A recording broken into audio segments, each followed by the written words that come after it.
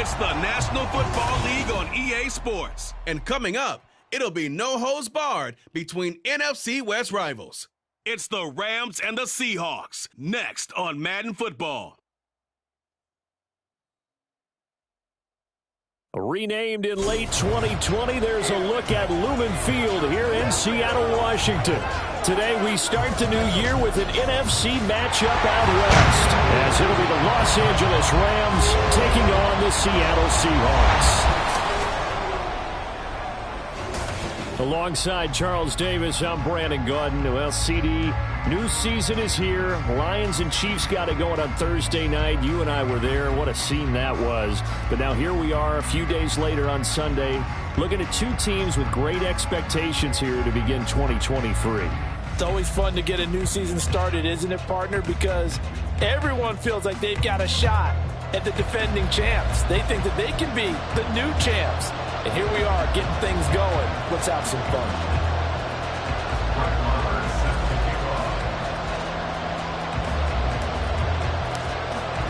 A new season of NFL football is here, and we're off in 2023 on EA Sports. And no run back on this one, so the new season will begin at the 25-yard line. So the Seahawks ready to take over on offense, and it is a first-time Pro Bowler who leads them out, Charles, in his 11th year now, Geno Smith.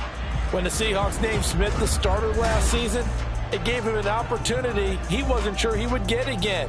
And then he became one of the best quarterbacks in football and sustained it across a full 17 games, winning Comeback Player of the Year.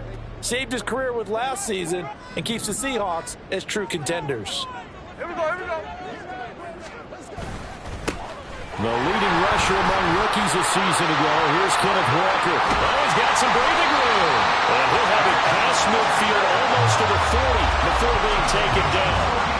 That one good for 33 and a first. Right off the bat, a chunk play into enemy territory. And I don't care how you plan for it. I don't care what you see on tape where you think you can get that type of a play. That's still a great rush and a little bit of a surprise to break off a run like that this early in the game. Ernest Jones there for the tackle.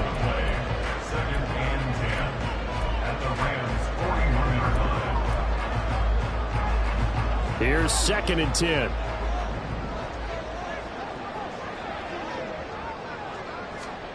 Throwing now is Geno.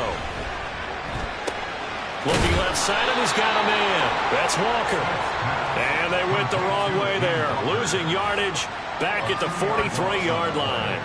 Well, Brandon, we could see that play developing, and they were hoping that he was going to be able to put a move on the first guy and turn it into a big play. But no such luck. The speed on defense continues to get better and better in the NFL. Pretty nice example there. Those guys being able to run from their assignments and finish off that play. First down, Seattle on a pickup of 13. That early game script that they drew up is working pretty well here on this first drive. Already in field goal range, Charles knocking on the door of the red zone. You know, Brandon, when we met with the coaching staff, they kind of predicted that they would come out firing like this. I think you and I were a little skeptical that it'd be this easy, but they certainly knew what they were doing in scouting, in preparation, and understanding what their team was capable of.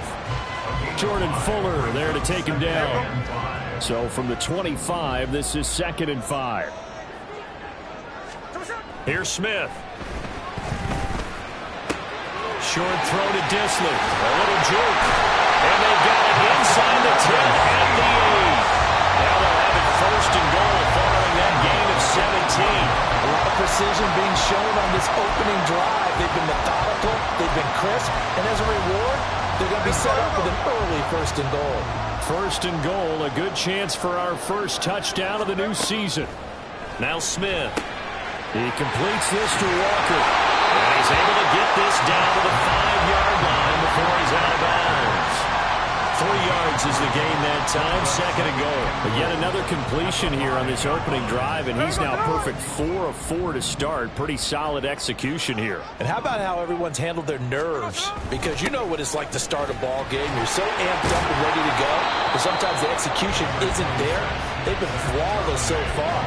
well-drilled, well-prepared, and excited to start this game. Driven it down the field nicely here on the opening drive, but now it's put up or shut up. No doubt about it, because to make that type of a drive and ultimately kick a field goal would feel very disappointing. But I'm just wondering. And it's intercepted at the goal line. Picked off by Ernest Jones. And the Rams are going to get the football here as the ball will come out to the 20. And the defense, Charles, they bit a little bit, but they did not break. And then on 3rd and goal there, the huge interception. Think of the momentum they're carrying with them right now, Brandon, because in their mind, whether they want to admit it or not, they were conceding 3 points. Their goal was to keep them at the end zone, not give up a touchdown. Instead, they give up nothing. What a big-time play and a big-time stop by them. So here are the Rams set to go to work on offense. And they're led by a man who topped the 50,000-yard mark in passing for his career a season ago. In year 15 now, here's Matthew Stafford. Stafford, the Rams won it all in Super Bowl 56, but last season was a stark contrast to that. The Rams need their quarterback to recapture his form from 2 seasons ago to spark another postseason run. And he stopped immediately there. No gain on the play there, 2nd down. Well, we get a look at the Rams haul from the 2023 draft. Their 7th straight year without a first-round pick, interestingly, but 14 total players selected, the most in the NFL this year. How about that? The Rams utilizing their draft picks instead of dealing them away for superstars, although that did pay off with a Lombardi trophy. Now, building the old-fashioned way. I like the pick of Steve Avila out of TCU. Whether he plays guard or center, he'll press for playing time right away. People will gravitate towards the pick of Stetson Bennett, the championship quarterback from Georgia. But let's face it, they had to continue to build with more and more big-time players. One of them, Byron Young, who went from working man to 3rd-round pick at the University of Tennessee. Line of scrimmage, the 31 now on 1st and 10. A give up the middle to Evans. Able to break through that initial contact and winds up getting about 3 there. It's 2nd down. Not a huge carry there on 1st down, but not all of them will be. But still, all in all, a positive play for the offense. It's all about picking up at least a few to set up what you're going to do here on 2nd down.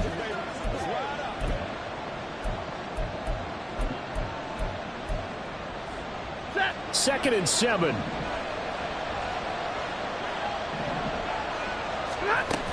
They'll go again here with Evans. And he'll be taken down right around the 34 after a pickup of only a yard. Well, this one, CD, an interesting one to start the season in the NFC West. A lot of people think that this is the 49ers division to lose, but you caution not so fast. Remember Seattle 2022? A playoff team, and the Rams, they took a dip, but renewed sense of purpose, renewed sense of optimism, and 14 picks used in the NFL draft. The Rams think they can be back a lot quicker. Throwing on 3rd down, Stafford. Work in the middle of the field, and he's got a man complete. And he is going to have a Rams 1st down as they're able to get the 3rd down conversion. I don't care who you put on him. He's going to be a handful in one-on-one throws. Yeah, right now you're right. They're in man-to-man. Maybe need some safety help. I would say that'd be a good idea. Double team him somehow. I'm going to have to make someone else beat me rather than let him shred my defense. And he'll be brought down right on the 50. A gain of 3. He was taken down by Bobby Wagner. A 3-yard pickup brings up 2nd and 7. Ball right on the 50-yard line. Here's 2nd down at 7. From the 50, Stafford. On the screen, this is Evans. And a 6-yard gain gets him right around the 43. That's a nice design there, but sometimes, though, you get so many blockers out ahead of you, they kind of slow you down and force you to adjust. You always appreciate guys trying to help you, but maybe one less there could have turned this into a bigger game.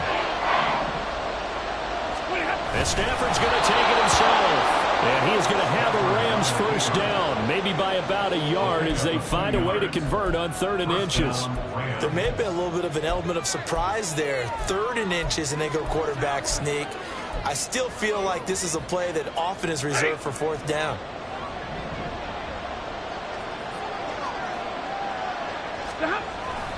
They'll run on 1st down with Evans. And he'll go out of bounds after taking it a little further down inside the 40.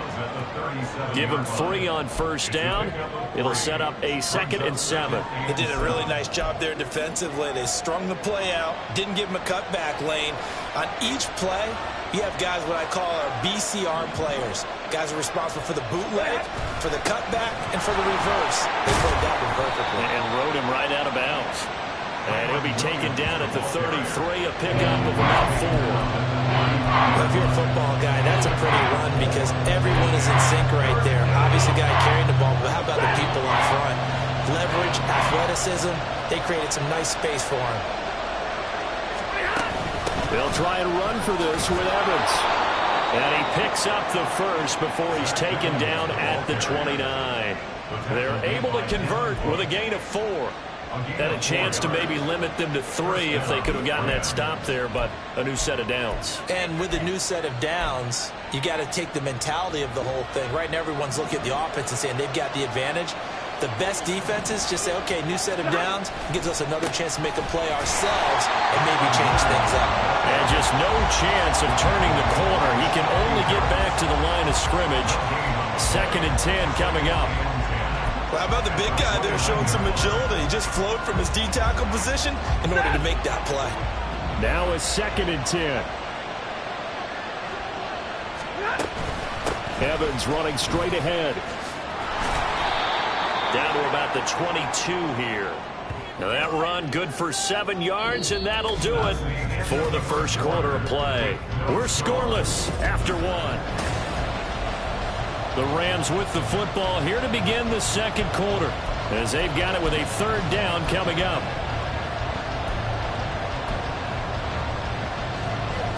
Coming up here looking for 3 yards to pick up the first.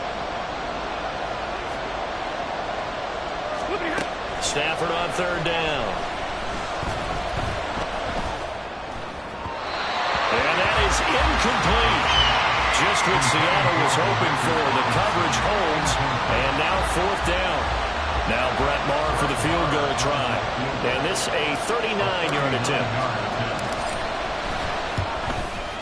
Maher able to put this one through.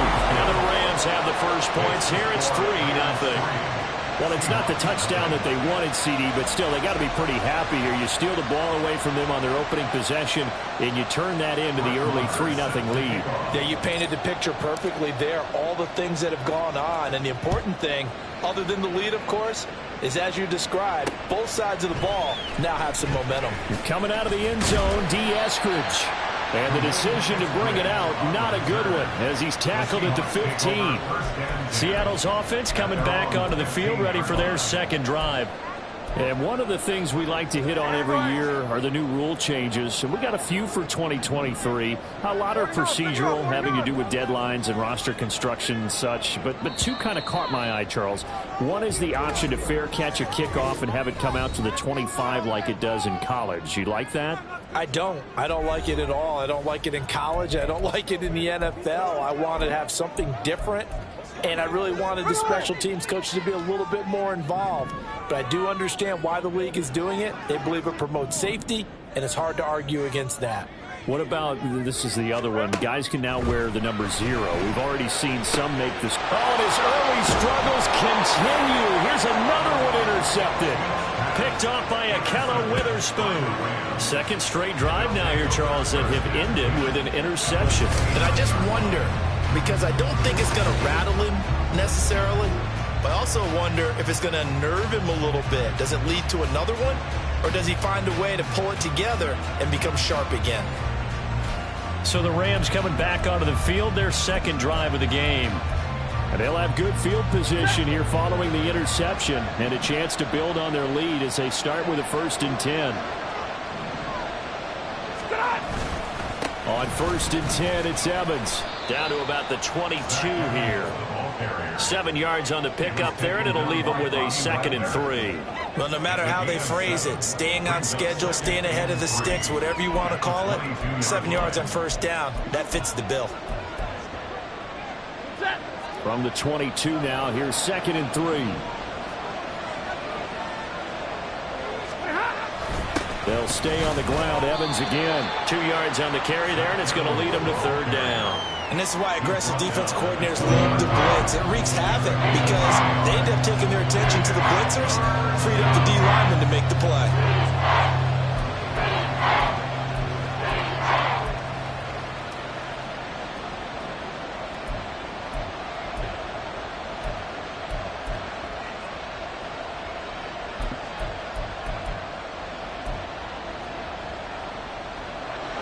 This offense on third down today, they've been good. 3 for 4 thus far. They're up against a 3rd and 1 situation. And Williams is going to be stopped short of the yellow line. He did not get there. A loss of a yard, and it brings up 4th. Just a simple run play there on 3rd and 1, but this D was up to the challenge and stopped him, bringing up 4th down. The offense staying out. They're going to go on 4th and 2.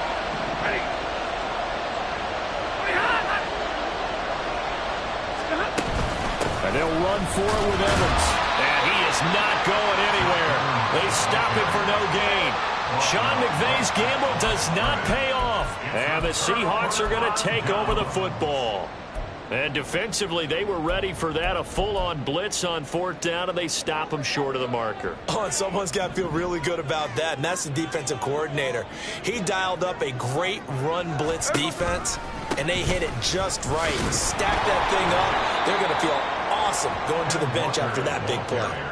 Officially, it's a 1-yard loss. That's going to bring up 2nd and 11. I don't think any of us were surprised that they decided to start this drive on the ground after the last 2 drives ended in interceptions. Unfortunately, though, not a lot going on that first play. Yeah, I think the anticipation was felt also by the defense. Now Geno. And too much juice. It'll be out of bounds, incomplete. I tell you, Brandon, this defense is playing with some confidence. Haven't allowed a point yet. Flying to the football. I'm telling you, it's almost 11 to the ball on every snap. Another nice job there to force an incompletion. Throwing on 3rd down, Smith. He's got his target. That's complete. And he is going to have a Seahawks first down as they're able to get the 3rd down conversion. Even against double coverage, he found enough of an opening for a noticeable gain. 2 guys on him, yet he finds a way to uncover downfield for the completion. From the 32 now, here's 1st and 10.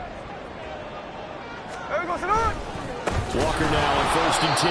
And that one blown up quickly as he's going to be stopped before he could even get started. The all-everything defensive tackle, Aaron Donald, the one who made the play there. Sometimes you just sit back and marvel at what he can do defensively. Speed, strength, quickness, he's the whole package. And that package just wrapped up the runner for a loss.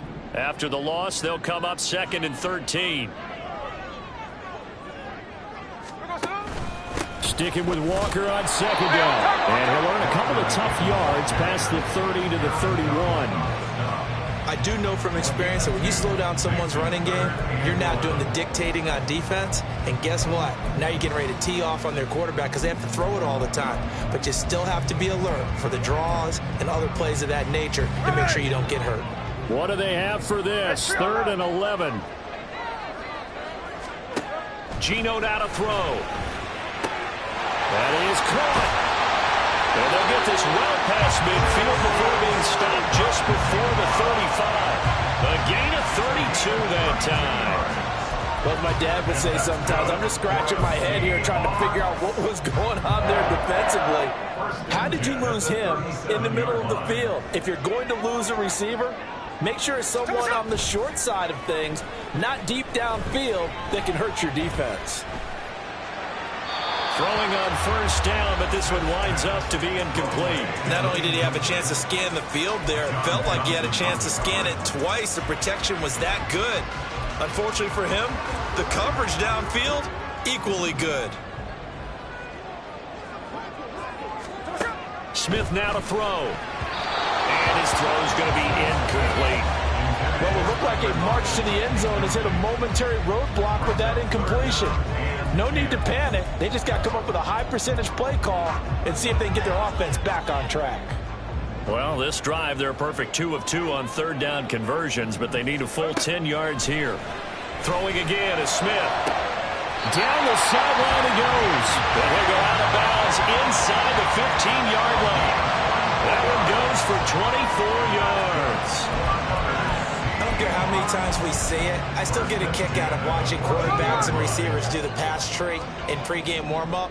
But I always remember that when we go to practices, we see that after practices as well. They really tune it up, don't they? They tune it up. They know why they do it for these situations.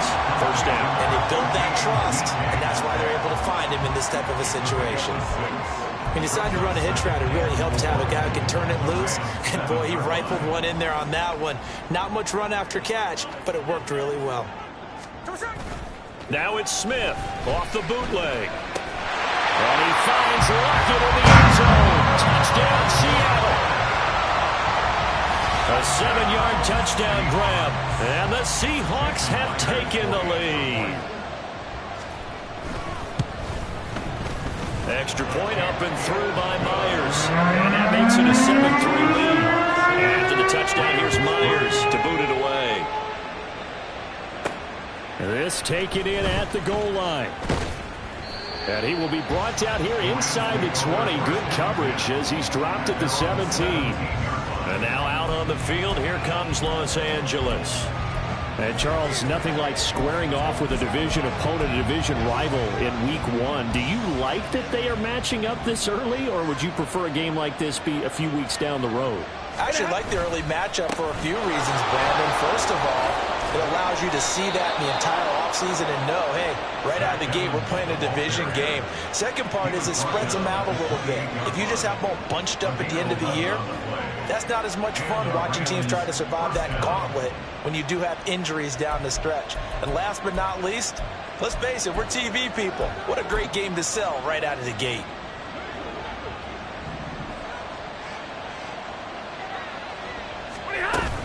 They'll go right back to Evans here on first down. And he is going to be stopped cold behind the line of scrimmage. They'll lose a yard there, and it's 2nd and 11. It's not easy playing the corner, is it? A lot of times you got to defend against the pass, but sometimes you have to play against the run. How about the job he did there, crashing inside to make that tackle for a loss? Looking at a 2nd and 11 now after the loss.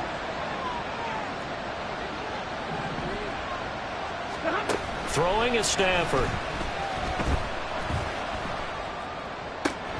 He's got his target. It's the tight end, Tyler Higbee. And he has a big gain inside the 40 before being dropped.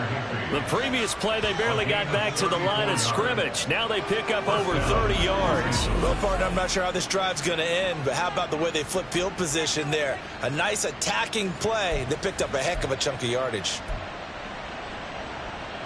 So how about that for a chain mover? They're all the way down inside the 40 now for 1st and 10. Now it's Stafford. Oh, the ball comes out on the hit, but they'll say it's incomplete. Yeah, their back's up against the wall a little bit, and they come through by forcing an incompletion. Now they've got to continue to ratchet up the intensity a couple more times and get off the field before giving up any more yardage. 2nd and 10. Evans running behind center. 46 yards rushing for him now to this point. He's tackled at the 2 minutes to play in this first half. 7-3 our score.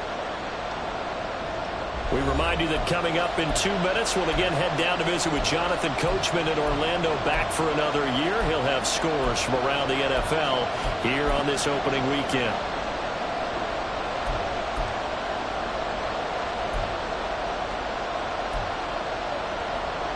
In search of 4 yards here to pick up the first down. Stafford. Into heavy traffic, and it's intercepted. Picked up by Uchenna Nwosu. And he will take this one home. It's a touchdown. They were in a very good position to come up with a go-ahead score there. A really good drive. Instead, it turns into 6 points going the other way. Psychologically, I don't know what that's going to do to them. So as a coach, you're looking at that as at least a 10-point swing, right? Because they had the field goal in their back pocket. They certainly did, and you're right. At least a 10-point swing, maybe more. This will be brought out from the middle of the end zone. And tackled at the 21-yard line, so a net negative there of 4 yards. The offense for Los Angeles returns to the field. It's been very much a slow start for them. 3 drives and just the 3 points, CD. Yeah, if you're into the points per drive ratio, that answer is 1. And that's not going to get it done in a ball game. They've got to find a way to finish these drives in end zones, not having balls go through goalposts.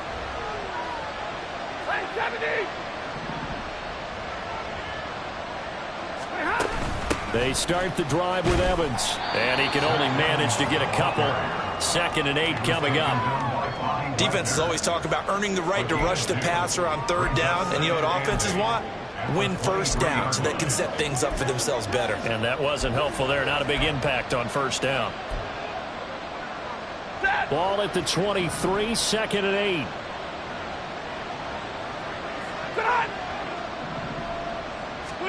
A shotgun snap for Stafford.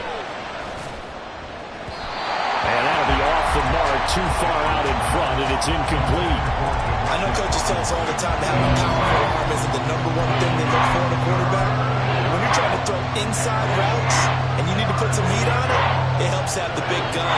In this case, just a little bit too much. So the failure to connect on 2nd down, that leaves them staring up here at a 3rd and 8.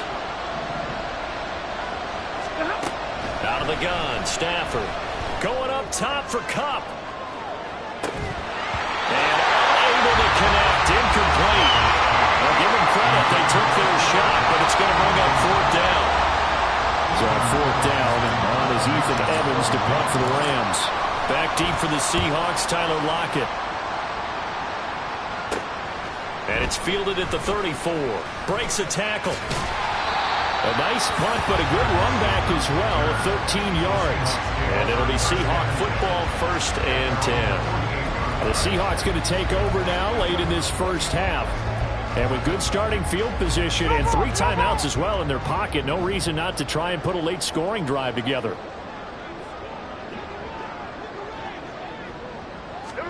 Now Geno on 1st down. And for the 3rd time here in this half, it's intercepted. And the Rams are going to take over once again at their own 25-yard line.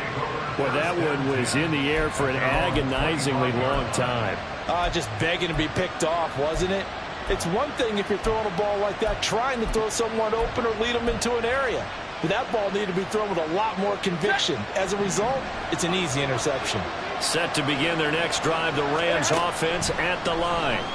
Well, not much time remains here in this 1st half. We'll see if they can get something out of this drive, at least a field goal. They could certainly use it down by 2 scores.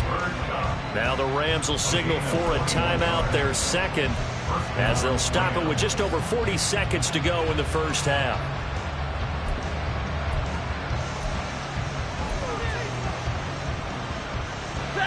1st and 10 here, and you know, if they could just get 3 out of this, something about whittling it to a 1-score game at half that might provide a psychological boost. Back to throw, Stafford. Oh, and his early struggles continue. Here's another one intercepted. Julian Love picks it, and the Seahawks will have solid field position here as they take over at their 45-yard line. The one side gets an interception, but their defense comes on the field and picks them right back up by getting a pick of their own. And I think you saw the same thing that I did, Brandon. As he ran off the field after making that play, we saw his quarterback seek him out and offer a personal thank you to bail him out a little bit as the offense takes the field again. The coverage was good, but I just wonder if they absolutely fooled the quarterback on that play. I think he was expecting something else, ended up with nowhere to throw the football successfully. Setting up the screen here, this is Walker. Now the Seahawks going to use the first of their timeouts as they get it right at the 32nd mark of this 1st half. From the gun on 3rd down, Smith. And his pass is intercepted for the 4th time today. And they will finally get him as he's all the way down near the 40-yard line. So first thing that crosses my mind is why didn't they just sit on the lead and take it to the locker room? They're in good shape. Absolutely. And from this spot on the field, now you've given the other side a chance for points here going into intermission. Yeah, you changed the momentum of the game, and it's something you did not need to do. Well, the Rams about to go on offense one final time in this first half. And they'll start with a short field following that turnover as they look for points here before the break. He's going to take a shot right away for the end zone. That is incomplete. That was nice work there defensively to force incompletion. Now, even though this drive started in plus territory, they're still not in field goal range yet. So they can work towards another couple of stops and not allowing that turnover to hurt.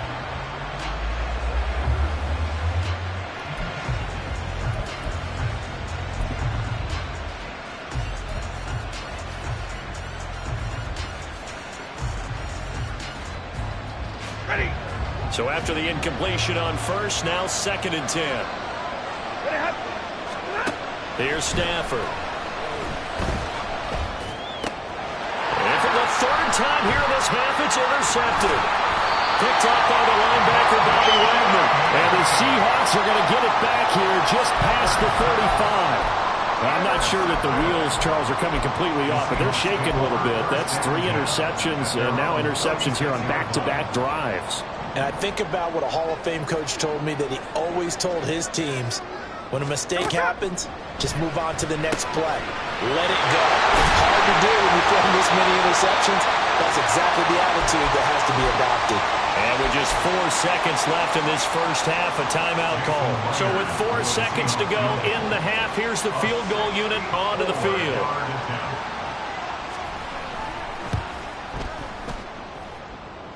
And this won't get there. Won't be online either. It's no good. Off to the right.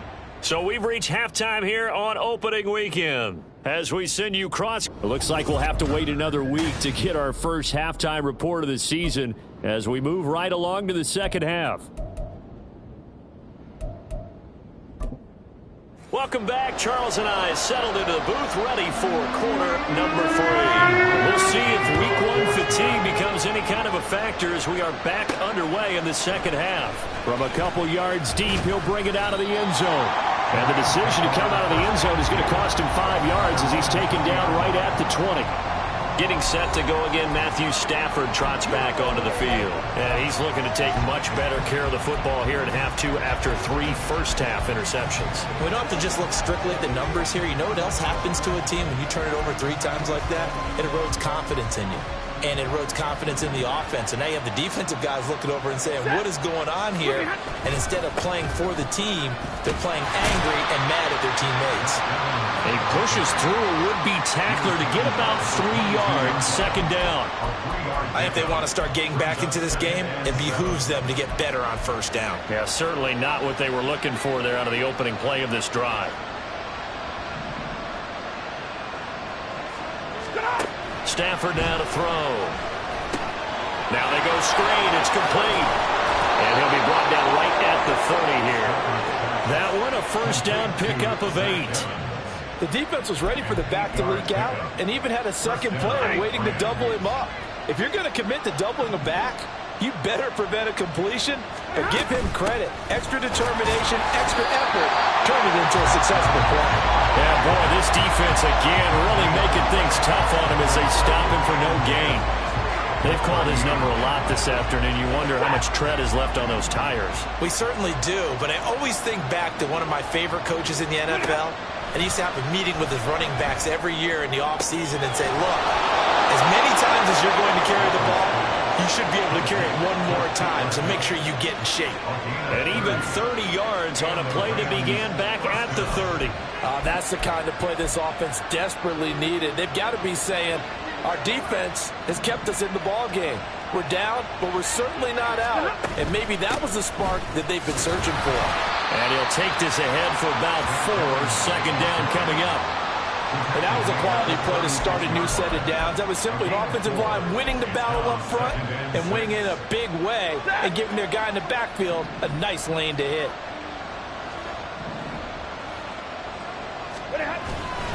They stay on the ground. This time it's Williams. And he is met in his tracks behind the line of scrimmage. Now they're going to be dealing with a 3rd and 7. Is that one officially a loss of 1? Well, we saw a lot of negative plays that resulted in plenty of lost yardage in the first half. And that trend is continuing here.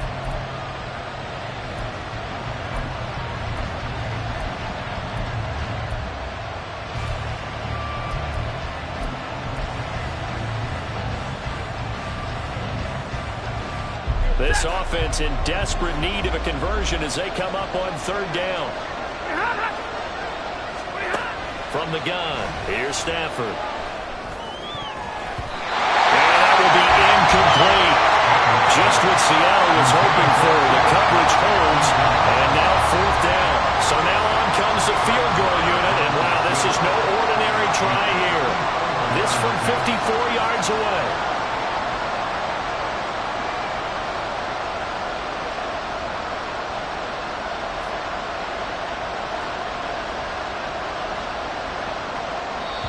Now hold everything here. We're going to get a timeout by the offense. It's just their first, so 2 remaining as they burn 1 here in this 3rd quarter.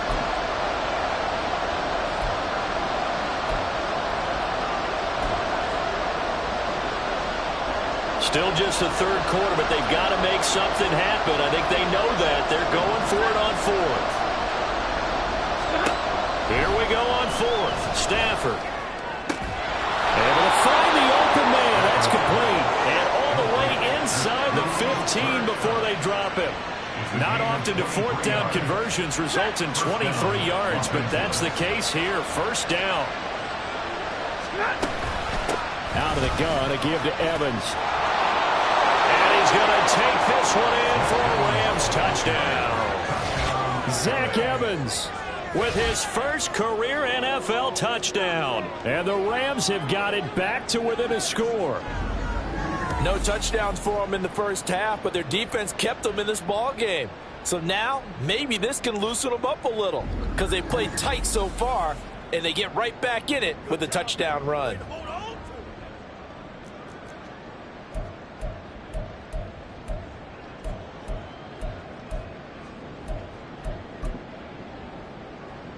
So the call's made by Sean McVay. They're going to go for 2. They're going to keep it on the ground. And the second wave of tacklers is going to get him as they stop him behind the line. You know, sometimes the guy on the defensive side of the ball, he just has a good feeling or a good read, and he unleashed his defense on that one. Boy, they stopped him in a big way. Yeah, I hate to be cliche, but sometimes we overanalyze. They just have more want. Looked like they had more want right there. More want and more people to the ball. And they'll get him down right at the 25-yard line, so the same result, and he opted for the touchback.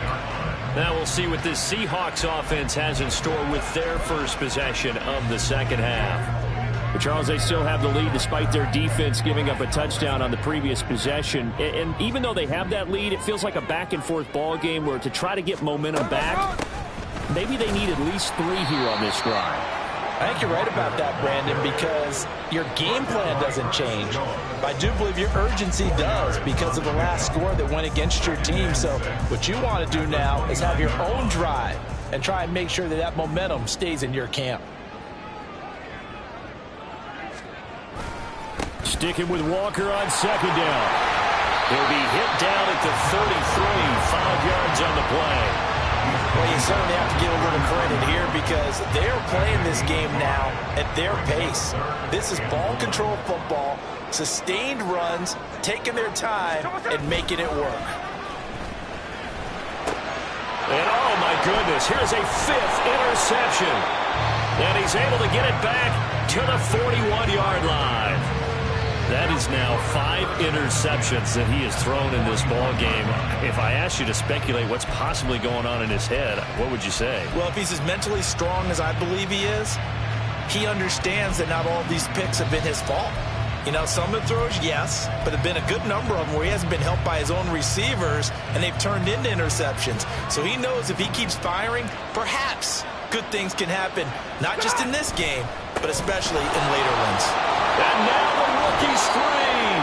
And an excellent job of finding the opening as he's got this now all the way down to the 22.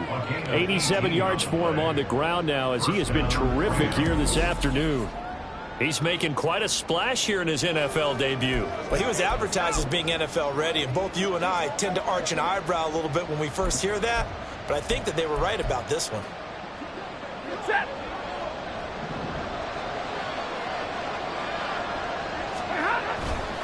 Again, a run with Evans.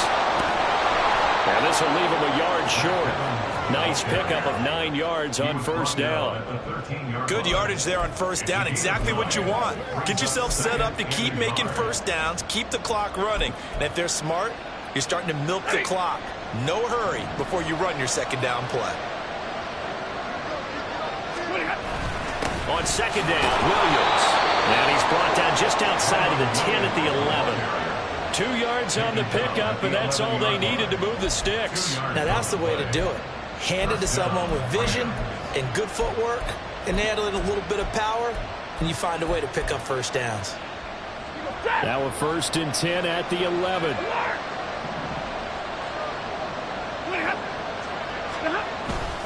Straight ahead, it's Evans. And he's going to be brought down just shy of the 5 at the 6. Boy, where would these guys be without his performance on the ground? That puts him over 100 yards now for the afternoon, and I tell you, he seems to be getting stronger as the day goes along. Now 2nd and 5. Snap will come from the 6. Here's a handoff to Evans out of the gun. And for one of the few times here today, this run's not going to go anywhere. They'll say no gain on the play there, and now it'll be 3rd down. That time they're able to bottle him up, but he's having a really nice game. I agree with that. Let's just go big picture, right? Every back that's in the Hall of Fame had carries where they didn't gain yardage or they lost yardage, but you stick with them, don't you? When they're having a good game, keep feeding them. Now this red zone is where the Seahawk crowd really makes it tough for an offense to communicate. It's 3rd down. Meanwhile, on 3rd down, they take a shot at the end zone, but it's incomplete. Oh, that's going to hurt a bit because they needed to come through with a completion there. Now a drive that started with great field position is facing 4th down. The kick by Moore is good, and that will cut the lead down to just 2. Well, the 3 points certainly helps, but you feel like, Charles, at this stage of the game, when you force those turnovers, need to start converting them into touchdowns.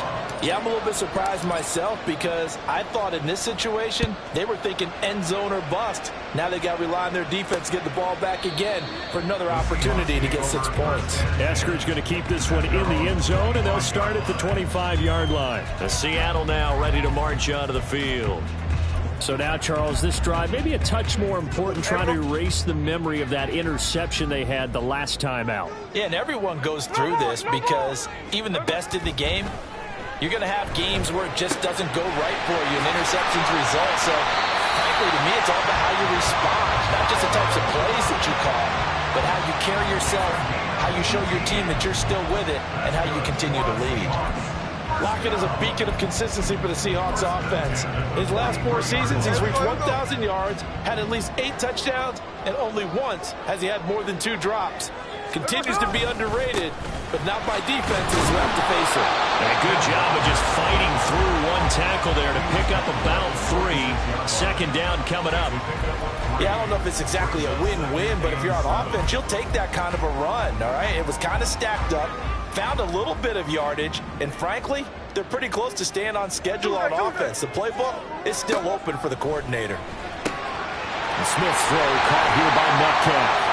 And this is going to be another 1st down as the tackle's going to be made at the Rams' 32-yard line. 23 yards the pickup there.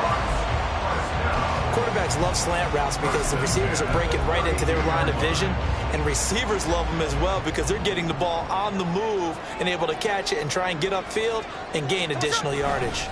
Up the middle, here's Walker. And he'll get this just inside the 30-yard line. And the big fella stuffed that one up in a big way. I think doubling him has to be a priority because you can't move up to the next level if you don't take care of him first. Got it here at the 29 on 2nd and 8. Sticking with Walker on second down. He gets away from one. Shreds it with his stick. And now look at this. Big gain, but a fumble. And this is going to kick out of bounds. Boy, a fortunate bounce or two there. They'll keep possession back inside the 10-yard line. Thankfully for the offense, a fortuitous bounce there on the fumble goes out of bounds because they're down here in the red zone. You don't want to lose one there. You don't want to lose one, and the best part, because it went out of bounds, they retain possession, still have an opportunity to put points on the board. It'll be first and goal when we come back. Back now in Seattle, Washington. It's been a good one so far. Just a 2-point game here as we get set for quarter number 4. Here's Walker. They stop short. Down at the 1. Had the great move, but couldn't get it all the way home. 79 yards rushing for him now as he goes over the century mark here in the season opener. If nothing else, they've already taken a couple minutes off the clock here already as they come up second down. Walker looking for a signal, but none forthcoming. They stopped him shy of the goal line. They're held again, and do we have a goal line stand brewing? It's third and goal. Now, obviously, that's some good work there defensively, being able to stop them and bring up a key third down. But if you're on the offensive side of the ball, there's an opportunity, because I know what defensive guys are thinking right now. Just stop them, get to the ball. That means that... And he will take this one in for the Seattle touchdown. Kenneth Walker taking it in from a yard out. And the Seahawks will add to their fourth quarter lead. Myers connects on the PAT, and that makes this a 9-point game. And after the touchdown, here's Myers to boot it away. Taken at the goal line. And able to get this across the 20, but not much further as he's dropped it to 23-yard line. The football going back to the Rams now. Well, that last touchdown we just saw, what an important one. Now it's back to a 2-score deficit for this crew as they take the field here, and they are in desperate need of finding the end zone. On first down, they'll start out with Evans. And not much doing there, maybe a yard up to the 23.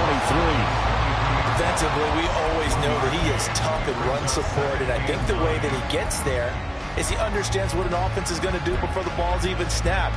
A great job of scouting prior to the game, then reading, reacting, and taking the right path to the ball carrier. Now Stafford. And that one complete downfield to Cup. And he'll be out of bounds just shy of the 40. And that one results in 35 yards. So the big play gets him across midfield now for 1st and 10. From the gun, it's a run by Evans. And maybe a measure of revenge there. He's had his way in this one, but this time they get him behind the line. Officially, it's a 1-yard loss. That's going to bring up 2nd and 11. Well, that was one of the few times they've been able to contain him thus far. He's over 100 yards for the game, but he lost a bit off his total on that carry.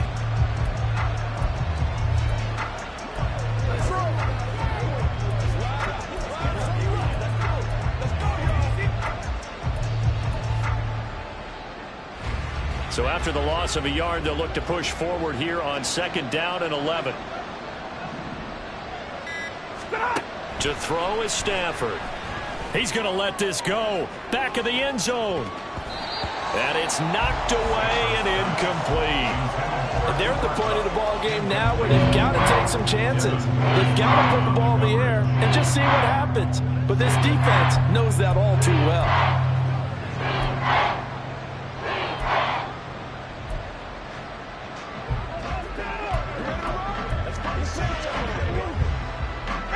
The Rams on 3rd down. They've converted a third of their opportunities, 3 for 9. This is 3rd and 11.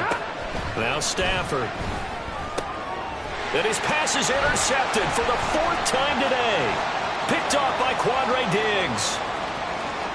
Past the 20. And they will finally get him, but not until he's all the way down inside the 15-yard line. So they get the interception, and almost as importantly, a big return after that. And who was the guy that saved the touchdown, partner? The guy who threw the interception. A lot of times, he just gives it the old Olay, but give him credit. He went old school. He was determined not to make this a pick six, and he got there in time to make the tackle. And this will be caught by Metcalf for a Seahawk touchdown. A 14-yard touchdown. And the Seahawks are closing in on a winning start to the year as they extend their fourth-quarter lead. I think all teams probably like seeing that schedule for the first time, looking at week one. Oh, good, we're at home. This is why you want to be home in week one. They're looking sharp. And I agree with you totally. That's what you want, but they're And now, of course, all scoring plays are reviewed, and I think they're going to take an extra long look at this one. They're taking a peek at whether or not those feet were in bounds, and obviously a big call here in the end zone. And not just the feet. How about the hands? How's the ball possessed while the feet are hopefully...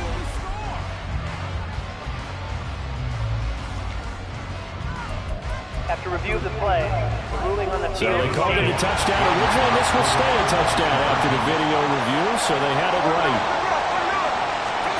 Gino's going to throw. And he's got it.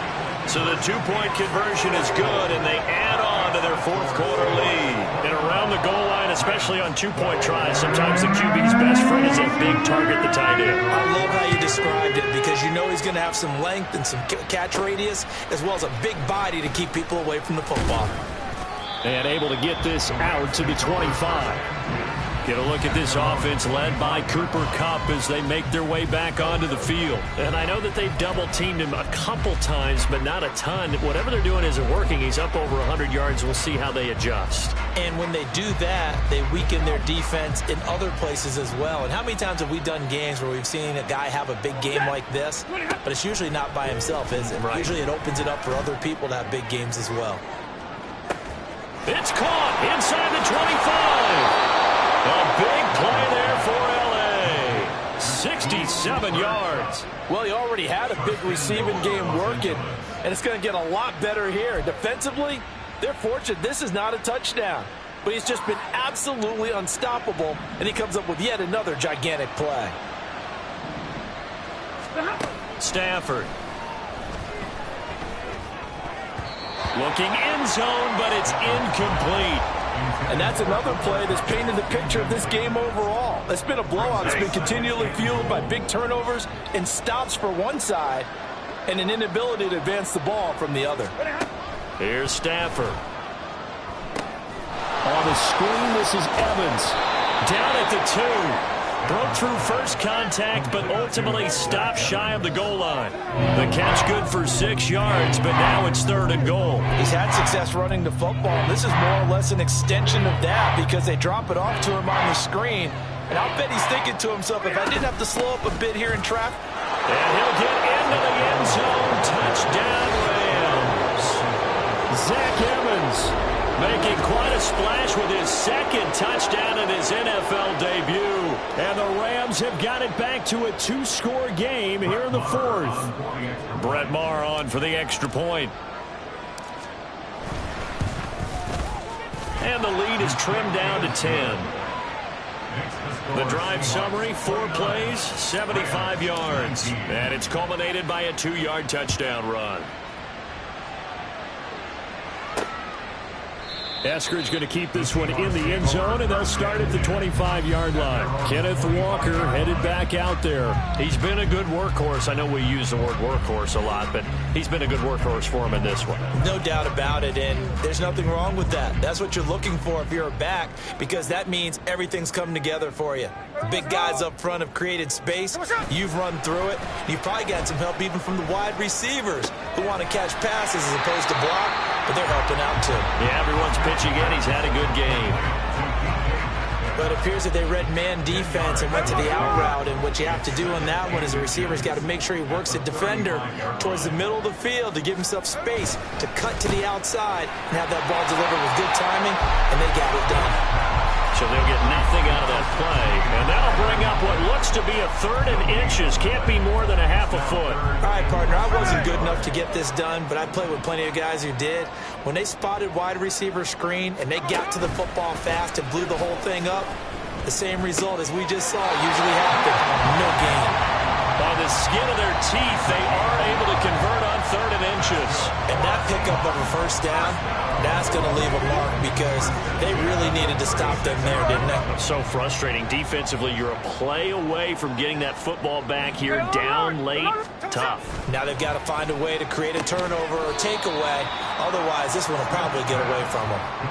It'll be a gain of 5, and that will bring up 2nd down. Second and 5 at the 41-yard line. On 2nd down, it's Walker. And forget that 100-yard rushing game, at least for the moment, as he'll lose yardage here and fall back under the century mark for the game. Now that's a nice play. Got me fired up, partner. But can they do it back-to-back plays? All the training that you go through as a defense for these situations, when you have to get the ball back, everything you go through, holding up the runner, raking at the football, getting to the passer, knocking it out of his hands, whatever way, they have to get the ball back. Now can they stand tall again for a huge 4th quarter stop? Now here's Michael Dixon as he's on a punt for the first time this afternoon.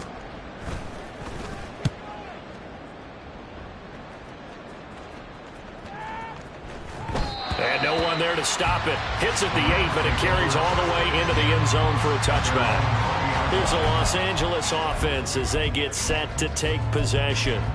Their defense was able to force the punt. That's the good news, but this is still a 2-score game, and they need points on this drive and in a relatively quick manner. Stafford on 1st down. They'll try and set up the screen. It's complete. And he'll be tackled at the 23 after a gain of 3. Holding offense.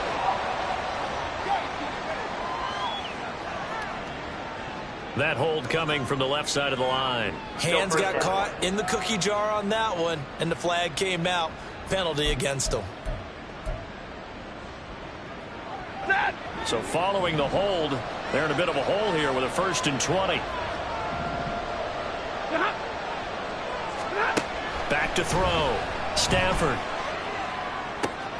Over the middle, complete. That's Evans. And they work this well upfield across the 45. A big pickup of 38. And the offense is saying to itself right now, only they were all this easy because he was wide open. And once he made the catch, plenty of room to work his way downfield. That was a breakdown on the defensive side of the ball, one that they want to fix immediately. Now a 1st down throw. Stafford. He'll let this go for the end zone. And he bats it away, and it falls down incomplete. We've seen that the deep ball's been a part of their game plan all afternoon, but they've had trouble hooking up on it, unable to successfully find the end zone over the top.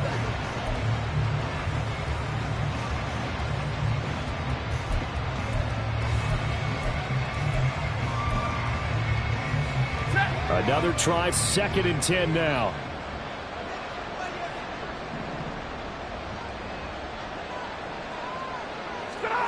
To throw on 2nd down is Stafford. He'll take a shot for the end zone. And that's going to be incomplete. Good effort there trying to take a shot, but it's 3rd down. Going for the knockout blow right there. I think if I'm up 2 scores, I'd be worried about an interception, but playing this way is what got them this lead. So you may as well ride it out to the end. Well, this one's had a season's worth of thrills already, and it's still week 1. Here's 3rd down now. Throwing on 3rd down, Stafford. Work in the middle of the field, and he's got a man complete. And that'll wind up moving the chains again as the tackle's going to be made at the Seahawks 37. And in a 2-score game, obviously, every play, every 3rd down, like we saw there, magnified, big pickup. It was a huge pickup. What they really want, though, is to not even get to 3rd down. They've got to maximize time and conserve as much as possible. 2 minutes left to play in this football game here on EA Sports. A 2 timeouts still remaining, but scoring quickly, a must. It's 1st and 10. On 1st down, Stafford here.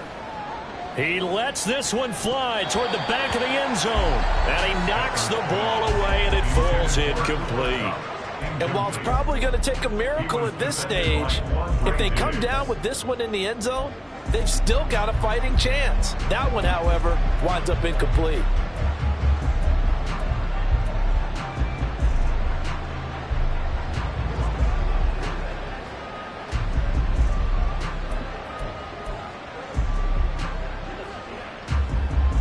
They'll try again here. 2nd and 10.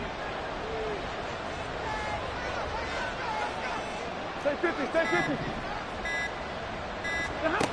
Stafford. A quick pass to Kupp. And that'll wind up moving the chains again as the tackle's going to be made at the Seahawks 26. Here's 1st down. Stafford now to throw. And this is intercepted, and that should do it. Picked off by Jamal Adams. And the Seahawks are going to take over once again at their own 25-yard line. I'm starting to wonder, Charles, if 5 interceptions, is that the last that we've seen of him? Well, I think that a lot of people hope that's the last they've seen of him in this game, probably including himself. If this were baseball, the manager would have been at the mound already and asked for the ball, and he'd be in there getting a shower. But in football, you might have to go stand on the sideline and watch the rest of it and see if your backup can do any better. Give credit to the defense for stringing that play out, and they gave up no cutback angle. You know he was trying to dart through. No place for him to go. A nice job there, only giving up a 3-yard gain. And he's going to have to protect the football and take his lumps here at this stage of the game as they stop him behind the line. And it appears we've got a member of the Rams shaken up on that last play. Well, you always hate to see injuries, especially tough here in week 1. Just hoping this is nothing serious. We'll take a quick timeout. Here's 3rd and 9.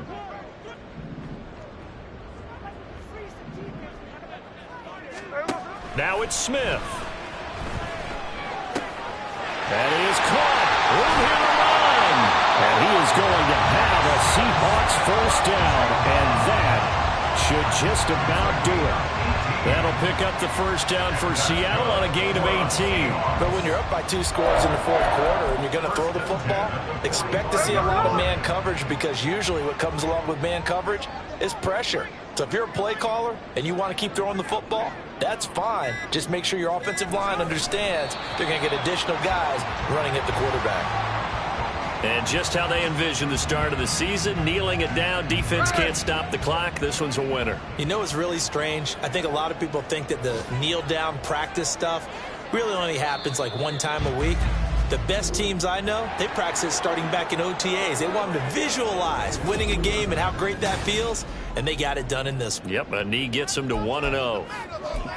Well, this was not just the opener of a brand new season, but this was a division game here in week 1. And to come through with a 1-0 start against a division opponent gives you a little something extra heading forward for the rest of the season. Yeah, let's pile it all into one game.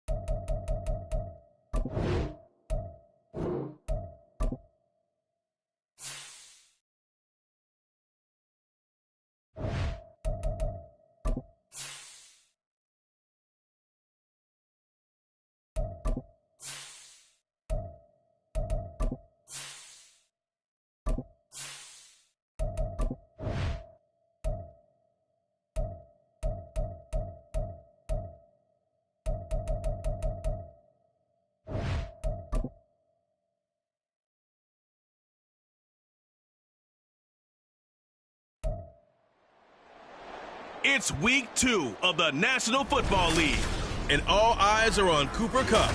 He was a game breaker last week, over 200 yards receiving. It's the Rams and the Niners, and it's coming up next on EA Sports.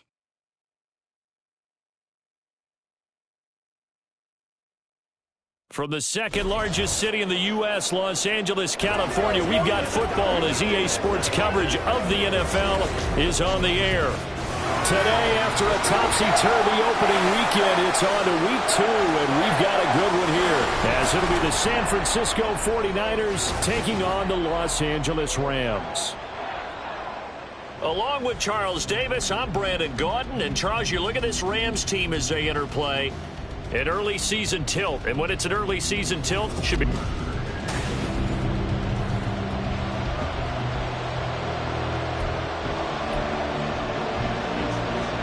And we are underway from SoFi Stadium. From a yard or two deep, here comes a return. And he returns this to the 22. So out come the Rams now for their first possession.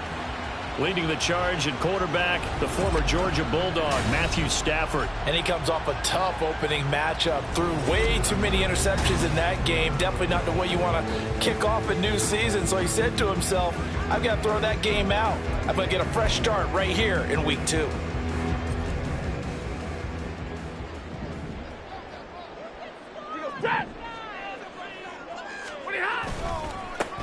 They'll begin on the ground with Evans. And he finds some space past the 25 to the 27. The numbers for Evans a week ago, north of 100 yards, the 2 scores. And, you know, you got to give a lot of credit to the O-line. We talked a lot about him, but offensive line was good, too. They're obviously in sync with each other, whether it's zone blocking, power running game, no matter what. He understands how to read them and find the creases that they provide. Evans gets it again on second down. And he's able to take this one up to the 35-yard line. That one a first down pickup of 8. The Rams had 0-1 on the year following the loss in the opener. And listen, they knew last week they were in for a tough fight on the road. But now here's the home opener and a chance to get things right. And I like the way that you presented that, because the bottom line is they didn't come out of that loss discouraged. They just came home and said, hey, if we do what we're supposed to do, protect our home turf, we'll be just fine. That's a gain of 13, first down Rams. If you start assessing what went wrong last week, Charles, in their loss, had nothing to do with the ground game. They ran it well. And you also have to say to yourself as a team, don't go away from what worked. That's not the reason the game was lost. Running the football over time, when you do it consistently, usually translates into wins. And they're hoping to do it consistently here. They'll run on first down with Evans.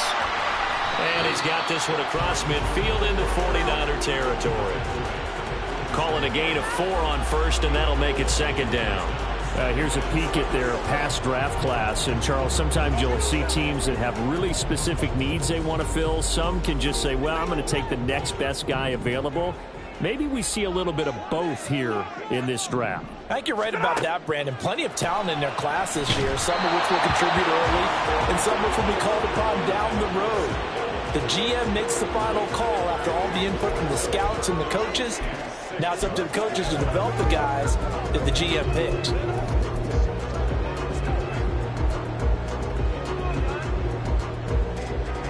So after the second down incompletion, they'll come up now against a 3rd and 6.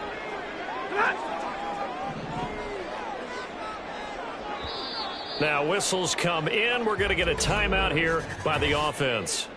They'll have 2 remaining as we step aside here in this first quarter.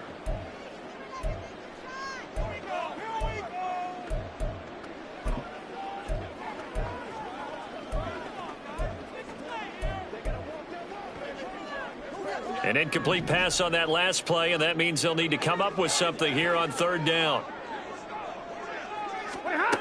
Now it's Stafford. Oh, he tried to fit it in on the slant, and it's intercepted. Isaiah Oliver with the INT. And the 49ers are going to get the football here as he gets this up to the 38-yard line. They're trying to resurrect his confidence. Last week was a disaster. 5 interceptions in that loss, and another pick there. I played with a quarterback like this before, and he had a tough game, and the head coach said, I'll take him, I'll fix him. The very next game, he started out the exact same way. The head coach turned to the offense coordinator and said, he's yours from now on. Someone has to take responsibility and work with him and try and get him settled. Good starting field position for the 49ers as they have it 1st and 10 at their 38. Here's the Pro Bowler, Christian McCaffrey. He'll take it past the 40 to the 41, 2nd down. The numbers for McCaffrey last week. 18 carries, 89 yards. Nice solid showing from him last week. Didn't blow the roof off with his numbers, but he certainly had a quality day and produced when called upon. From the 41, here's a 2nd and 8. Now Purdy. The first catch of the game for George Kittle. And Kittle going to have a 49ers first down as he'll be brought down just shy of midfield. 9 yards to pick up there, and it's a first down.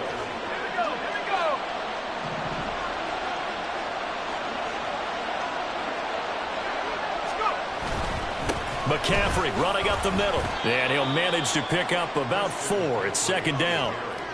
You talk about this Rams defense. This unit coming into this one ranked number 20 against the pass in the NFL. They absolutely have to avoid the penalties, have to walk that line between being aggressive and the ones that get you in trouble. The illegal contact, pass interference calls, they've got to make sure that they don't have those. And he's able to break out of 1 tackle, but then quickly brought down. Call it a gain of a yard, and it's going to bring up 3rd and 5. He's definitely tough to get down. We just saw it right there. But how about what we did see? Pursuit, wrap up, and then the big finish with the tackle.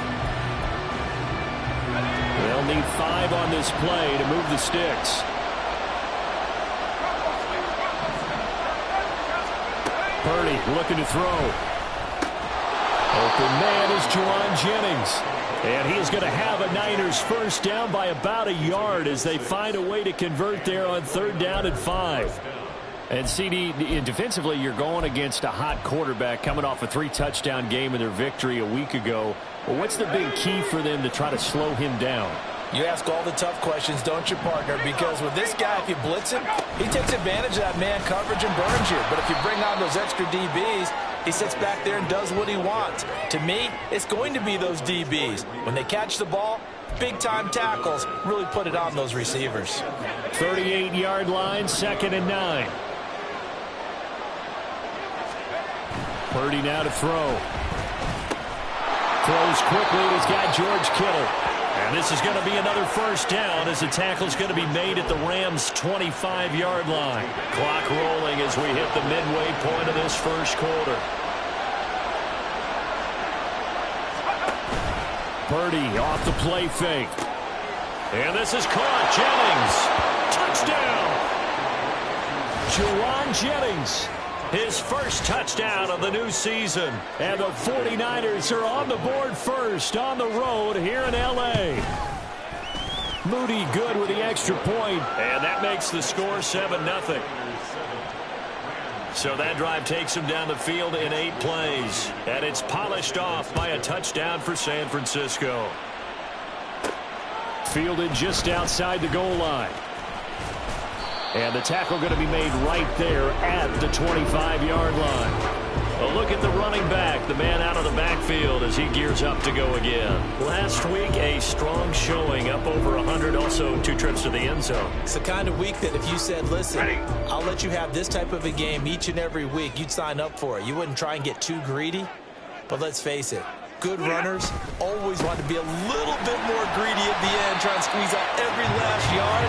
He's going to try and duplicate that and exceed it in this game. Just what you want on a first down run. Call it 8 yards, and it's 2nd and 2.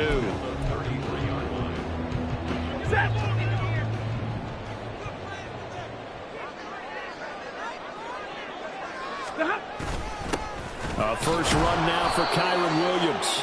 And he's able to take this one up to the 35-yard line. 2 yards, good enough for a first.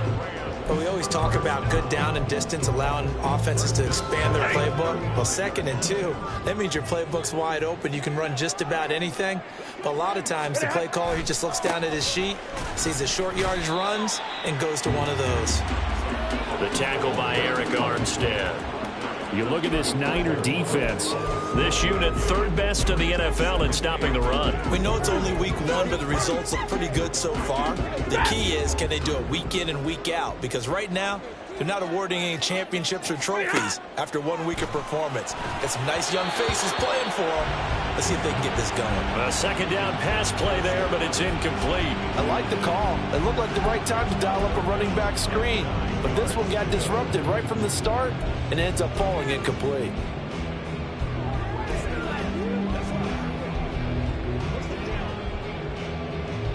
After an incomplete pass on 2nd down, that'll leave him trying to convert on 3rd and 9. Stafford now to throw. That escapes the sack. But now he's swallowed up and taken down. Multiple players combined for their team's first sack of the game. Ethan Evans on now to punt. Back to return it, Christian McCaffrey.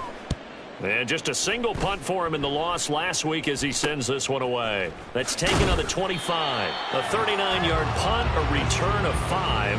And the Niners will go on offense. 1st and 10. Back out there comes the 49ers offense ready for their 2nd drive. Early on, you know, Charles, every game could be called a measuring stick game. But I think when it comes within your division like this, it's a measuring stick game with a little extra intrigue. I would agree with that totally because all division games have a little extra to them. But I like where this game is situated because at this stage of the season, it has that little extra juice, but at the same time, it's not a make or break if this were, let's say, week 15, 16, somewhere in that neighborhood. Ball on the 40 now. Here's 2nd down and a yard. Play action, and now here's Purdy to throw it. Oh, he'll want that one back. Incomplete. He doesn't drop too many in that department. 3rd down. Well, they've got man coverage on the outside, and my scouting report on these DBs tells me that they love to take matters in their own hands. They want man coverage, not zone. And there was good coverage there that forced the incompletion. And now the 3rd down throw incomplete as well. Partner, we've got ourselves a ball game, and those guys on defense, they came to play. Slipped up on their first series, but they're definitely settling in now and letting it be known that points won't come so easy again. This is taken at about the 14. It'll be a net of 40 yards following a punt of 44. And the Rams will go on offense here with a 1st and 10. L.A. readies for its next possession. And the results for them have not been strong to this point. 2 drives have ended in a turnover and then a punt. So would it be too snarky for me to say that they've shown improvement? Because you had two drives with turnovers. Now they punted it away, so at least they didn't turn it over. So that's good, right? You're going to get some angry users reaching out to you on social media. Well, I don't mean to be. I was actually looking for the positive. Silver lining, you know. Well, this defense for the Niners, terrific last week in the season-opening victory. And while you can't actually see confidence rising in a unit, you feel like you can. And when you look at this team, you definitely think that it is because anytime you can tell your offense, just get us a couple of touchdowns. We got this thing locked down. And that's caught at the 25. A big play there for L.A. And even 60 yards. He missed on his first 3 passes, was 0 for 3. Now gets a connection. Maybe that'll get him going. Yeah, it wasn't a time for panic, but there was some concern because once you start in a certain pattern, you're wondering, can you get out of it? And that flips the other way, too, when you're throwing it really well.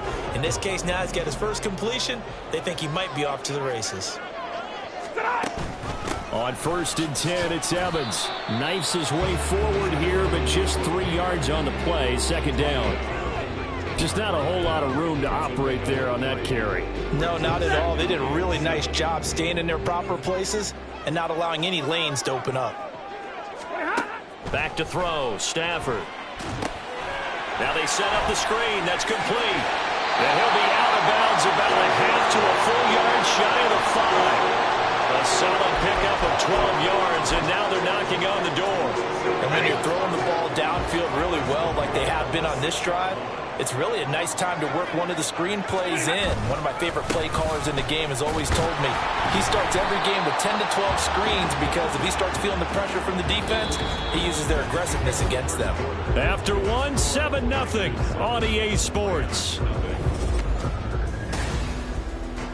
The Rams with the football here to begin the second quarter as they come up now 2nd and goal.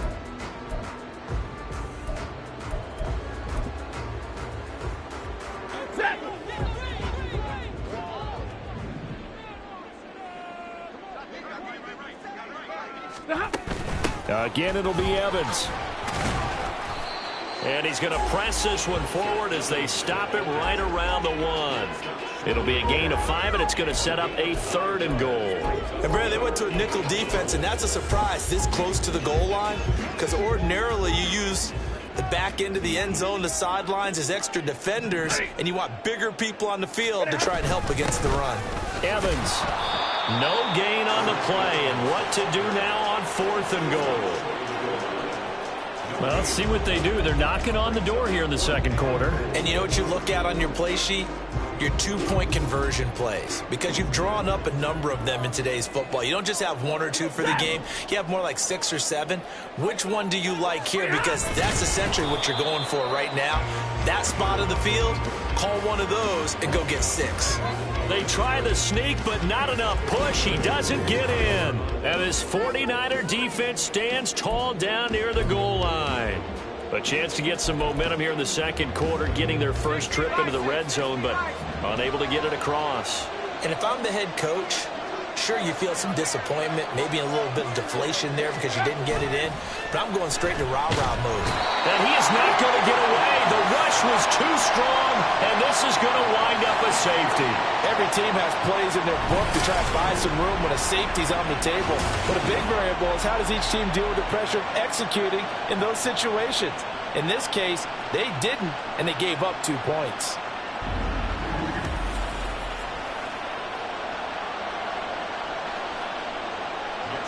So after that safety, now a free kick situation forthcoming as they punt it away from the 20. This is fielded at the 27. They juked him. And they're going to wind up with pretty good starting field position as they get it up past the 35. And the LA offense ready for this next possession. A kind of a lucky break on the prior drive, Charles. The turnover on downs that the offense had didn't come back to bite them after the other side. Their defense came through, was able to hold them without any points. I would agree with you, partner. A little bit of a lucky break indeed, but you know what they'd say to us? No luck, just pure skill. We rose to the challenge, and we didn't permit a score. That's how we roll. Well, I'm kind of curious, Charles, if they might temper their aggressiveness now offensively if they get in that 4th down spot again. Yeah, one would think so, but maybe because they held them, they might go for it again. Clelin Ferrell, former high pick of the Raiders, in on the tackle.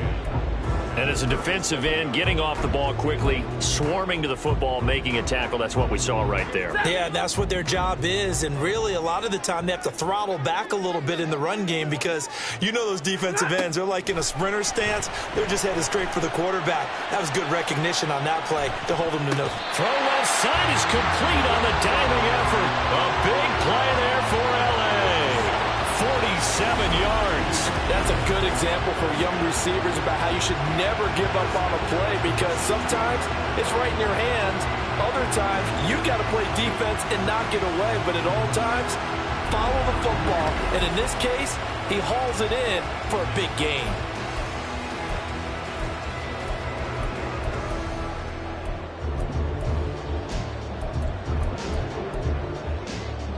Now this offense hoping to avoid the 0-2 start. Now they trail, but they've got a 1st and 10 here. They'll run out of the gun with Evans. Trying to find a lane, but instead he'll get back to the line of scrimmage and no more. Calling no gain on the play, and it'll be 2nd down. As usual, the hallmark of a good run defense, linebackers making plays near the line of scrimmage. Absolutely nowhere to run there. Now Stafford. Now throw right side here, going to be incomplete. I certainly thought he had an open look beyond the first down marker to his receiver, but they just couldn't connect, and that will send them back to the drawing board. This offense so far on third down, 0 for 3 to this point. They could use a conversion. This is 3rd and 10.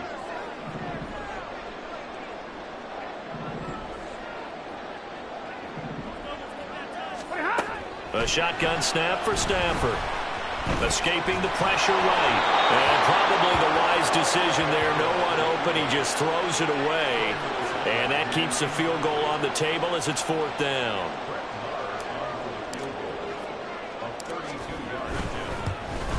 The kick by Maher is good. And that will cut the lead down to just 2.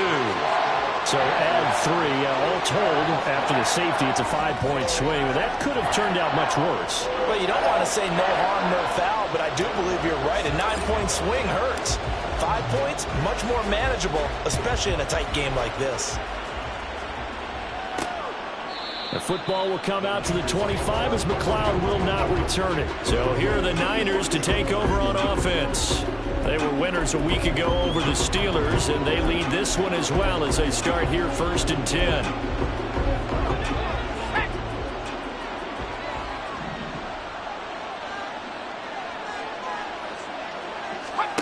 Purdy will set up to throw it here. That's complete. It's Brandon Ayuk. And he's going to get a good gain of 9 here up to the 34. They kept the receiver in the short field, but that let his quarterback get the ball quickly to him before either guy in double coverage could react. Maybe a good spot to take a shot. Here's 2nd and a yard from the 34. And forget about finding a lane. He barely had time to look up before he was planted in the backfield. He'll wind up losing 3. And now it's 3rd down. That was well played there defensively. 2 tight ends in the formation, which essentially gave him 7 blockers up front. Hard to imagine with all that size and beef that they could let a tackler through. But that's exactly what happened. A loss resulted. Back to throw, Purdy. He's got his target. That's complete. And he is going to have a 49ers first down as they're able to get the 3rd down conversion. That's a play that will likely be forgotten when you talk about big moments in this game. But plays like this are critical to keep drives going. And if points result, we'll call this play significant. On 1st down, Purdy. Oh, he tried to fit it in on the slant, and it's intercepted. John Johnson with the INT, and he's able to get it back to the 41-yard line. CD, I know it's just his 2nd year in the league as a quarterback, but that's going to be one when he flips on the tape. He's like, I shouldn't have thrown that ball. No doubt about it, and his coaching staff will be emphatic about he shouldn't have thrown that ball. But remember, 2nd year, as you noted, on-the-job training, so he's got to take this feedback that he's getting, negative or otherwise, and turn it into positives moving forward. Nick Bosa, Defensive Player of the Year, in on the tackle. Not a big run on the first play of the drive, but that doesn't necessarily mean it was a bad play. Sometimes you're just trying to settle in, get your guys a little bit of contact, and get things moving. Here's Stafford now on 2nd down. He's going to let this go. Back of the end zone. And, oh, it's incomplete. Oh, that would have been 6 points, but somehow he couldn't rein it in. That's some good closing speed there defensively because that looked open for a minute. But that's great work with the ball in the air. Never gave up, converged on his man, and broke the play up.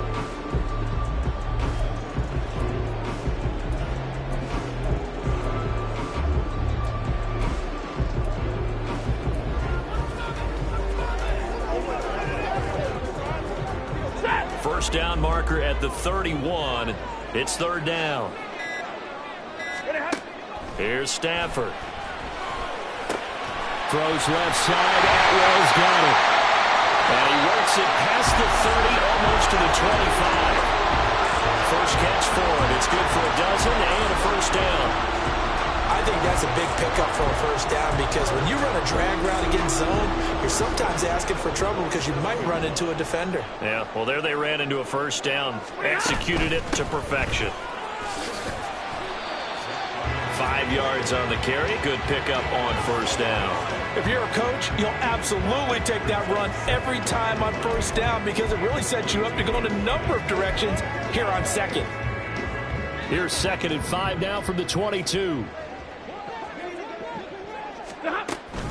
And they'll go right back to Evans. And he's swallowed up right near the line of scrimmage. They'll say no gain on the play there, and now it'll be 3rd down. Early down stuff to put this offense in a precarious position. We know that securing the point of attack, especially against the big-bodied guys in the middle of this D, has got to be priority one. They'll come up facing 3rd and 5. Stafford. And they're going to get him. He's sacked back around the 28. Now we got a player in some discomfort after that last play, and not the guy you want to see. That's quarterback Matthew Stafford. Hopefully, obviously nothing serious here. Medical staff, though, going to take a peek, and we'll take a break. Marr able to put this one through, and with it, they have taken the lead. So, Charles, they get to them with their first turnover of the game and then make it hurt a little bit extra with a field goal. And anytime you give the ball up, what's the first thing a coach tells his defense? Don't let them score off of this. You've got to put out the fire. In fact, in 2021, that's what one NFL coach termed his defense. The firemen. Go out there, guys, and don't let them put some points on the board. The football will come out to the 25 as McLeod will not return it. The 49ers ready to set up shop again offensively. And we'll see if they can bounce back from that last drive. In particular, if they can bounce back at the quarterback position, Charles, after throwing their first interception of the ball game. Yeah, and some guys, you know they're going to want to try and get a big play right away and take control back. Others, they're going to look to hit a couple shorter passes and get a little momentum back that way. But for the defense, that goal's not changing a bit. They want another pick. You're exactly right about that. In fact, you've got to watch them a little bit because in coverage, they may cut down their gaps a little bit, maybe their splits a little bit in order to try and get to the ball even faster. Now, meanwhile, a pass that should have been intercepted, but it winds up falling incomplete. Nice back-to-back plays defensively. They're stacking momentum now. One incompletion, two incompletion. They're going for more. Purdy with it on 3rd and long. And the throw there going to be incomplete. This defense has certainly played well so far in this game, and the coverage has been tight on just about every throw. Forced a few here so far in this game, and now it brings up 4th down. Wisnowski on to punt as he sends this one away. That's pulled in at the 32. Call it an even 40-yard punt, 7-0 on the return. And out will come the offense as they take over. So here are the Rams to take over. They're on top here as they come up on a 1st and 10, trying to make amends for that lost week at the hands of Seattle.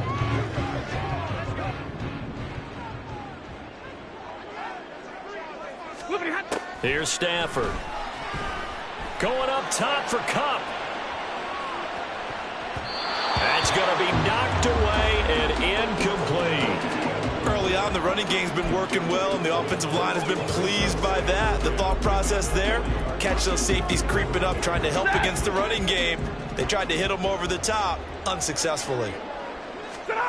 On 2nd and 10, Stafford. And he'll be hit as he releases it, and that'll fall incomplete. They have to like what they've done defensively here at the outset of this drive. They forced a couple of incomplete passes, bring up a 3rd and 10. Don't be surprised to bring a little pressure on this snap. The Rams on 3rd down. They've had their troubles, just 1 for 6. This is 3rd and 10. Now Stafford. And it's knocked away and incomplete. Well, he's been the guy, already over 100 yards here in the first half. Could have had a lot more if he would have been able to haul that one in. In fact, our statistician Marvin was already handing me a piece of paper with that yardage totaled on it. He thought that catch was going to happen just as you and I did as well. It'll be a 41-yard punt, give him 5 on the return. And it will be 1st and 10 as they take over. The 49ers offense now, they get set to head back on the field. As we eat closer and closer to intermission, Charles, remember last time out they punted. They would love to get points here, especially if this is going to be their final possession of the first half. Yeah, and this is what close games feel like because the pressure is on both sides, but sometimes the pressure is a little bit higher on the team with the slight edge because they're trying to hold on to that, trying to increase it. Let's see how this one continues. After the incompletion, here's 2nd and 10 from the 20. Up the gut, McCaffrey. Oh, nice move. And he's going to get 7 out of this before being taken down at the 27.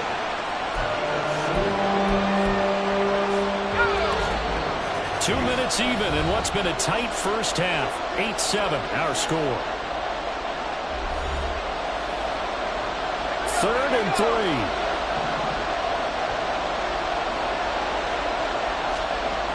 Throwing here, Purdy. Pass taken in by his big tight end. And he is going to have a Niners first down as they're able to get the 3rd down conversion. He'll get this out wide here to McCaffrey. The 49ers moving hastily. They're scurrying to the line. Now the Rams will signal for a timeout, their 2nd, as they'll head to the sideline and talk over what to do next. 2nd down at 6 now from the 42.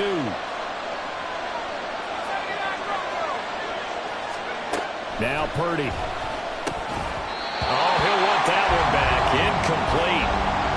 He doesn't drop too many in that department. 3rd down. Fair to say, hasn't been his best game throwing the football, but also not getting a lot of help out there either. Yeah, you nailed it pretty well, you know. He's got to throw it better. Got to get more help. Obviously one that should have been caught. They got to find a way to bring those two elements together so they can make some progress in this one. There's Purdy on 1st and 10. This one caught by Kittle. And they're able to get this one past the 30 down to the 25. It's another first down as they look his way again, this time 19 yards. First down from one of the most fun guys to watch in the league, George Kittle. He was plenty of fun for the 49ers last season. He caught 11 touchdown passes and was among the top 5 in tight ends in yards. And he's going to be out down inside the 20 at the 15. And that's good for a pickup of 10 yards. And that'll leave him with a 2nd and just a few inches left.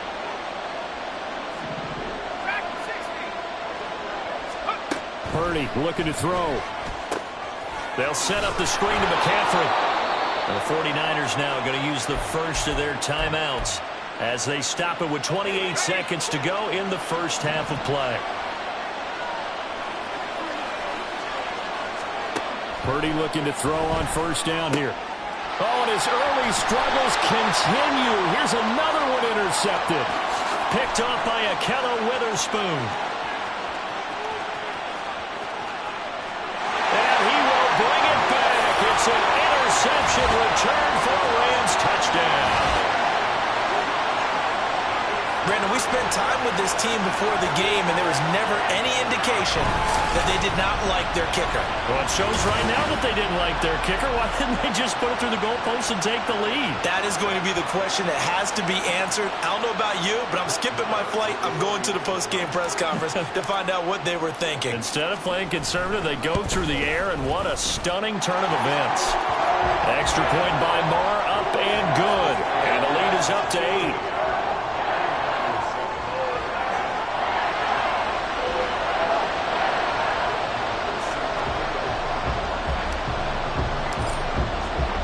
So not much time to speak of remaining in this first half as the kick's away.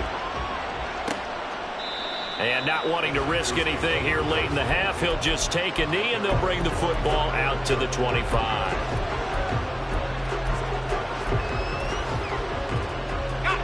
The 49er offense set to get this drive underway. And with time quickly fading here in the second quarter, not sure how aggressively, offensively they want to play this.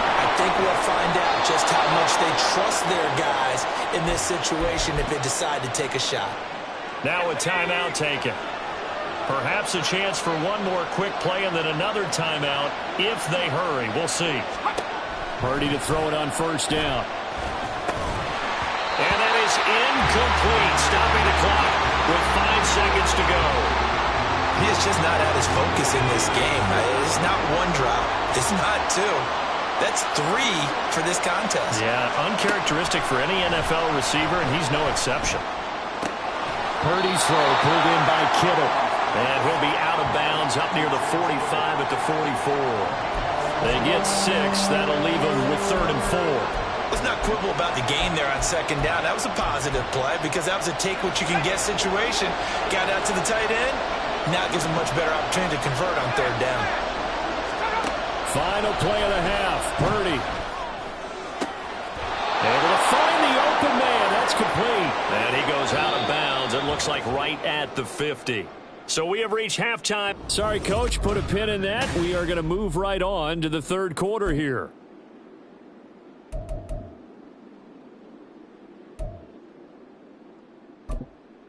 And we welcome you back live now inside the booth alongside Charles Davis. I'm Brandon Gaudin, set and ready to rock for the 3rd quarter. The 49ers going to have the football and trailing on the scoreboard as we get back underway on EA Sports.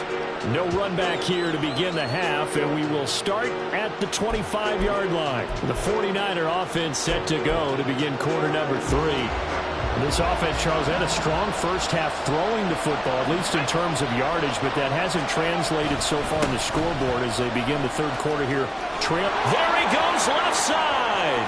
Now he's loose down the left sideline and down to the 29-yard line. The 71 yards now on the ground on just 7 carries. He had been held in check. Now he breaks that big run, shows the explosiveness we all knew was there. All right, tell the truth now. You knew it was just a matter of time, didn't you? We've seen this so many times from him. Hold him down, and then breaks out. So now then, the big play has him all the way inside the 30 now, 1st and 10. Purdy now to throw. This is Jennings. Touchdown 49ers. Juwan Jennings with his 2nd touchdown of the afternoon. And the 49ers come right out of the locker room and score here in the opening minute of the 3rd quarter. I know Paul Revere talked about by land or by sea, right? You know, 1 by land, 2 by sea. He didn't mention air because right now we're seeing a big-time performance, aren't we? That's 2 touchdowns so far in this game. Where'd you pull that one from? And, you know, every now and then I actually listened in history class. And you're just a scholar all the way around. You're reading all the time. I like that you fit that into the broadcast. You know, I just grab a nugget when I can. And with a successful 2-point try, the QB rolling out, I would imagine on the defense that makes it tough. When he goes out, he's got the option to run or pass. Yeah, it really does. If you decide not to bring extra people or extra pressure, maybe you have to have a spy on the quarterback, someone to account for him, because oftentimes that is the unaccounted for player. Now the attention turns back to the Rams offense as they get ready for their first possession of the 2nd half. Their halftime lead now evaporated. We're back to level following that touchdown a moment ago. And that shouldn't change the mindset a whole lot from an offensive perspective because they already knew this was going to be a hard-fought game. Now they just need to go out, execute their game plan, and keep moving. Talanoa Hufanga, a first-time All-Pro last year, up to make the tackle. Well, at the end of all that hitting and hollering, it was a 4-yard run, so the offense is going to go back to huddle and feel pretty good about themselves. Defensively, you have to feel okay because you didn't let it turn into a bigger run, but the goal, shut it down for 2 yards or less. That's when you start to feel good about yourselves. Evans gets it again on 2nd down. He'll get a yard, that's all, as they get him down at the 28. I know that speed is the hallmark of today's NFL game, but the key to good rushing defense is still having your linebackers set the edge.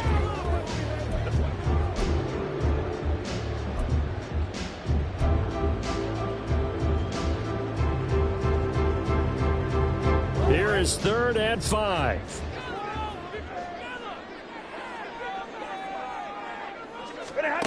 To throw is Stafford.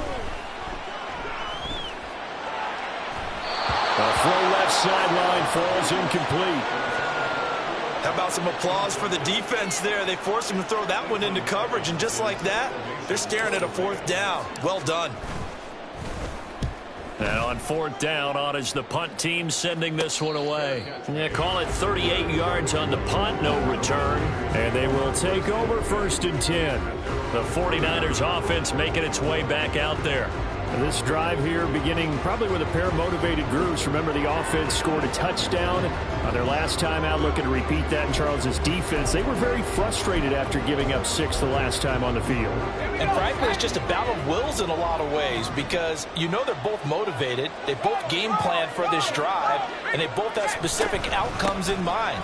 To me, it just comes down to who can execute better and which side can step up and assert its will over the other. It's a 7-yard carry to set them up with a 2nd and 3. First play of the drive, let's give credit all around. Excellent blocking, but the guy carrying the ball, he was the finisher. A really nice run.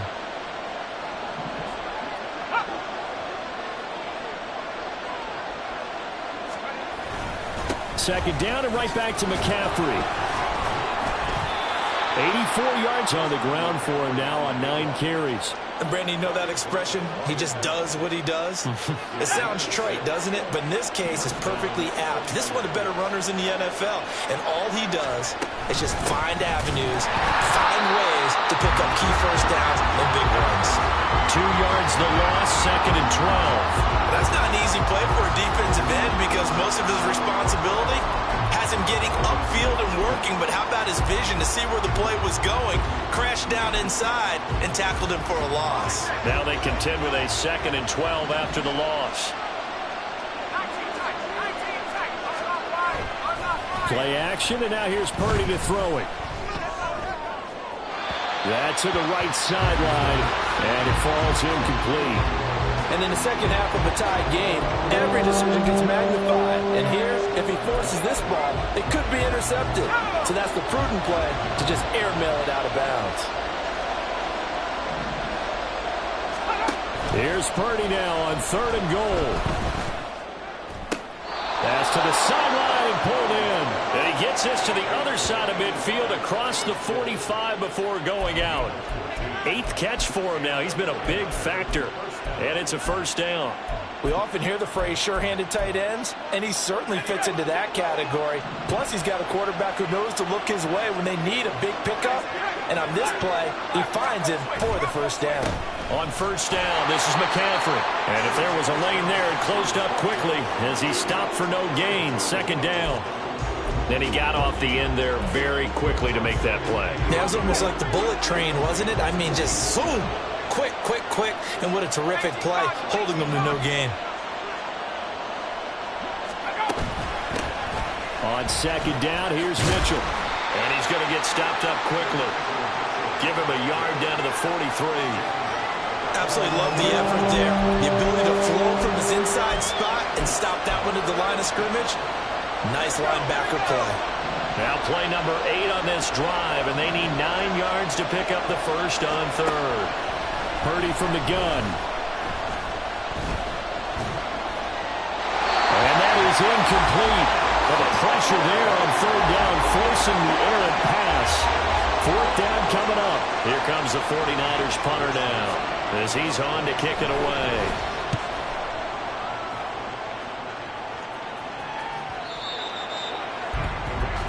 And the Rams getting set to go now. And our game's hit a little bit of a lull here, a little bit of a snag. Punts on back-to-back drives. And old-school coaches don't necessarily mind that. Didn't turn it over, right? Didn't create a big play for the other team. Right now what you're looking for is can you gain an advantage in field position? And that's what both teams are seeking right now. Yeah, they'll be seeking to gain that advantage here on this drive. Pretty straightforward play there by the linebacker. He saw the run, went with straight-ahead pursuit, and dumped him behind the line of scrimmage. Stafford. On a screen, this is Evans. And they'll bring him down at the 27-yard line. When you run a screen pass really well, you got to like the look of it because so many parts come together to make it work well. The offensive linemen, where they're faking people out, the back slipping out there, catching the football, then all of them going together as one unit downfield. A really nice pickup. Meanwhile, this one knocked down in the backfield. It's incomplete. Boy, the numbers throwing the football just not trending in the right direction. Last week he was under 50%. He's under 50% again here. And we haven't gotten an announcement, but it appears to me that he might be a little dinged up and is just trying to play through. You know, he's one of those tough guys that wants to answer the bell each and every play for his team. That might be throwing off his accuracy. They're calling that a punt of 38 yards officially. Purdy going to lead the 49ers to the line, 1st and 10 at the 31-yard line. They'll try and start this drive in the air. To the right side, it's caught by Mitchell. And he will step out of bounds here inside the 30. A big play there for the Niners. 41 yards. When you get into the second half of a tie ball game, you start realizing that every play takes on a bigger significance, and this is pretty significant right here. This is where you start putting the pressure on that secondary, and that's a job well done there. On 1st down, Purdy. Got a man, that's Ayuk. And finally, down he goes as they work it inside the 10 to the 7. A little over 20 yards there, and in 2 plays, they've now moved the ball over 60 yards. How about the way they're moving the ball down the field? They had a big play a moment ago, followed it up with another nice one here, and before you know it, they're already looking at 1st and goal. Purdy will set up to throw it here. That'll be caught by Ayuk. Touchdown, 49ers. Brandon Ayuk, his 4th touchdown on the year. And the Niners have scored again in this 3rd quarter, this time to move out in front. Moody good with the extra point, and they will take a 7-point lead. Scoring summary, 3-play drive. And it was Brandon Ayuk capping it off with a touchdown reception. And here comes a return from just beyond the goal line. And he'll be stopped right around where he would have been had he gone down to a knee, maybe a yard shy of there at the 24. And now out on the field, here comes Los Angeles. See if they can put this drive in the end zone, Charles, because it's been a little bit of a rough go at times. They've had to punt the football a ton in this ball game because of stalled out drives. So are you saying that you're kind of tired of seeing the punter run out there and do his thing during this game? Is that what you're trying to say? Well, I mean, I'm okay with it. I have a feeling that this offense, they don't want to see the punter again. And frankly, the punter doesn't want to run out there anymore himself. He would love to see his offense put together a drive and give his leg a rest. Oh, the turnover fest continues. Here's another interception.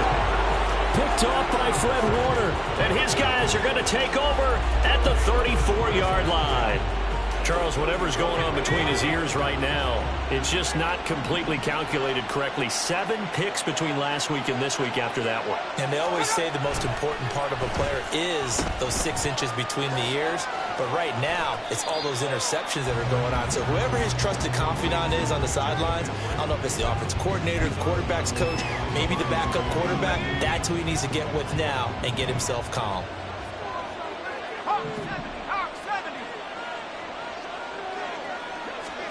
Purdy throws the out route and completes it to Samuel. He's going to go out of bounds, but he takes this one down just shy of the 20. Second catch for him today, and it'll wind up a 1st down. Well, that's what you're looking for when you want to throw the ball downfield. You want one of those guys who can play out on the perimeter, can play out wide, who can not only get open, but when they're covered, can uncover themselves downfield and create catches. And he's got it. And so close, he gets it to the 1. Out of bounds right there. Back-to-back receptions for him, and it's another 1st down. And remember, this drive started off following the turnover, and they've taken no time working their way down the short field. A nice connection there, and now they're looking at a 1st and goal. That is caught by the tight end, Kittle. Touchdown, 49ers. A 1-yard touchdown pass. And the Niners get another 3rd quarter touchdown to add on to that lead. Moody good with the extra point, and the lead now up to 14. A drive there of just 4 plays. And it all ends with a George Kittle touchdown. From a couple yards deep, he'll bring it out of the end zone. And he's up past the 20 to the 22-yard line. L.A. set to take over again on offense. Stafford and the Rams come up 1st and 10 at their own 22. They'll begin on the ground here with Evans. And he is going to be stopped cold behind the line of scrimmage.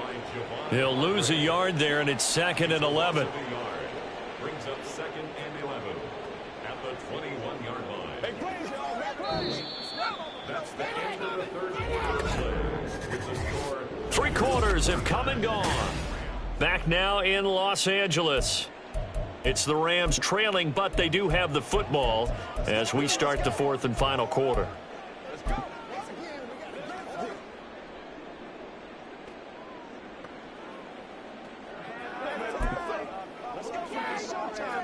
A loss of a yard there to start out. That leads to a 2nd and 11.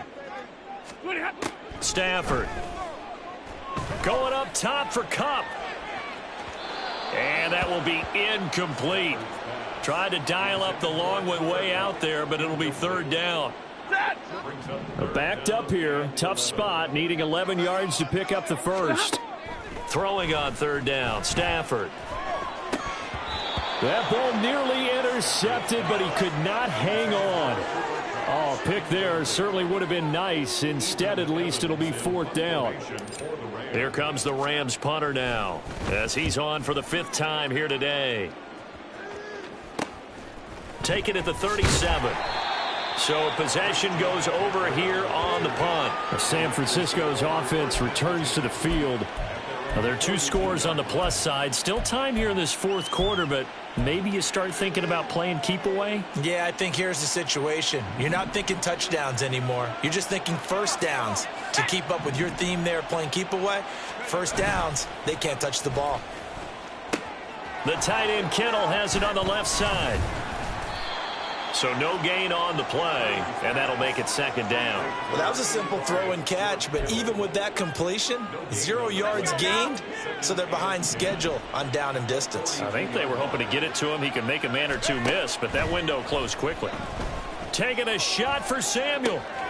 That's caught inside the 20. Touchdown, 49ers. Deebo Samuel, 58 yards. And the 49ers are looking to make it 2 straight as they add on to this 4th quarter lead. Moody good with the extra point. And the lead now to 3 touchdowns at 21. Here is Wisnowski to boot it away following the touchdown.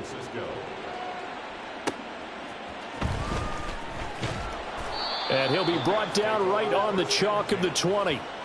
The offense for Los Angeles returns to the field. These guys definitely hoping for a better showing than their last appearance. They couldn't really even move the football much beyond the shadows of their own goalpost, Charles. We'll see if they can get a better, more sustained drive going here. Yeah, and every team that we ever talk to says the exact same thing. When you start a drive from that deep in your own territory, the goal is a minimum of at least 2 first downs, because even if you have to punt then, you change the field position, right? You flip the field a little bit. They didn't get that done. This time they want to string together a nice drive and help themselves out.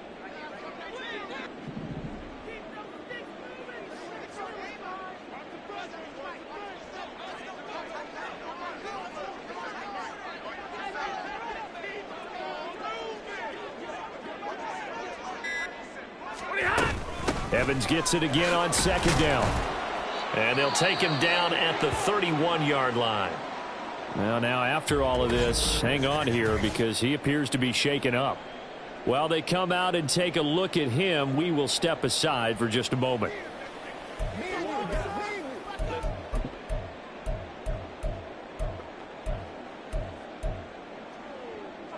So signs of life in what's been a dormant offense in this 2nd half. Here's 1st and 10.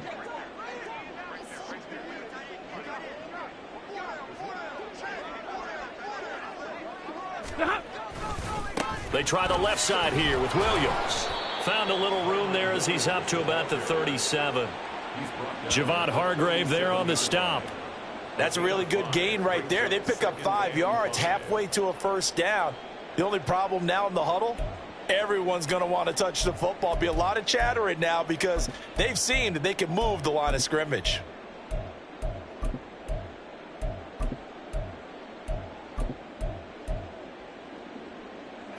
Here's 2nd and 5 now from the 37.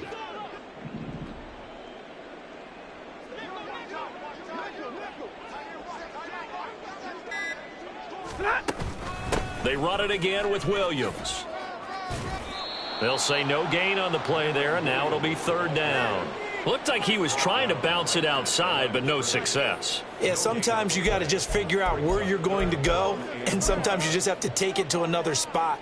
In trying to get it outside, the defensive pursuit was there and just ran him down.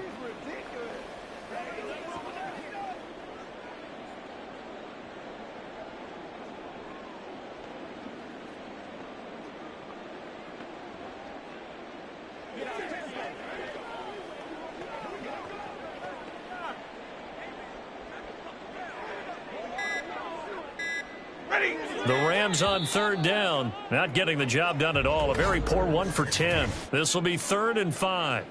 Set.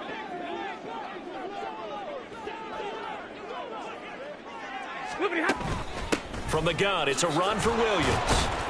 And they'll bring him down 1 yard shy after a pickup of 4. This team doesn't mind running the ball in any situation, and I thought he was going to get the 1st down the way the play developed, but the defense closed in and stopped him just about a yard short.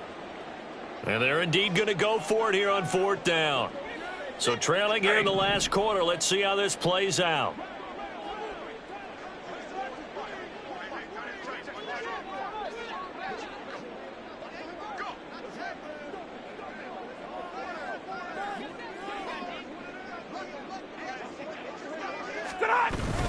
They run. It's Williams.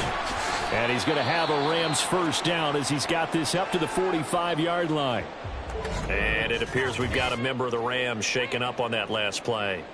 Well, the medical staff is going to come out here and take a look, and we will take a short break.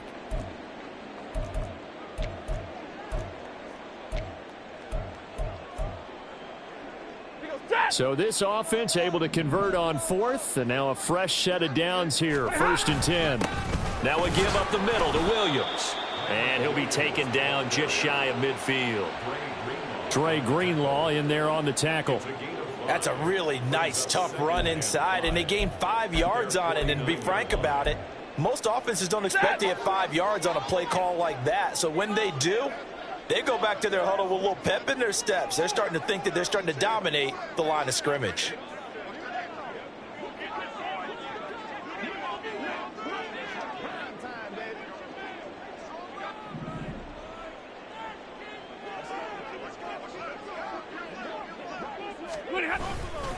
On 2nd down, Williams. And he'll be brought down at the 45-yard line. 6 yards the pickup, and that's a 1st down. I think they like this drive a little bit better there, partner. Running game helping out, picking up some of the slack. Because remember, the last drive, they went 3 and out. All runs on this drive so far. It's 1st and 10.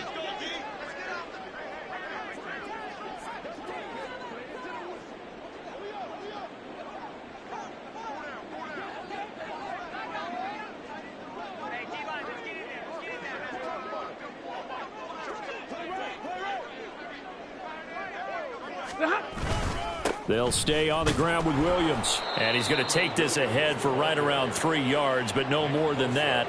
2nd down. Well, that's just a pile of bodies there, and that's when you kind of find out who's a tough guy, right? Who can stand up and make a play. It was only a 3-yard run, but for both sides, they had to walk away from that feeling like, okay, I can stand up when the going gets tough in here.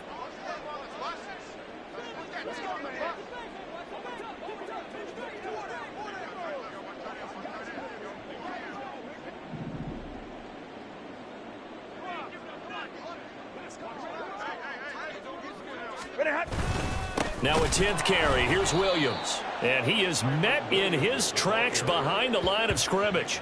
Now they're staring at a 3rd and 8. That last play backwards a yard. I think sometimes when you're trying to get after the quarterback, maybe it's better to be lucky than great. Because I think on that one, he's just trying to get upfield and rush the passer. Instead, the tackle for the loss landed right in his lap.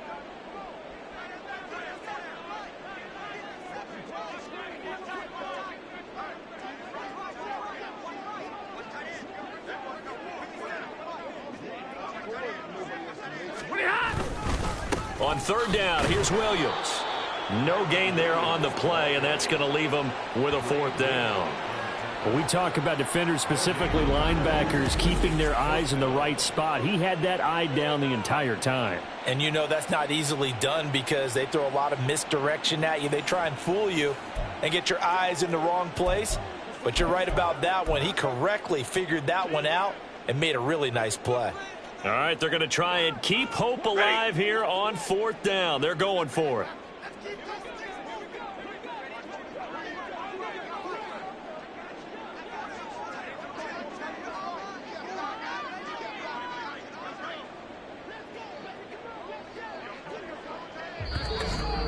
Just 2 minutes remaining here in the fourth quarter of what has been a one-sided affair. So it's Rams football here as we get you reset. They come up on a fourth down situation with things not looking particularly rosy. Stafford will stay out there.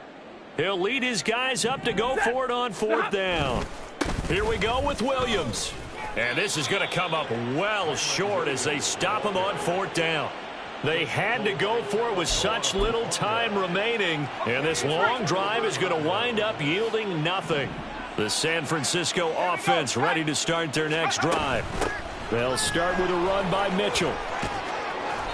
It's a 6-yard gain on the ground, and that'll make it 2nd and 4. Good gain there on first down. It keeps them in a running situation probably. They did everything right on that play, didn't they? They got the leverage up front, good blocking. Nice hole for him. Ends up picking up nice yardage. Stays in bounds to keep the clock rolling. They are in charge of this scenario right now. They want to stay that way. And not in any rush offensively. Just a yard on the pickup there, and it'll leave them with a 3rd and 3.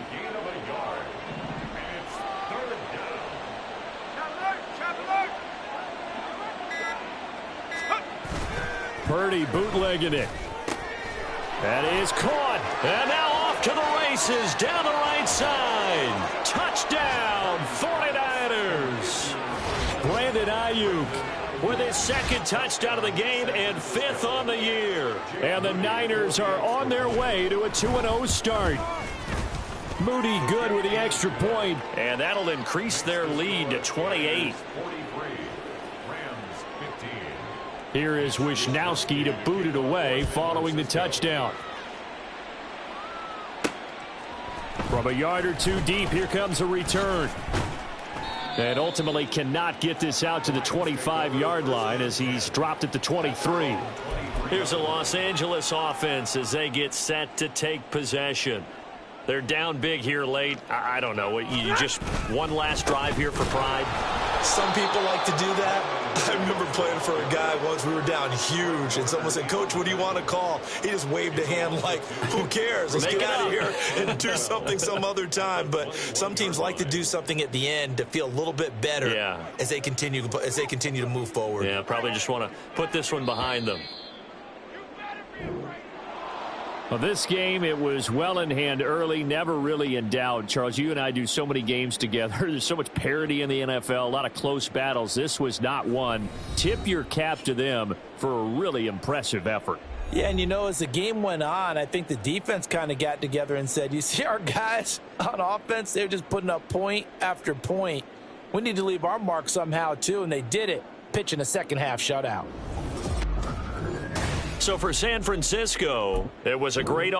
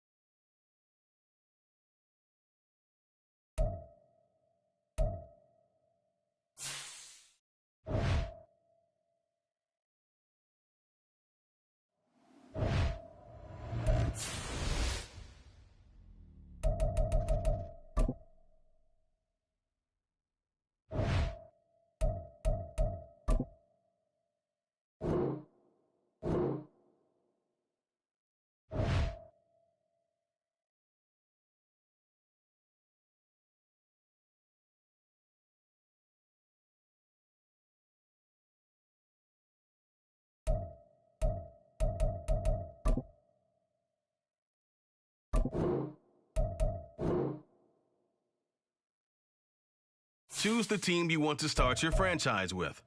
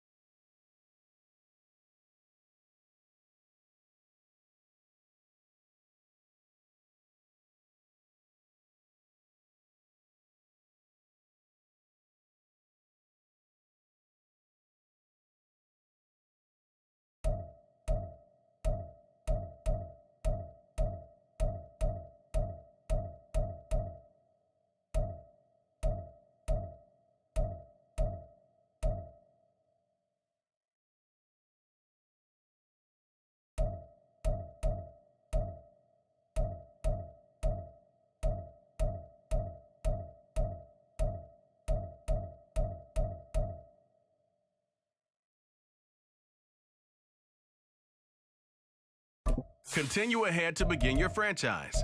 Use the option.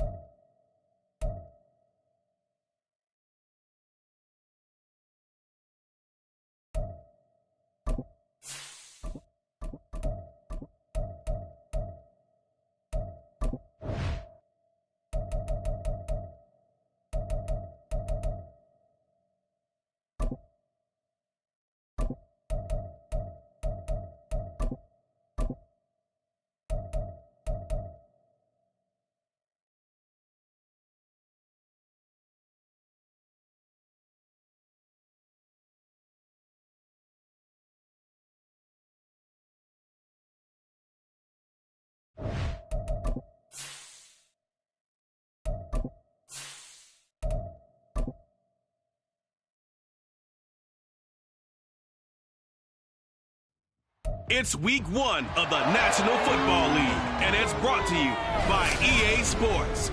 It's the Bucs and the Vikings. Next on Madden NFL 24.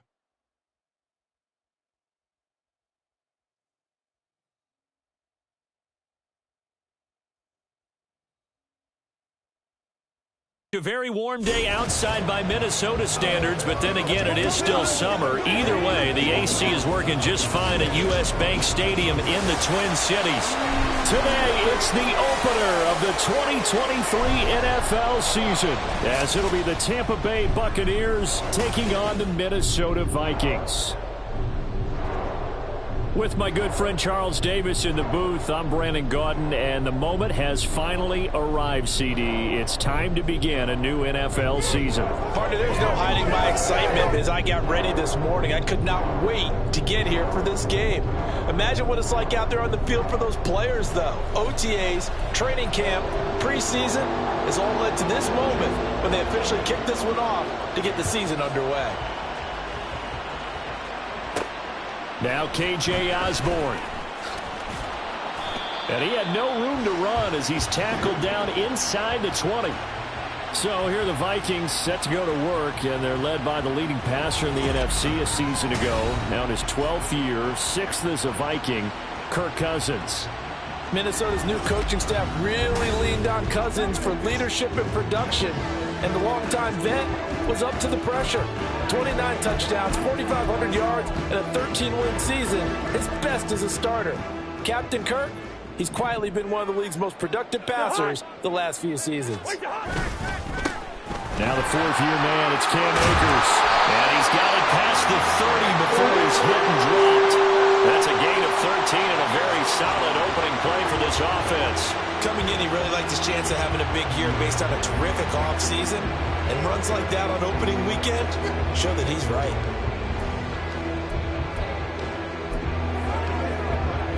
Line of scrimmage, the 31 now on 1st and 10. They'll go again here with Akers. And nothing much materializing there on the first down run. He'll get a couple, and that's it.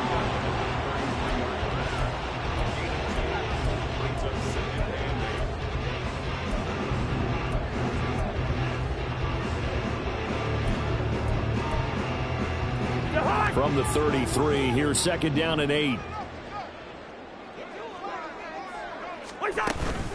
A give up the middle to Akers. And he'll get 2, maybe 3 up near the 37.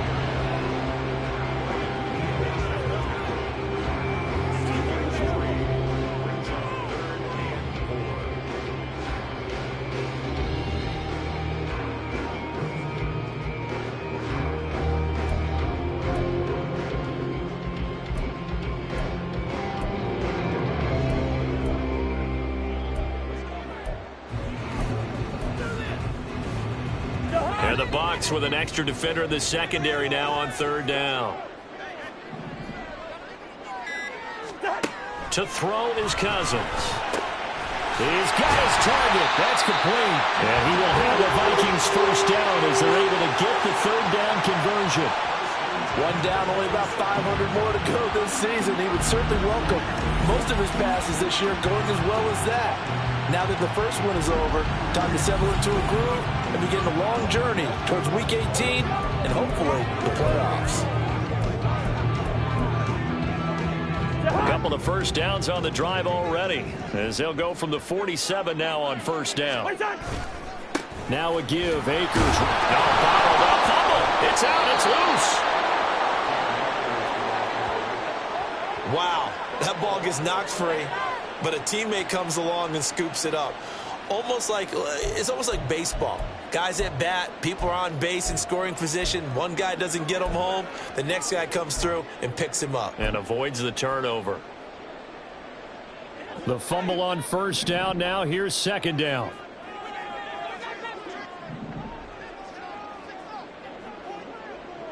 Hey, no, easy.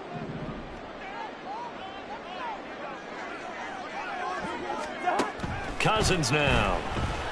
Oh, going for Jefferson downfield. And that's going to be incomplete. Good effort there trying to take a shot, but it's 3rd down. But they certainly came out firing in this one, and while that one was incomplete, I can't imagine that'll be the last shot that they take in this game.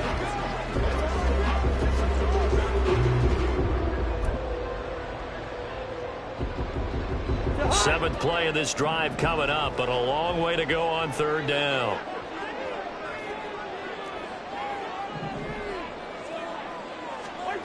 Throwing is Cousins. Oh, this will be incomplete.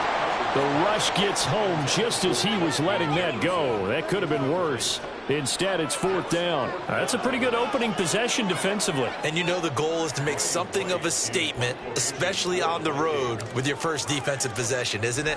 Go right out and establish yourselves and let them know this is going to be tough going all game long. This is taken at the 15. So a change of possession here on the punt. And the Bucs will get ready to go on offense. So here are the Buccaneers ready to go on offense with a new man at the helm here for 2023 in his 6th season now in the NFL, Baker Mayfield.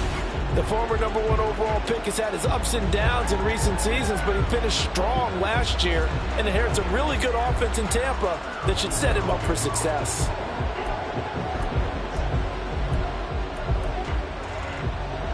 Now Mayfield and the Bucs come up on 1st and 10 at their own 22. They'll come out throwing here to start the drive. Well, that's complete. It's Chris Godwin.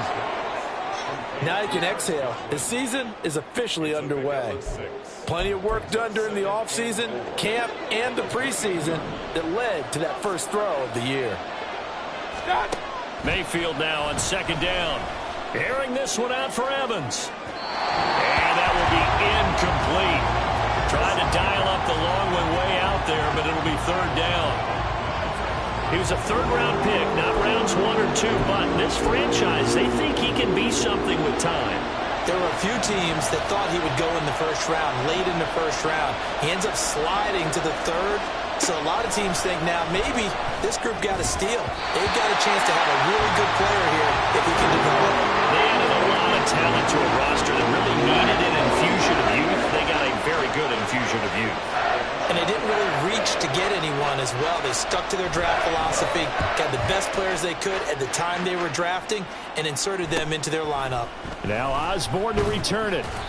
43-yard punt, but they get 9 back on the return. And it will be Vikings ball, 1st and 10. The Vikings taking the field here for their second drive of the game. They were forced to punt on their initial drive of the new season. Now they're ready to go as they begin again with a 1st and 10.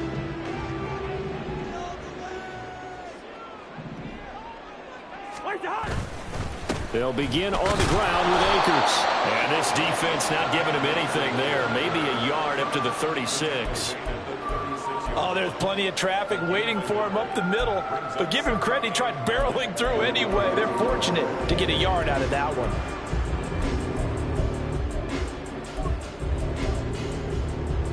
Ball on the 36 now. Here's 2nd and 9. Now Cousins. They'll set up the screen here to Akers. And he slips up past the 45 before being tackled. It's a gain of 11 as the Vikings pick up the first. They ran that one well, and not only did they pick up a nice chunk of yardage on the screen, they sent a message to the defense. Rush the passer all you want, but you better be careful. We can hit you going back the other direction. And a pretty athletic run right there as he's going to get this down inside the 40. Back-to-back nice gains. That one for 14 yards and another first. That O-line, they cleared a big hole there on that run.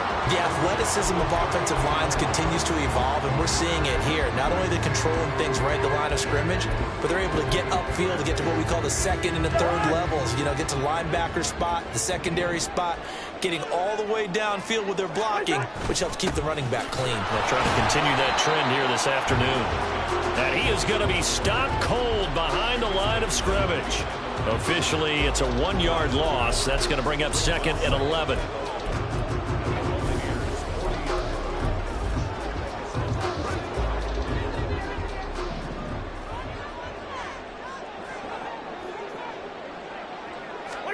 To throw, Cousins. He lets this one fly toward the back of the end zone. And that is caught, but the back judge right there to say incomplete. They've given him some different looks here defensively in the early going. He's only hit 2 of his first 5 passes.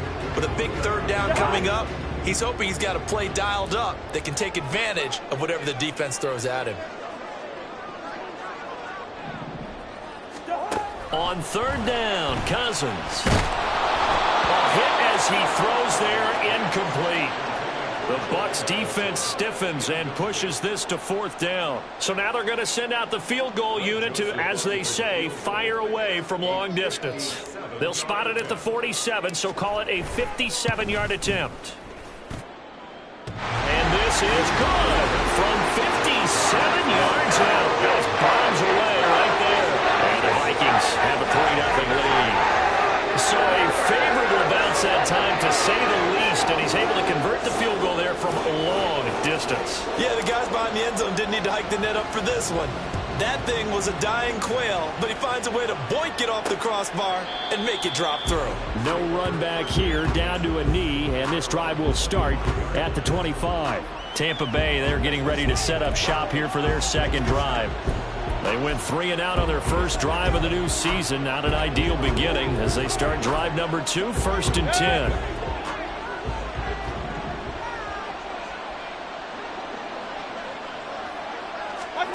Mayfield now. The pass is caught by Cade Otton. And they work this well upfield across the 45.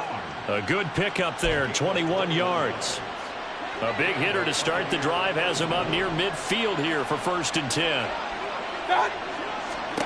Mayfield to throw it.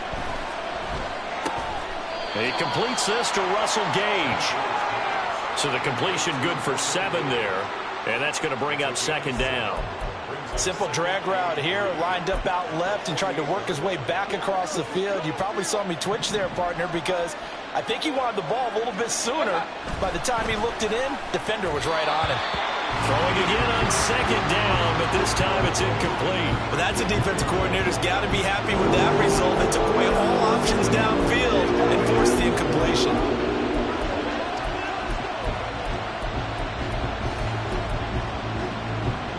So the incomplete pass on the last play, and that leads us to a 3rd and 3. From the shotgun, it's Mayfield. Pass taken in by his big tight end. And this is going to turn into another 1st down as the tackle is made at the Vikings 37. Give them 11 yards and time and a new set of downs. Line of scrimmage, the 37 on 1st and 10. On the ground, this is Leonard Fournette. And he'll power ahead, but only for about 3 yards. 2nd down coming up.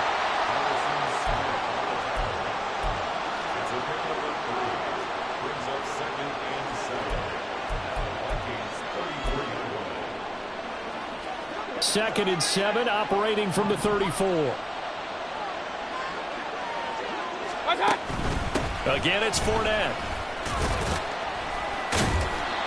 And still about 3 yards shy of a first as the 4-yard pickup brings it to 3rd down. On any running play that's called, they're always hoping that's going to break big and go the distance. But when you get a nice gain like that, you're able to do so many things anyway. You can come back and run essentially the same play again, continue to move the ball on the ground, or you can decide to throw the ball now because usually you have the defense back on its heels.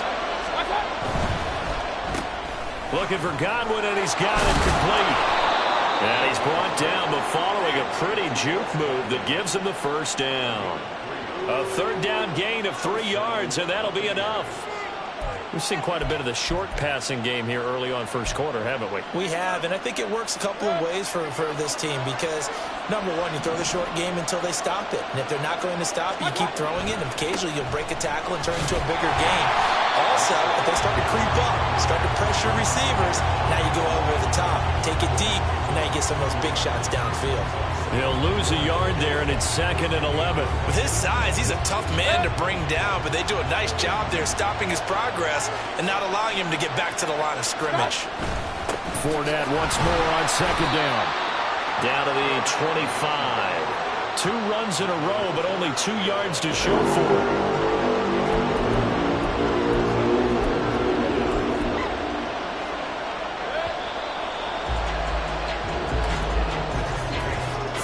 After 1 on EA Sports. 2nd quarter now, and it's Buccaneer football as they've got it with a 3rd down coming up.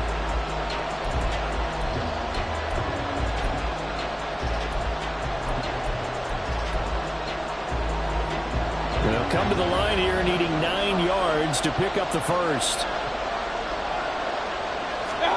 On 3rd down, Mayfield. He's going to have the hook up to Gage. Well, this is going to depend on the spot, but it's not a very generous one. He looks to be about a yard or so short. So much about offense is what you call hidden yardage. You know, you throw the ball to someone, they catch it, and then they can make a big play. You know, they create a play, run after catch. They did a really nice job there limiting that and keeping him from a 1st down. Yeah, stopped him in his tracks. So it was 4th and 1 down in the red zone, but they elect to take just the 3. And I'm a little surprised that that's how they decided to play it, that they didn't go for it there. But sometimes just take those 3 points and put them in your pocket. I just have one question for you, partner. Okay. Hip pocket or back pocket? Here's Osborne. And he'll get it up past the 20 to about the 22. And now out comes Minnesota. Last time out, you remember their drive stalled, but thanks to their kicker, booted a long field goal to at least get them 3. Now here they'll try to do better and find the end zone. And in our experience, How much fun is it for coaches to know that they've got a kicker who can nail it from long distance? Now, the hard part is, as an offensive play caller, you don't want that in your head too much where you're relying on it, and he goes out and gets the job done for them. But I'm quite sure he would be content to just kick extra points from here on out. Yeah, absolutely no question. I think his teammates would be okay with him just kicking the extra points as well. Second down, they'll go with Akers again. And he'll be upended at the 28-yard line. Just a 3-yard gain there.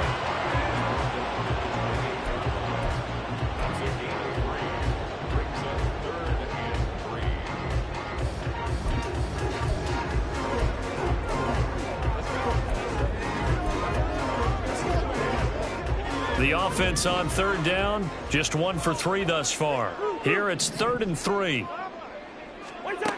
Cousins. And he'll be taken down, but he does have first down yardage. It's a 7-yard gain there, and it's good enough to move the chains.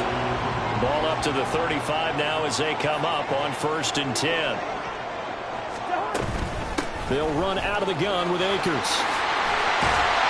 A strong running there as he's across midfield and down to the 49. 55 yards rushing for him in his first half as he is looking in mid-season form here in the opener. Well, if they continue to run the football this strong, right up the middle, I don't know if they can wait till halftime to make adjustments. They better find a way to get it done series to series. I don't know if they need to sub some guys out, bring in extra people, maybe change what they're doing on the defensive side of the ball. But right now, they're running the ball very well right at them and right up the middle. A gain of 3, 2nd down. They went right back to him, but he pretty much had nowhere to go on that play. Yeah, the previous carry looked pretty good. That one, maybe he was a little tired. I don't know. Yeah, maybe he should have tapped out and had a second back come in and maybe make that run. Who knows? A 2nd down pass play there, but it's incomplete. Yeah, offenses always try to be smart about when they're trying to dial up a screen to the running back because they understand you can only go to the well so many times in the game without the defense starting to anticipate the call. Here's play number 7 on the drive. This is 3rd and 7.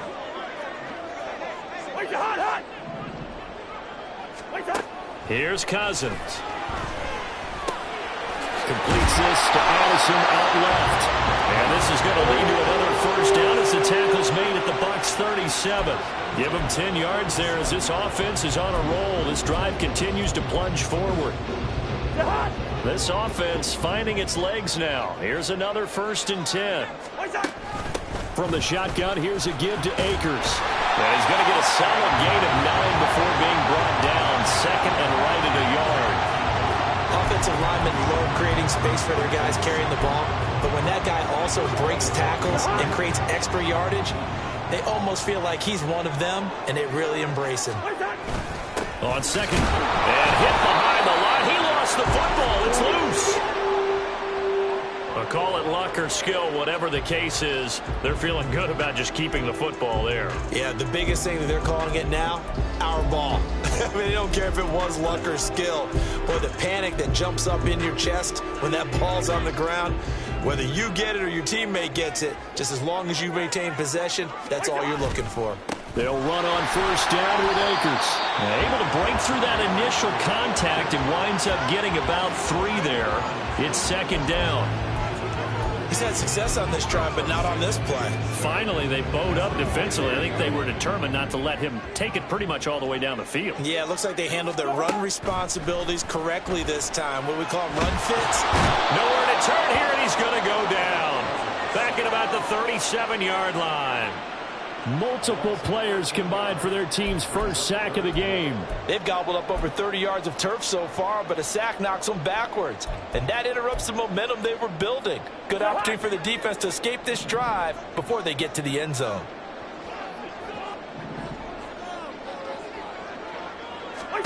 Now on 3rd and long, they'll look to throw. There goes a deep ball, end zone. And he bats it away, and it falls down incomplete. Zone coverage there, and they were playing deep. That makes it obviously a little bit harder to run by guys. And that time, there was not much of a window to get the ball in there, and it winds up incomplete. Joseph's got it. And they will take the lead here in this battle of field goals at 6-3. So we're trading first-half field goals. No breakthrough on the touchdown front in a 6-3 game. Yeah, I know so many people look at a game through offensive eyes, right? They want to see how the game's played that way. You know how I'm going to view it, right? The defenses, to me, have responded well in this game. Like what I'm seeing from them, both of them hoping to keep it to field goals and not give up big touchdowns. And he'll decide to not bring this one out as their drive will begin at the 25. And Tampa Bay trots out there now. And after the field goal last time, we'll see what they can get here. At least they got points out of the last drive, Charles. I never met an offensive coach that didn't want to drive to end with a kick. Most of them wanted to end with a PAT, right? In this case, a field goal, they'll take it. Way better than the alternative, which is a punt. Yeah, but well, this is taken in. It's complete. A big play that time for Tampa Bay. 43 yards. Well, he reminded us that he was a 1,000-yard receiver a year ago as he starts off week one picking up right where he left off. He told us at the end of the preseason he was primed for a big year. He just gave us excellent evidence of his belief. Mayfield throwing into traffic there, and that's complete. So nothing doing there, and it'll be second down. Pass complete, but no gain. No yards. Yeah. So you file that as unsuccessful. Yeah, you do, don't you? Except on the stats, throwing the ball. Get a completion. You get a catch. Yeah. But still, no yardage. Okay. They're looking for Godwin, but it's intercepted. Picked off by Byron Murphy. And the Vikings are going to have the football here at their own 18-yard line. And, Brandon, this is a real nice job defensively of getting inside the quarterback's head and figuring out, okay, where's he going with the football? Because you can make an educated guess defensively, not all the time, but sometimes. And when you're right, you got a decent chance of coming away with the football. The Vikings offense now heading out to take over. Now they're about to come up on drive number 4, but so far just 2 field goals on drives 1 through 3. Wondering if the head coach has talked with his offense coordinator and said, look, let's go ahead and press this a little bit. I'm giving you 4 downs on just about every occasion to try and get this offense kick-started and have it culminate in touchdowns. You know, maybe somebody to press it a little bit. This might be the case. And give him 4 yards there. It'll be second and 6. Brandon, we just saw the benefits of being able to run the ball successfully. They pick up 4 yards on that carry. So now, if you're a play caller, you can do just about anything you want. But on the defensive side of the ball, you're scrambling a little bit. Now you're behind trying to figure out, do I need to blitz him? Do I need to pressure him? How do I gain an advantage on this snap?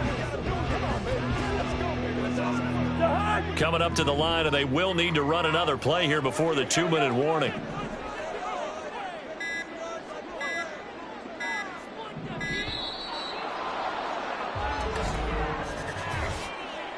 Delay of game, offense. That flag accepted, and it backs the offense up a little bit. Still second down.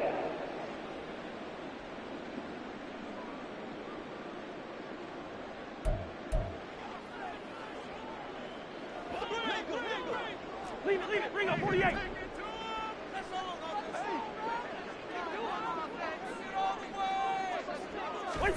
Now a second down throw for Cousins. He's got a man complete. And he will be taken down, but a big play there as it comes just as we reach the 2-minute warning.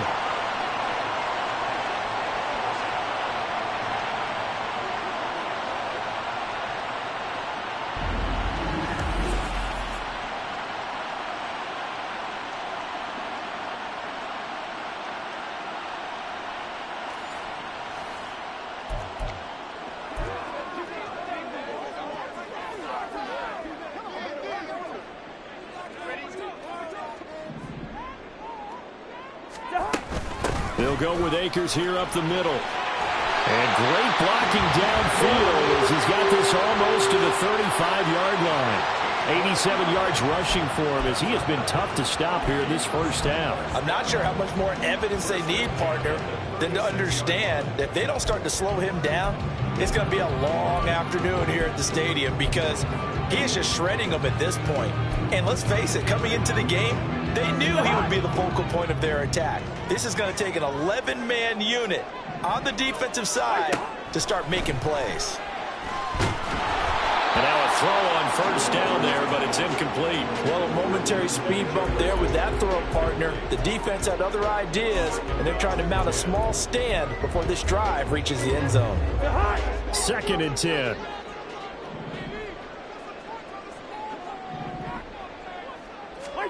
Cousins to throw it. That's into the hands of Akers, complete. This will be a gain of about 8 to the 27-yard line. And that doesn't have to gain big yardage to be an impactful play, because if you get those pass rushers second-guessing themselves that they might get hit with a screen, maybe you can wind up slowing them down just a step. And if you do that, that's a win for that play.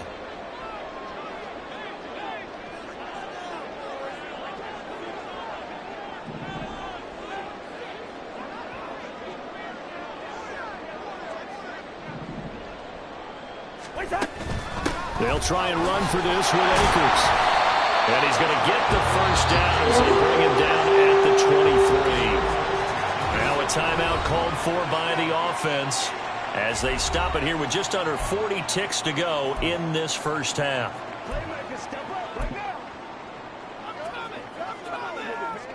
Could we get a touchdown in this first half after all? It's 1st and 10.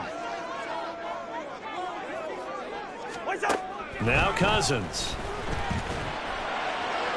And incomplete on the deep ball. They geared up and took the deep shot downfield, but it turned out it wasn't one-on-one coverage. Extra defenders in the area, and that one winds up incomplete.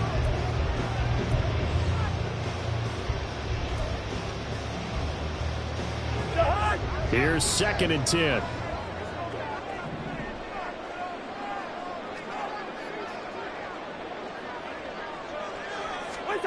From the shotgun, it's Cousins. Pass complete to Addison. That'll leave them with a 3rd and 2 coming up. They got 8 yards there. Now the Vikings will use the second of their timeouts as they stop it with 28 seconds to go in the first half of play.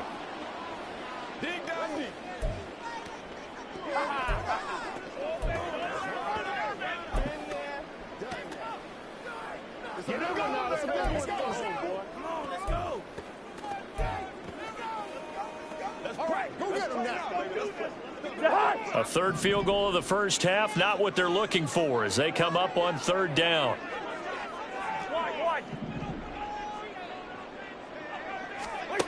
From the gun, here's Cousins. They're looking for Jefferson, but this is intercepted.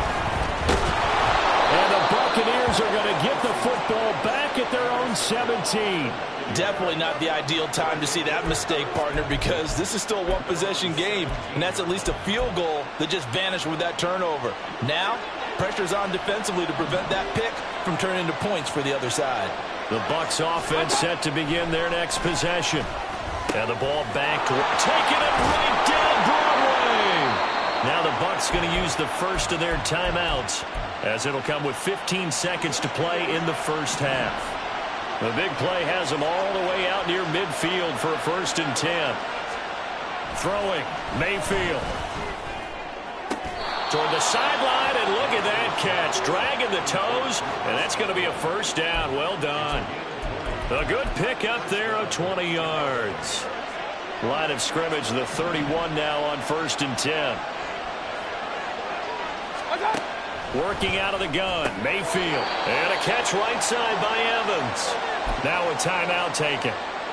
Perhaps a chance for one more quick play and then another timeout if they hurry. We'll see. On 2nd down, here's Fournette. And he's going to have a gain of 11 to the 11 before he's brought down. 1st and 10. So with 4 seconds to go in the half, here's the field goal unit onto the field. From the right hash, and this one just a chipping. And his kick is right there. It's good, and that will tie things up at 6-6.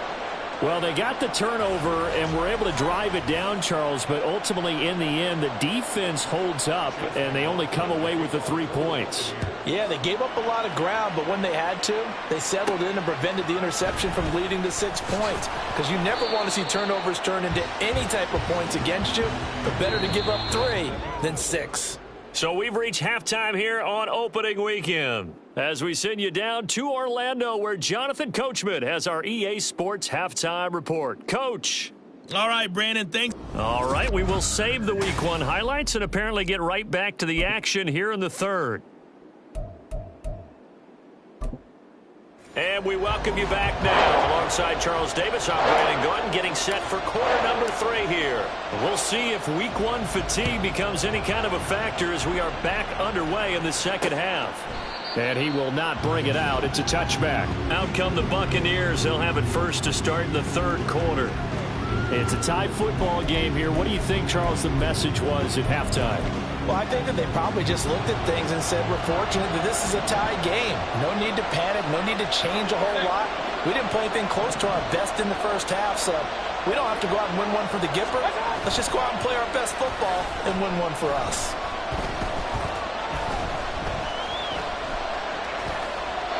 Throwing on first down, but this one winds up to be incomplete. Well, as we all know, possessions are crucial in a tie game, and let's face it, I really didn't need to tell you that. You already knew it. So when he sees he's got nothing good going, an excellent decision to just send that one to the sideline. Second down, Mayfield. Oh, he'll want that one back. Incomplete. He doesn't drop too many in that department. Third down. He was out there waving his arms saying, throw it here, dropped it, not a good look. Well, all I can do is just look at him with contempt on that one. As a defensive back, I'm saying, not as an announcer. Just like, really? A little bit of a diva look, isn't it? Yeah, very much so, because I think what happens is he just had too much time to think. He's wide open now. Here comes the ball, and he doesn't concentrate and drops it. And he is going to have the Bucs first down as they're able to get the third down conversion. And that's well executed there on third down, and I love the confidence that they had to let their tight end try and find some space in the middle of the field, right in their quarterback's line of vision. And QBs love to make that easy throw, and they hooked up there for a first down. Throwing there, but this pass is going to wind up incomplete. I think he's got to be careful not to force anything into coverage right there. There weren't really any throwing lanes, but the best part for him, he's got second and third down to fall back on. From the gun, Mayfield. He finds his target. It's Evans. And this is going to turn into another first down as the tackle is made at the Vikings 43. They give them 13 yards there on the play and a fresh set of downs. From Viking territory now, they'll come up first and 10 at the 43. A throw there, but that's going to wind up incomplete. It's rare that a receiver of his caliber would drop one pass, but that's now 2 times he's had his mitts on one and lost it. Yeah, and I don't think that they're going to lose confidence in him, though, because of the track record. Such a good player, maybe having a bad game. I think they'll still go to him in a critical spot. Now, meanwhile, here's a second down throw. It's knocked away and incomplete. Give them credit for excellent coverage, tight coverage. They're doing a lot of things that we talk about in basketball. They're causing disruptions in the passing game. And as long as that continues, it'll be tough for them to gain any momentum throwing the ball downfield. Mayfield with it once more. And he comes back with one complete. And a good job on the tackle there as they get him down shy of the first on the 35-yard strike. Well, it looks like they got what they wanted. They got the completion, but they weren't able to break any tackles or gain nearly enough yardage to pick up the first down. Now it'll be 4th and short. 4th down, Mayfield. He's got his target. That's complete. Touchdown, Tampa Bay. Mike Evans, 35 yards. And the Buccaneers' decision to go for it pays off with 6 points. Extra point by McLaughlin is up and good. And they will take a 7-point lead. Here comes K.J. Osborne out of his end zone. And makes it across the 20 as his guys will set up shop at the 23-yard line. It's the Vikings' turn on offense. We get ready for their first possession of the second half. But Charles, you and I said at intermission, feels like we're set up for a good second half. Well, the other side scored. Now it's up to them to answer. How do they respond here with their first drive of the second half? Well, bottom line is they just saw the ball go in the end zone against their defense, and they saw what good offense looks like. They believe they've got a good offense as well.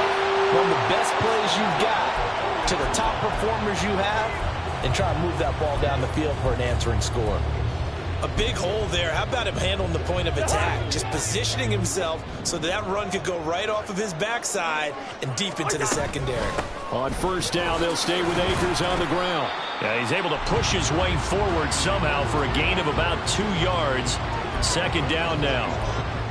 They suspected it was a power play up the middle coming at them, and boy, were they right. That defense got downhill in a hurry and limited them to just a couple on first down. Throwing, Cousins. And that'll be incomplete. Took a pretty good shot as he tried to pull that one in. Couldn't hang on, third down.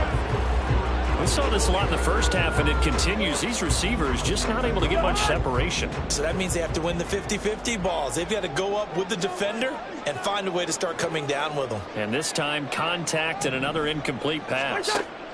On third down, Cousins. That is caught. And they're well past midfield, just a yard or two shy of the 40. 17 yards is the pickup there for number 17. And it's pretty evident that this passing game has been frustrated so far. They haven't really moved the ball the way we might have expected, but this is a good pickup here for the first down. So from Buccaneer territory now, it's 1st and 10 at the 42-yard line. To throw is Cousins. Oh, he's going to let this go for the end zone. And this ball incomplete. Looked very much to be a catchable ball and could not hang on. Second down coming up. They have not gotten him going at all. Tried to spark something there with a longer throw, unable to complete it. But you have to keep trying. He's one of their best playmakers. No matter what it says on the scoreboard, you're always trying to get him the football. They'll set up the screen here to Akers. And he'll go down here at the 35-yard line. They get 7 out of that, so they're left with a 3rd and 3. For a second there, I thought that might break big. Screen pass. Looked like it was coming together. Looked like there was an opening. Still, ended up with a solid game.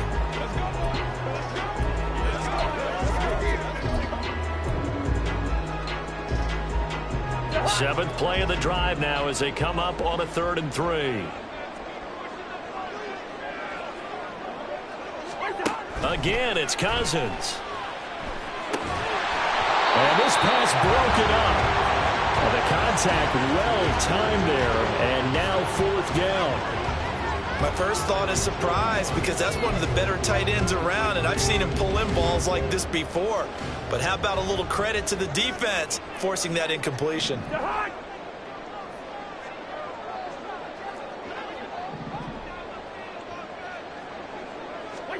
Cousins to throw for it on 4th. And it'll find the open man. That's complete. And they're able to get this one past the 30 to the 25-yard line.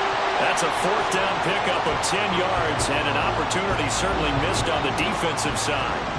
So they get the conversion on 4th, and now from the 25, they operate with a 1st and 10. And for one of the few times here today, this run's not going to go anywhere. Officially no gain on the play, and it's 2nd down. He's having a big game running the football, but that one will hurt the yards per carry a little bit. Yeah, but the average he's got so far, that's the type of average he wants to take with him to contract negotiations, doesn't he? Now it's 2nd and 10.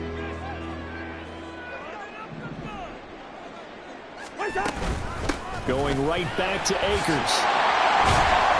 And a nice run. They're going to take this close to the first down marker at the Bucs 17. 118 yards on the ground for him so far. This drive is turning into an extended one, and the guy carrying the ball, he's becoming more like a body blows guy. Every carry is putting some damage on the defense.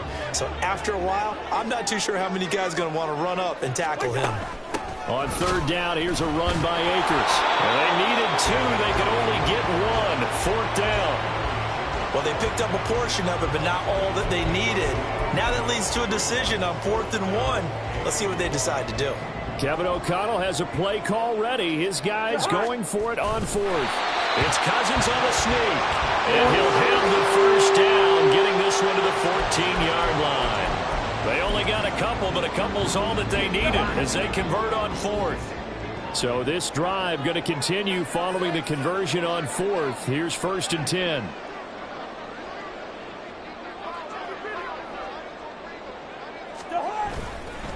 On the handoff, it's Akers. He's tackled a yard short of the marker. Good gain of 9 on 1st down. And when you get good yardage like that on 1st down, it really does a whole lot of good for your entire offense. But I love the way he's finishing those runs. At the end of things, he's making sure he gets just a little bit extra. 2nd down, they'll go with Akers again. And he'll be brought down here at the 3-yard line.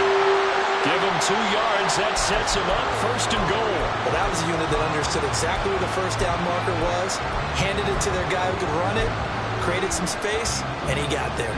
A chance for a first touchdown drive of the year. It's 1st and goal. Akers will struggle to get to the line of scrimmage as he'll be tackled back at the 4-yard line. That's going to go as a loss of a yard, and it'll be 2nd down. Well, I have to think that the wheels are really spinning in their play caller's mind now. They had a little setback there on 1st down. They'll have 3 more shots if that's what it takes, because they've got to take field goals out of their thought process. They need a touchdown, Vikings! Cam Akers from 4 yards out. And the Vikings are an extra point away from drawing level. Well, they had their chances in the first half, you remember, but had to settle for 2 field goals. This time they come away with 6. I think they actually got affirmation about what they were doing by getting a touchdown, because the field goals means they got in range but couldn't quite finish it off. This time they broke through, and that's great for the old confidence. And on the sideline, difference of a feeling between 3 and 6, is it astronomical or no? It can be at times, that's for sure. A lot of times the field goal feels like a disappointment. The touchdown, well, that tells you you're getting it done. And this will not be brought out. It's a touchback. And we shift to spotlighting Mike Evans. Pretty good game for him so far. I guess he's still got time here to make this a great game, but so far, he's been solid. I like where you're going with that, because it has been pretty good, but there's always that hint that things can really escalate for him.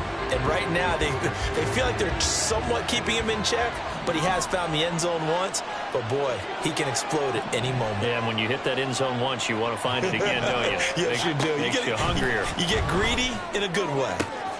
Now a throw right side taken in here to start this drive. First play of the drive, a success, 19 yards. Otten had an opportunity as a rookie and seized it, becoming the Bucs' starting tight end and catching passes from Tom Brady in his final season. He caught 42 of them, most for a rookie tight end. A first down throw from Mayfield. Finding Otten once more. And they're able to work this to the 25 before it's all said and done. Boy, 30 more yards and another first down. When teams practice their plays during the week, they're hoping that it's going to pay off on game day. So it sure has to feel good for them when they hit them during a game, and they hit that one there for big yardage. Mayfield on play action. And he pulls it in for the Buccaneer touchdown. Payne Durham, his first NFL reception, goes for 6. And the Buccaneers have moved out in front here in the final minute of the third quarter. Extra point by McLaughlin is up and good. And they will take a 7-point lead. Following the touchdown, here's McLaughlin to kick off. Osborne on the return from his end zone. A solid return, pretty good field position. They'll start at the 32. The offense trots back out, ready for this next drive. And there's the running back, Cam Akers. He's up over 100 yards, and he'll be looking to get in the end zone again. Has a tremendous nose for it, doesn't he? The ability to pile up yardage and find the end zone, that's the combination you want in your runner. That's a combination any coach wants, and we'll see if he can find that end zone once more. On first down, they'll start out with Akers. And they bring him to the ground just shy of midfield. 146 yards rushing for him now as his sensational afternoon continues. So one play, and they're already just shy of midfield. On the give, this is Akers. 3 yards on the pickup there, and it'll be second down. We are through 3 quarters here on NFL Kickoff Weekend. And we return, welcoming you back to Minneapolis. It's the Vikings in possession of the football, but they need some points. They're trailing here to start the 4th.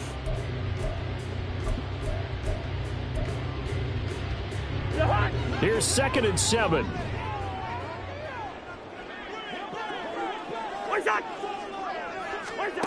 Now Cousins. He's going to let this go. Back of the end zone. And that's going to be incomplete.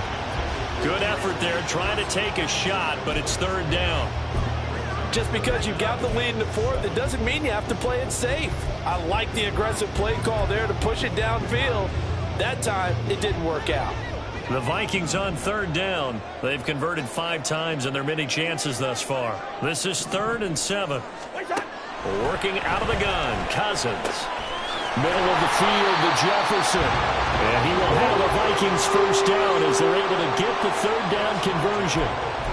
And that's one of those where it feels like backyard football in a sense. You say, forget about the route. Just run to the open spot in the middle of the field, and I'll find you. Good throw, good concentration on the catch, and they pick up the 1st down.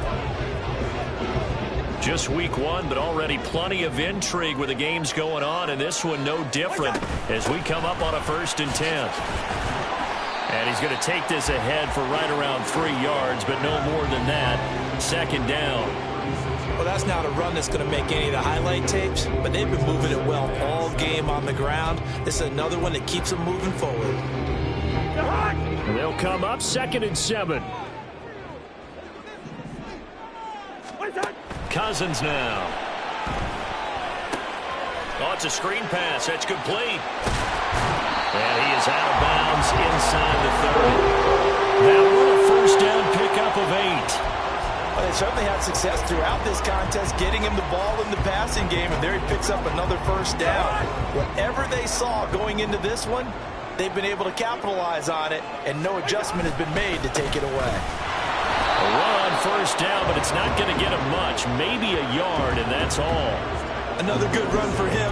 What else is new?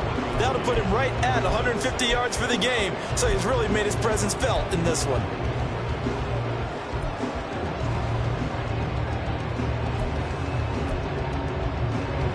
Still 9 yards to go on 2nd down from the 27. Now Cousins. Under pressure, and down he goes. They sack him back at the 36. Vita Vea breaking through to get the sack. Yeah, some real defensive resistance there, saying not so fast to a good drive. They had marched to the end zone the last time out. So now after the sack, Cousins and the Vikings come up here 3rd and long.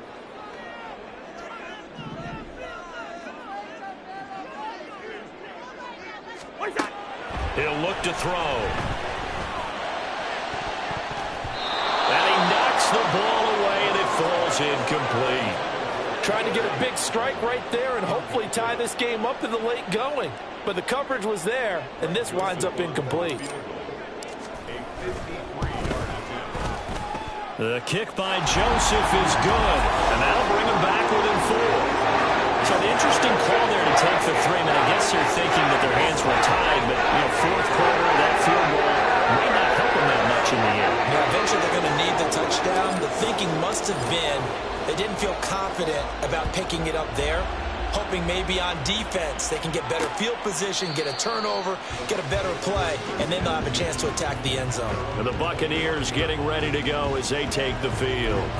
They have the lead, obviously, late in the game. I guess the good news for them is if for some reason they would make a mistake, a field goal does the opposition no good. Everyone loves to have a little bit of a cushion, and that helps you immeasurably. But the bottom line is, do all the things that you're taught in order to close out the game. Don't even let that become an issue. Yeah, but still a one-possession game. This one not fully over yet.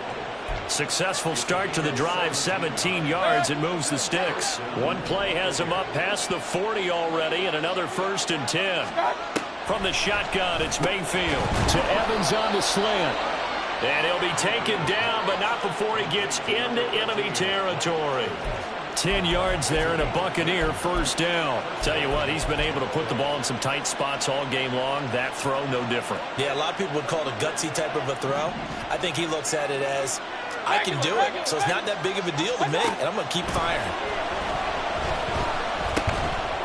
And now a throw on first down there, but it's incomplete. Today's NFL, these big guys are featured receivers. They move them all over the place to try and find good matchups, and they had one. They were just unable to complete the pass.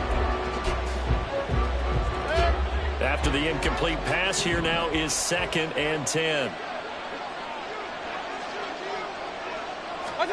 To throw, Mayfield. That is caught. It's Chris Godwin.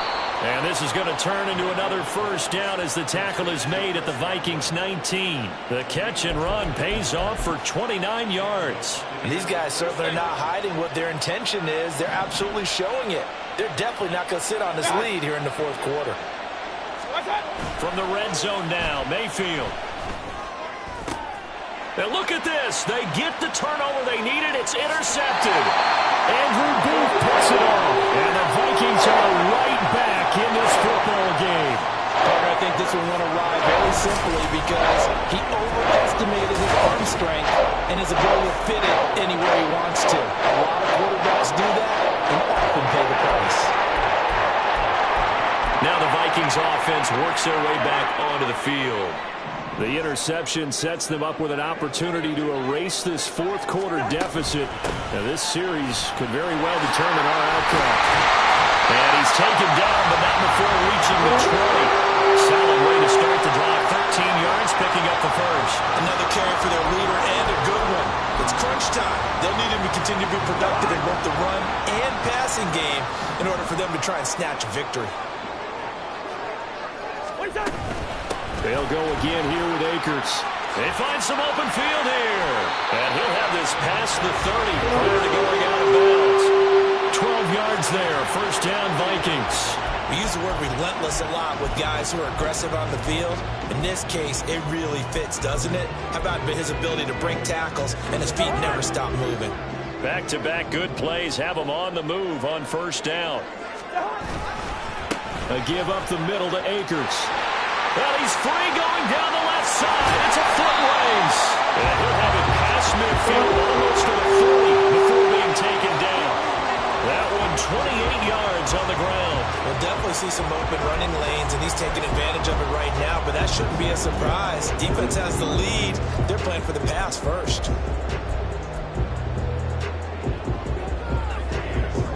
So from Buccaneer territory now, it's 1st and 10 at the 41. On the ground, it's Akers.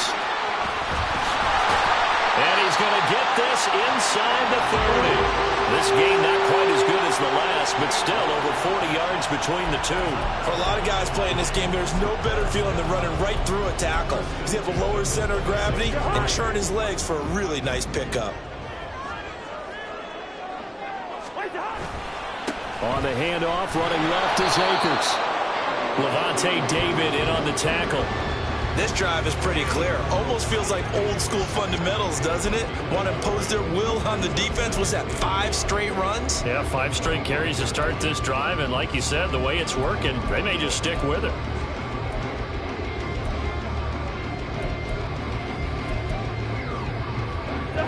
From the 25, here's a 2nd and 9.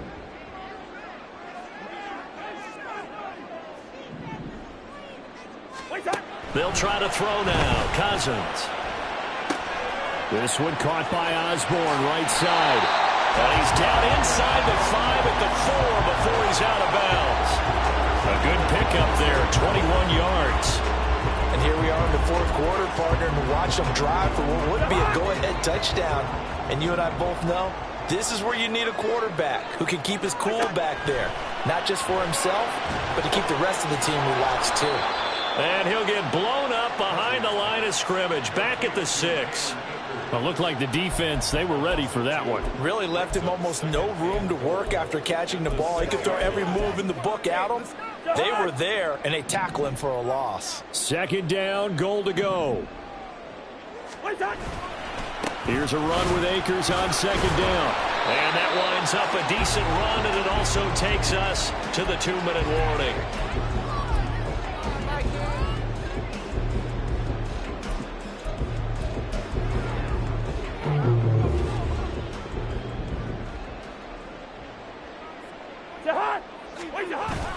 They'll look to run with Akers. And he gets halfway there, down to the 1-yard line. I know this is your spot, partner, so forgive me for jumping in, but there's no decision right here. They have to go for it in this situation. They're down on the scoreboard. How many other opportunities are you going to get? Yeah, I'm with you. Fourth quarter, like you said, down on the scoreboard. And remember here, a field goal virtually does him no good. Trying to wedge his way in there, no signal. I don't think he got there. He didn't.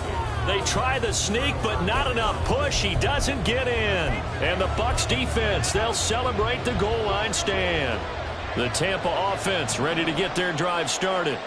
Well, they can smell victory, partner. They can see it on the horizon, but certainly we're not done yet here. Defense. Fournette is in trouble, and he goes down to the end zone. 2 points. That's a safety.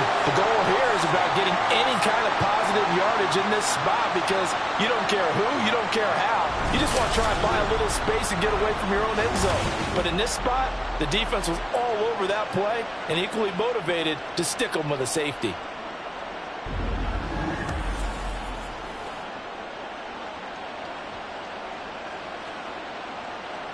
And remember, following the safety, you give the football up as well, and they free kick it from the 20 now. Oh, the return is Osborne.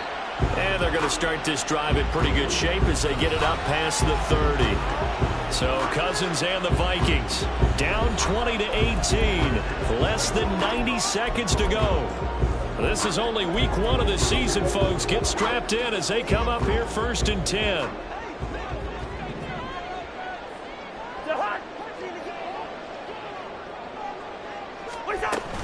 They'll begin on the ground with Akers.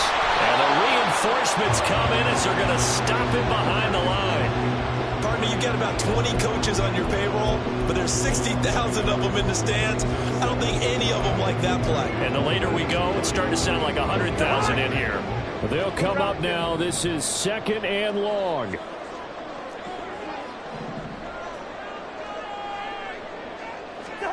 Here's Cousins. He's going to let it fly. And that will be incomplete. Tried to dial up the long way out there, but it'll be 3rd down.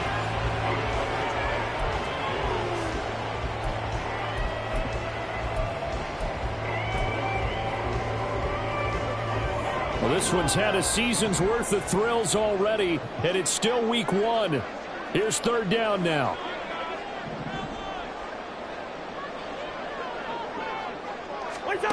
Now Cousins. Now a desperation throw deep downfield. That's going to be knocked away and incomplete. I like the fact that he took the shot deep downfield. Even if you don't get the catch, maybe you get a defensive penalty and pick up the yardage that way.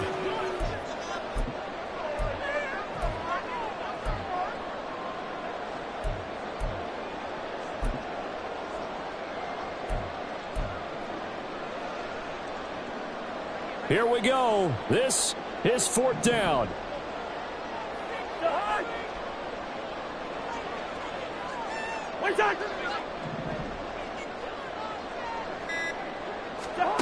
Desperation time. Cousins on 4th down. And it's knocked away and incomplete.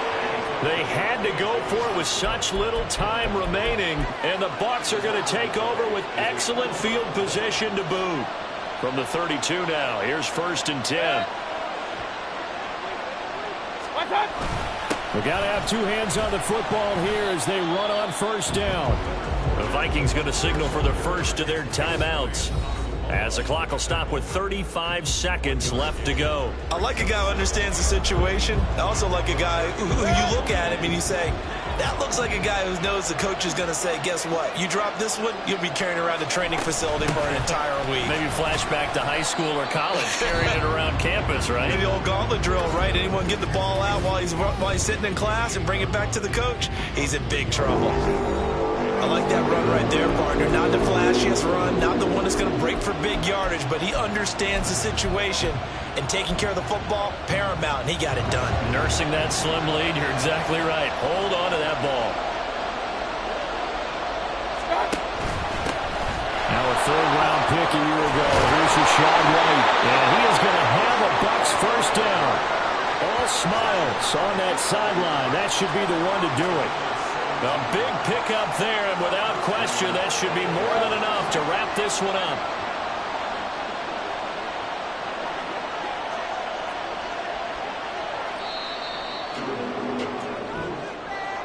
Well, CD, always a little extra excitement for Week 1, and one of our early window games here in Week 1 on a Sunday comes to a close.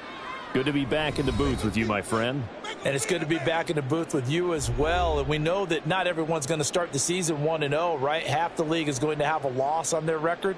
But everyone's going to have to build off of that opener. And how many coaches tell us every single year, you make your most progress between Week 1 and Week 2. We'll see how both of these teams progress the rest of this season. So for the Buccaneers, a win's a win as they eke out the 2-point victory to take the season opener. And they'll head back home next week to take on the Chicago Bears. Meanwhile, for the Vikings, they go down to defeat here in the opener. And they'll look to get back in the winning column next week as they head to Philly to face off with the Eagles. So for our entire crew, alongside Charles Davis, I'm Brandon Gaudin. Thanks for watching, everybody. We'll see you next time.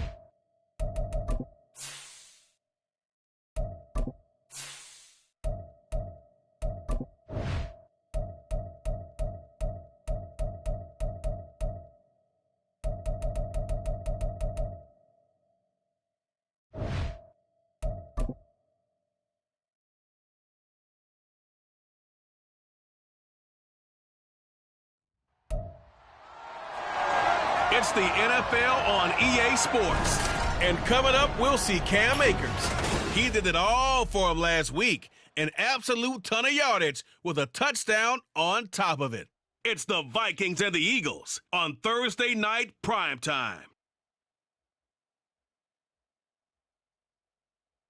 Opened back in 2003, have a look at the Lincoln Financial Field, where 70,000 are rocking and ready to go in Philadelphia. Tonight, we're on to week 2 of the NFL season. We got a good one on tap, as it'll be the Minnesota Vikings taking on the Philadelphia Eagles. With Charles Davis, I'm Brandon Gaudin. And Charles, you look at this Eagles team as they interplay here. They come in off a good win on the road, and now they hit the home opener at 1-0. Last week they put together a 3-touchdown victory, and were never challenged in that game. Let's see if they have a little bit of a letdown here. Meanwhile, for our visitors, the Vikings, they were losers their last time out. They're going to try to get back in the win column, but obviously they're going to have to do that in a hostile environment. And sometimes it actually works to your advantage. Now you've got to band together your team, the us against the world mentality. Let's see if they can use it and get a victory. And he returns this to the 22. Under center for the Vikings, out comes the former Michigan State Spartan and longtime veteran Kirk Cousins. Would you say that last week's performance by him, workmanlike in terms of numbers? 1 touchdown, 1 pick, but obviously a loss. Yeah, that's the bottom line for him. All he cares about is how do we find a way to win the game. Maybe leans on a few other parts of the offense, and hopefully springs a receiver or two free.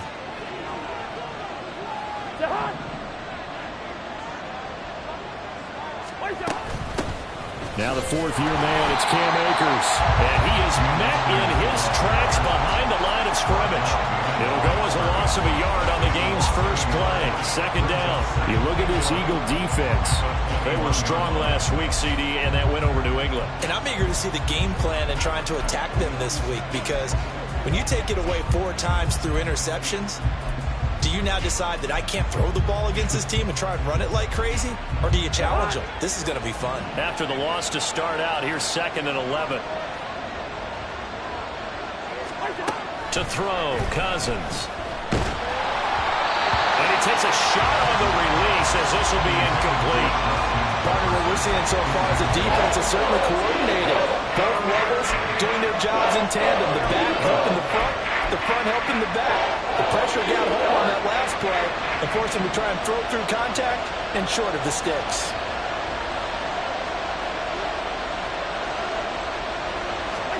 From the gun, here's Cousins. It got his man complete. A big play there for Minnesota. And even 40 yards. Brandon, we've both been around the game long enough that we know that in pregame, defenses are pretty amped up, aren't they? I mean, they're pounding lockers, and they can't wait to get out there.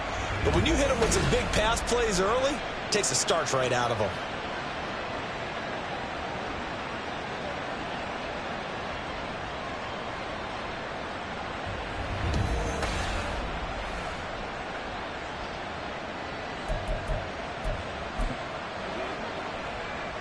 So how about that for a chain mover? They're all the way down inside the 40 now for 1st and 10. They'll go with Akers here up the middle. And maybe a little over pursuit there as he's able to take this down to the 25-yard line. And between the last 2 plays, they moved it over half the length of the football field. Of course, remember last week number 1, quite the opener for him, NFC Offensive Player of the Week. And he does not want to be a flash in the pan. He wants to have that type of a game each and every week. Let's see if he can get a 2nd award in week 2 of the season. They'll run on 1st down with Akers. And they're going to stop him right at the line of scrimmage. Just no cutback lane to be found whatsoever. 2nd and 10. Well, this defense for the Eagles, terrific last week in the season-opening victory. And I'm eager to see the game plan and try to attack them this week, because when you take it away 4 times through interceptions, what do you do now when you go into a game? Do you decide you can't throw the ball? Do you try and run it more? Or do you tell your quarterback, make sure you see your guys open before you deliver? A second down pass play there, but it's incomplete. That's already the 3rd time they've worked his way on this opening drive. He's caught 1 of the 3. That doesn't mean they won't continue to go in that direction. It feels like they think they got something good going there, and they think those numbers are going to increase. Here comes the 7th play of this opening drive. They've moved it well, but here's 3rd down. Here's Cousins. And he bats it away, and it falls down incomplete. That might have been a situation where even though you don't hit on the deep throw, you at least put in the defender's minds early in the game that we're going to press the ball deep against your secondary. And that can have a ripple effect on how they function throughout. In the end, the opening drive, Charles, does yield points. Maybe not the touchdown that they wanted, though. Yeah, but bottom line, they wanted to get something out of that drive, and they did that. 3 points, they won't turn that down at all. Minnesota's kick team ready, and the Vikings boom it away. And Rodgers will hold on to this one, and it'll come out to the 25. So here come the Eagles, the defending NFC champs, led out by a man who was the runner-up to Patrick Mahomes at MVP balloting a season ago. Of course, that's Jalen Hurts. And we already knew that Hurts was a good quarterback. But last year, he moved to elite status. Under his guidance, the Eagles returned to the Super Bowl and nearly won it. And he's also one of the league's most dangerous players. Thrown for 38 touchdowns his last 2 seasons and run for another 23. They run on 1st down as they get about 3. 2nd and 7 forthcoming. These are his numbers from last week's contest. 19 carries and even 60 yards and a touchdown. Well, obviously, he didn't have a great deal of time between games, having to turn around on a short week and get ready for Thursday night football. But he said in pregame he was feeling pretty good and felt more recovered from last week's contest than he would have expected. Didn't seem to think this short week was going to affect him much as he chases a big performance here in prime time. Philadelphia picking up the first on a gain of 15. A nice toss play there to the left. More than enough room to move the chains. And you know what I love about that play as a broadcaster? Seeing the big guys move. Seeing them get upfield and take out defenders. You know what I hated as a defensive back? That exact same thing. Seeing those linemen coming downfield, getting ready to blot out the sun. And he's able to get this to the 40-yard line before he's out of bounds. 17 yards on the catch and run. It's a 1st down.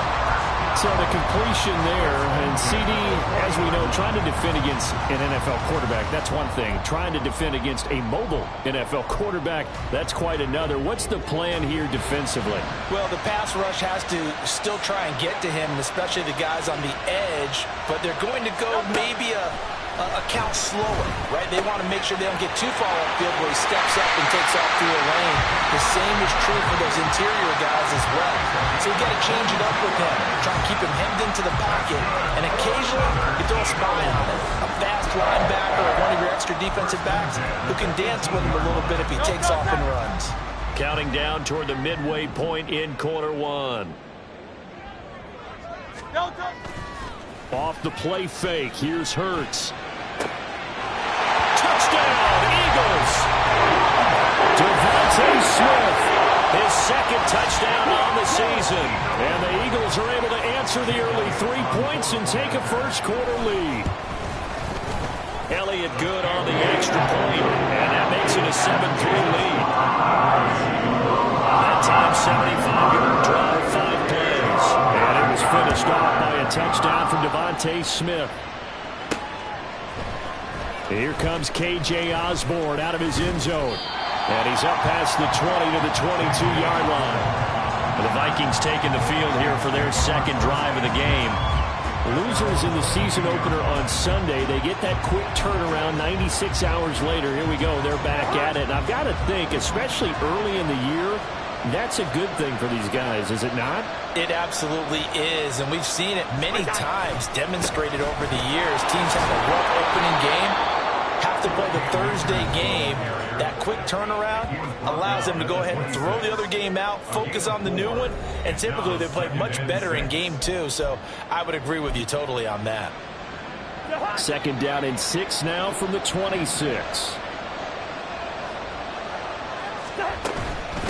They'll run out of the gun with Akers. 9 yards to pick up there, and it's a 1st down. Last week we saw a rarity. He was over 200 yards on the ground, and they lost. So we'll see if they can get more carries like that and win this week. And that was interesting watching the game tape, wasn't it? Because it was hard to register while we watched him pile up that yardage and create those nice runs that they didn't win the football game. But that doesn't mean changing what you do. Continue to feed him the football. And he'll be taken down, but not before he works it past the 50. 44 yards rushing for him now on just 6 carries to this point. Well, they came into this game saying it was important that they set the tone and show that they can run the football. And I believe that they've done that here in the 1st quarter. So from Philadelphia territory now, here's a 1st and 10 at the 47. Going right back to Akers. Fighting through. And he is tackled inside the 40, not quite to the 35. Holding offense.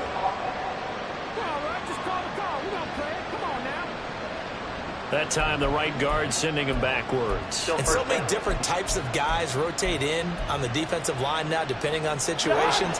You can get the bulky guy, the fast guy. No matter what, though, you can't hold him. Cousins. They'll set up the screen here to Gaskin. That's a gain of 11. Would have been a 1st down if not for that penalty moments ago. And at his size, he's a smaller back. You can get him to football. He can kind of get lost, make someone miss. It's good for him. Yeah, it's great for him. I like what you said there. Sometimes he gets lost in the traffic a little bit. But get him out in the open field into some space. That plays to his strengths the best and keeps him out of it where all the big boys are. You know, make him make someone miss in the open field. They'll let this go for the end zone. It's caught in the end zone. Touchdown, Minnesota. Justin Jefferson. His 1st touchdown here of the new campaign. And the Vikings have retaken the lead. Well, you know he can be explosive, and he's ultra-explosive there on the fly route. And you know how many times we've talked to coaches and we've had quoted back to us, well, you know something? When you execute really well, it doesn't matter if they know it's coming or not. Well, sometimes athleticism beats you as well. He just took off and went. And that's almost like one of your Turkey Bowl games, isn't it? Just go long, backyard. Man. I'll hit you. And it worked really well for them. Joseph connects on the extra point. And the lead is now 10-7. 5 plays there on that drive. And it was all capped off by Justin Jefferson's touchdown reception. The drive will start at the 25-yard line here as Rodgers will not return it. So back onto the field here come the Eagles for their 2nd drive. They come off a victory over the weekend, but now the quick turnaround here for this Thursday night game. How does that affect how teams like this approach these short turnarounds? Well, wins and losses always factor into, how you're getting ready for the next game. But equally as important when you have the short turnaround, what is your injury situation? Are you losing key guys? And if so, how well have the backups prepared for this? Because you don't have much time to get them ready. They have to be ready before this week in order to play well in this game. Hey, look at this defense for the Vikings. They currently sit at number 4 in the NFL in terms of stopping the run. Numbers don't tell you everything, but they do paint a pretty good picture. We're talking about 2 top 5 units going at each other. 1 in running the ball, 1 in stopping the run. I think this is going to be a whole lot of fun myself. Hurts throw here taken in as he's able to find Goddard. And he'll be out of bounds right at the 40. 12 yards is the pickup. Good for an Eagle 1st down. Just the 1st quarter of the tackling going to be so important going forward. They've got to limit plays like that. And that's something when you see it happen early in the game and they don't get him on the ground, you can always tell that they were concerned about it going in. Because I can just tell you from my days, I remember being in college and worrying all off-season about our season open opponent, and they had a receiver that could shake and bake with the best of them. I tackled him on the first pass of the game, and the relief was incredible. I ended up having a pretty decent ball game. But if I'd missed him, it would have been a different story. Night. Oh, that was a thing of beauty right there. Look at how quick those blockers fired off the line once the ball was snapped. That was an O-line on a mission, all in sync, And the defense is lucky that play only picked up 5 yards. Ball placed at the 45 for 2nd and 5. Throwing is Hurts. His throw incomplete. How about that? Red man coverage and decided to test them early. But they proved up to the task and forced the incompletion. They come up now 3rd and 5 following the incomplete pass. Throwing from the gun, it's Hurts. And that one goes incomplete on the drop. That's one he definitely normally catches. 4th down. Anytime he reads man coverage, I don't think it's going to be the only time he'll try and hit that route to the outside in this game. He'll test the perimeter, but that time they were up to the challenge.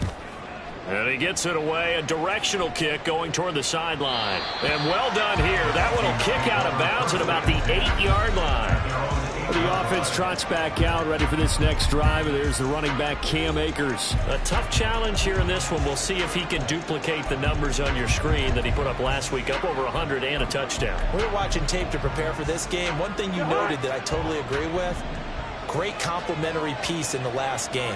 You know, they're able to throw it pretty well. He ran it exceptionally, and they hope to continue that same formula in this game. Complimentary with an E, not an I. That's my English teacher right there.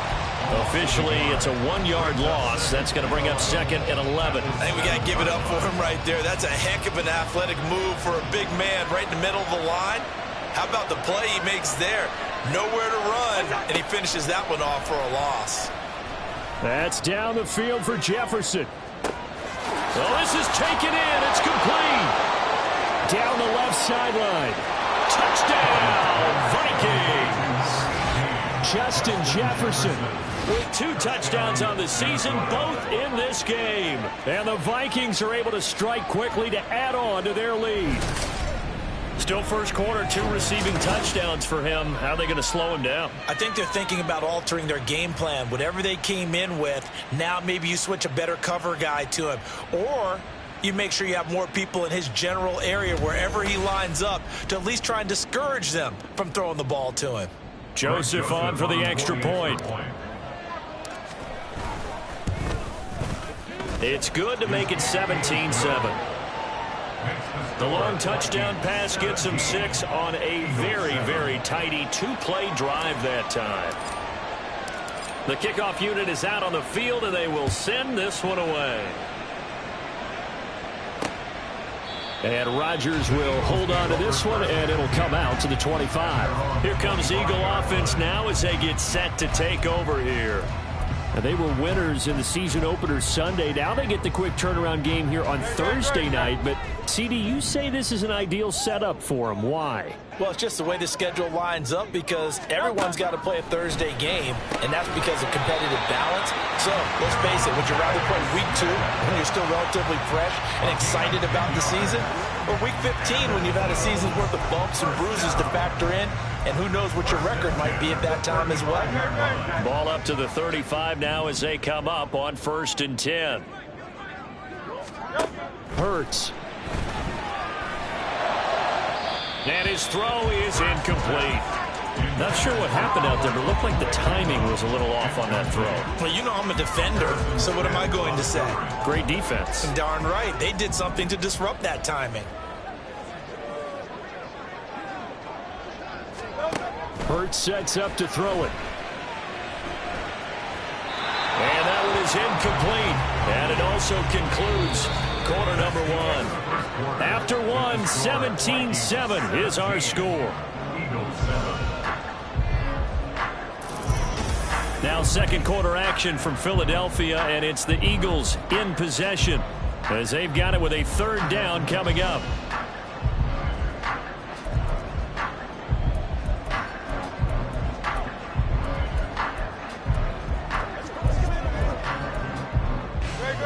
Now, right where this set of downs started, they need a full 10 here to pick up the 1st down and move the chains.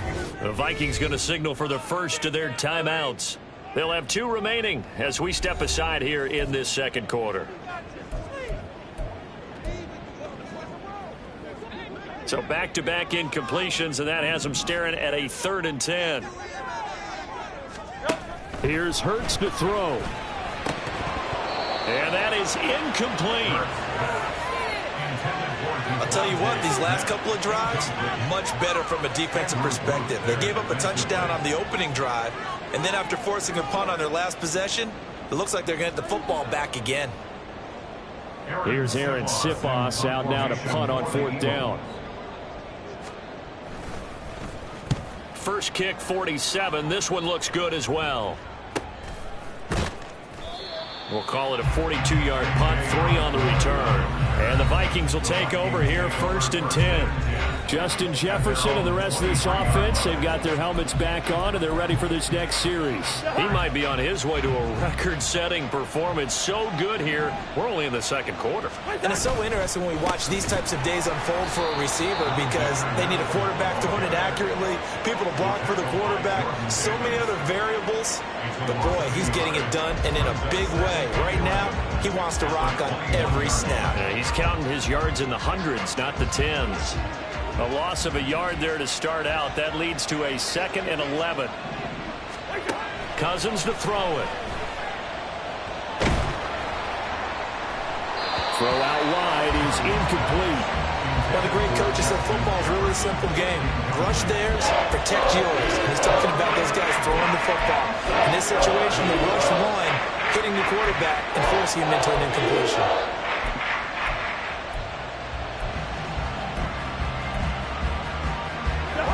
An incomplete pass on that last play, and that means they'll need to come up with something here on 3rd down. Now Cousins. Work in the middle of the field, and he's got a man complete. And they work this well upfield across the 45. A good pickup there, 26 yards. But things are definitely going right for them here in the first half. Pick it down, any down, even 3rd down, no problem. They get a connection there and pick up a fresh set of downs, continuing to move the ball. And across the midfield stripe into Eagle territory. It's a 6-yard pickup, and it gets them to 2nd and 4. That play wasn't quite as big as the play that preceded it, but still, gotta like the way they're moving the football, partner. Absolutely. Pretty good room to run on that last play. Yeah, they didn't get a first down, but still, you'll take runs like that each and every time, won't you? 2nd down, Gaskin. And a good push up front, and he's able to navigate his way down inside the 30. Give him 18 there and give the Vikings a 1st down. We both know it's difficult, but they've made it look effortless out there. Through the air, on the ground, they've moved the ball with relative ease.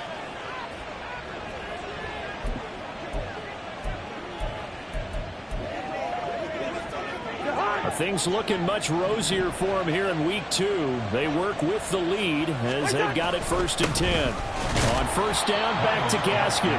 And he can only manage to get a couple. 2nd and 8 coming up. Not much on that run, Charles. No, that's exactly the way to execute a run blitz there. They guessed correctly that they would move the ball on the ground, honed in on it, and stopped them. Mark that down for a win in the defense's column. Throwing, Cousins. Letting one go deep for the end zone. And it's caught on the deflection. And this is going to be a touchdown. So after the disappointment in the opening week loss, Charles, this looks like really a completely different football team. They sure do, and I think they realize we can't start 0-2. And they're determined to not let it happen by the looks of things here in the early going.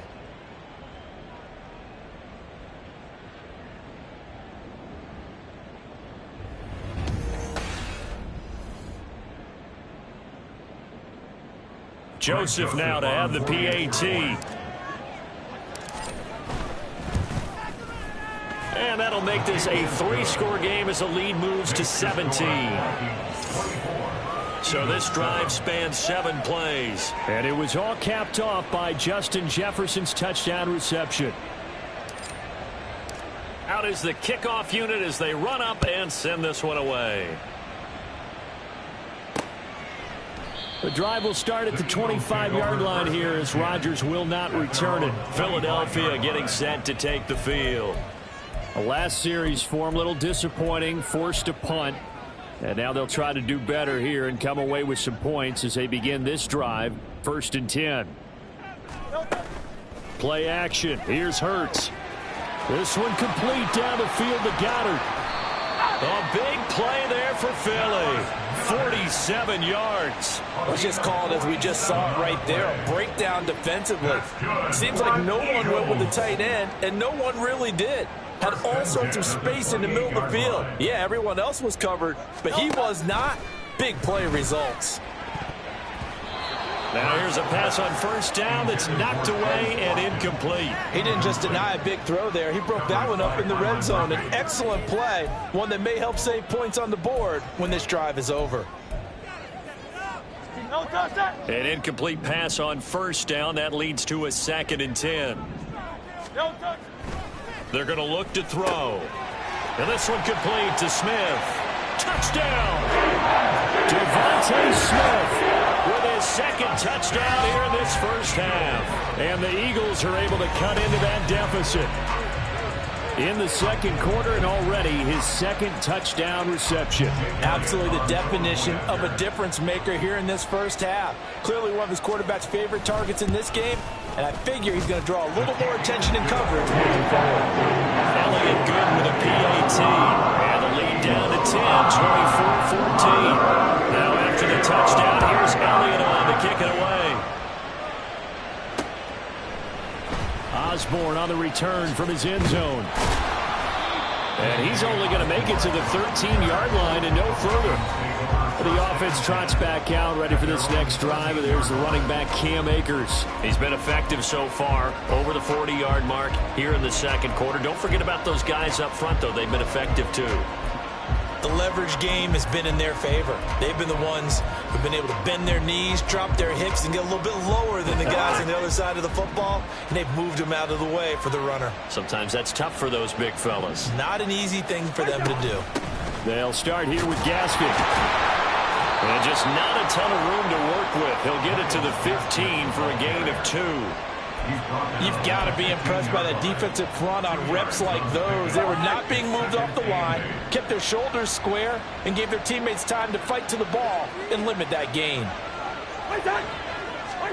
From the shotgun, it's Cousins. Oh, going for Jefferson downfield. And that's going to be incomplete. Good effort there, trying to take a shot, but it's 3rd down.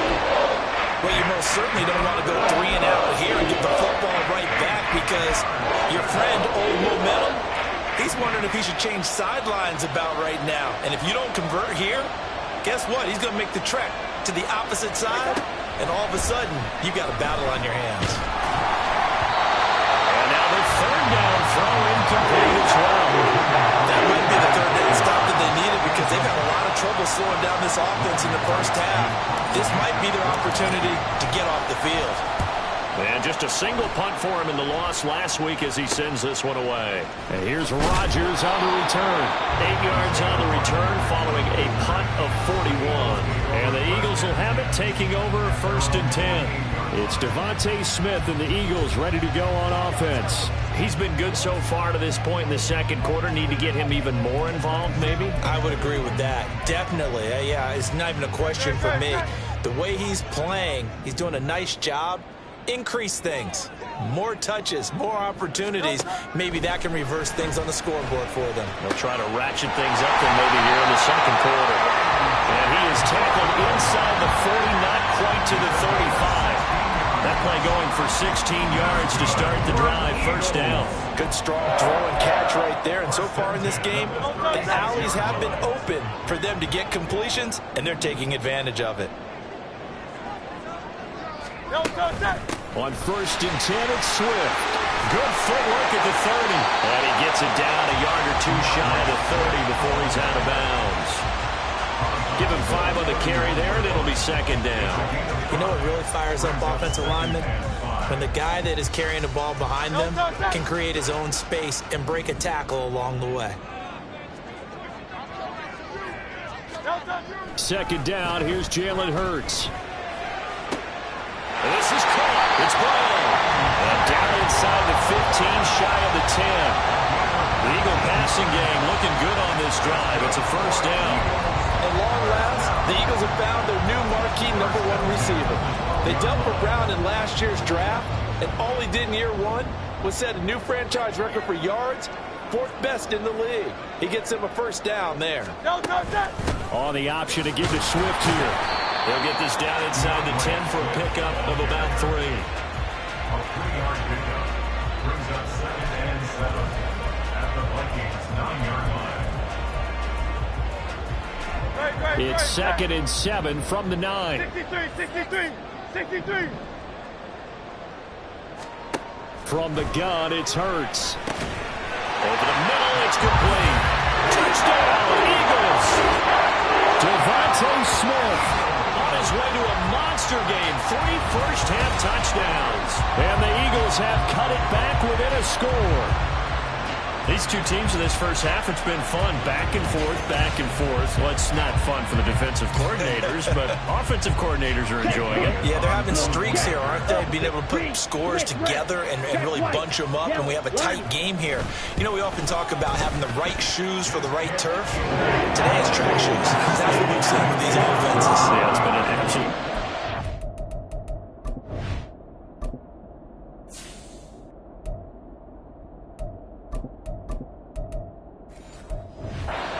Fun to watch. Now after the touchdown, here's Elliott on to kick it away. Osborne on the return from his end zone. And that decision to bring it out ends up not being a good one. Costs him about 5 yards as he's tackled at the 20. There's a glimpse of Justin Jefferson, the wide receiver, as he and the Minnesota Vikings return back here on offense. He's the star wide receiver, and he's doing his thing so far here into the second quarter. And how you get distinguished as a star is each and every week performing to a high level no matter what they throw at you, because you're always wanting to take him out of the game if you're a defensive team. How do you press him, double him, triple him, all those things? But the best players show up each and every week, solid games and some spectacular ones. And he has showed up time and time again. Now Cousins. He gets it to Addison. Stopped at the 24-yard line after a gain of 5. And this is a guy straight out of college. They're not going to try to groom for a year or two. They want him to produce right away. That's why they took him in the first round. They expect him to be a starter right away and a future All-Pro. So they don't have any time to wait for him to come along. They want him to play right now to help this team. And you take a look at this draft class from a season ago. Really, it grades out as a pretty darn good class.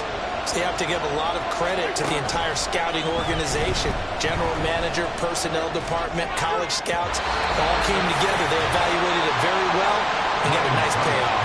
Now a third down throw, but it misses the target, incomplete. His first punt, 45 yards. This looks good as well. Rodgers on the return. A 41-yard punt, 9 on the return. And it will be Eagles football, 1st and 10. This offense ready for their upcoming series as we get a look at the former Heisman Trophy winner, Devontae Smith. He's probably someone they want to get more involved at this point. Second quarter down on the scoreboard, you know that he can be a threat. And because he's such a threat, as well as so productive, I'm with you on this. They've got to get him the ball more, give him more opportunities for them to have a chance to erase that lead. Certainly they'll be looking to get him even more in the mix this go around. First down now, but that clock rolling. They'll look to throw. That is caught. It's the tight end Goddard. He's going to go out of bounds, but he takes this one down just shy of the 20. A good pickup there, 26 yards.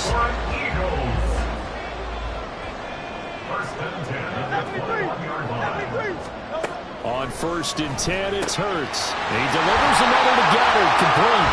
And brought down, but not before they get it inside the 10 to the 7. This duo locked in, 14 yards there, and a first down. Just picking up yardage in bunches here these last few plays. They have moved right down the field, and just like that, they're going to be set up with a 1st and goal. Again, he'll drop to throw.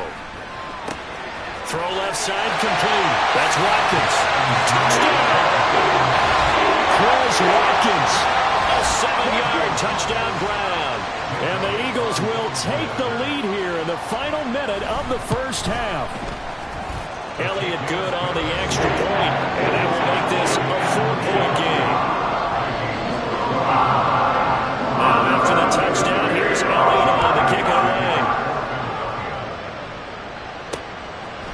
Osborne on the return from his end zone. And he'll get it up past the 20 to about the 22. Justin Jefferson and the rest of this offense, they've got their helmets back on, and they're ready for this next series. He'll try to generate some more steam on offense down to the scoreboard second quarter. Not necessarily his fault, but he's always a guy they want to get extra involved. Keep finding ways for him to get the football. Keep force-feeding him in that way. Get to the half. Kind of reboot, start over again to try and erase the other things that have them down on the scoreboard. They'll be looking for a little more juice here in the second quarter before they do hit that halftime locker room. First down, here's Cousins. That's down the field for Jefferson. And he knocks the ball away, and it falls incomplete. And they're not going to go quietly into this halftime break. They know they're in for a fight, so they're trying to make every possession count. They took the big shot there, but it winds up incomplete.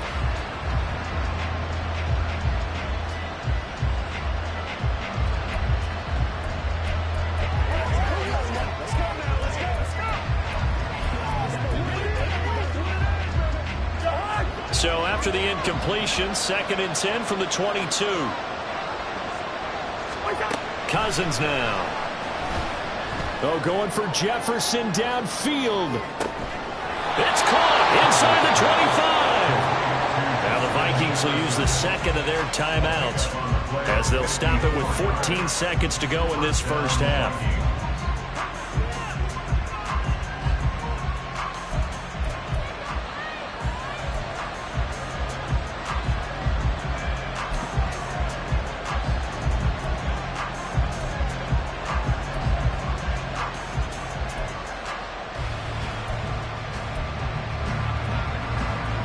This offense hoping to avoid the 0-2 start. They trail, but they've got a 1st and 10 here.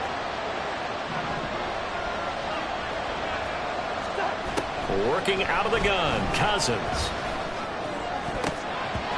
That's going to be knocked away and incomplete.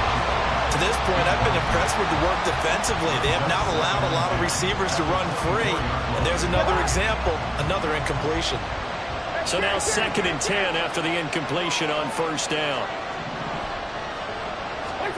From the gun, here's Cousins. He's going to go up top for the end zone. It's incomplete. Took a shot, couldn't connect. That play call wasn't there for them against that coverage. So they're going to spin the dial now in their play ball and come up with one more shot at the marker to try and keep this series going.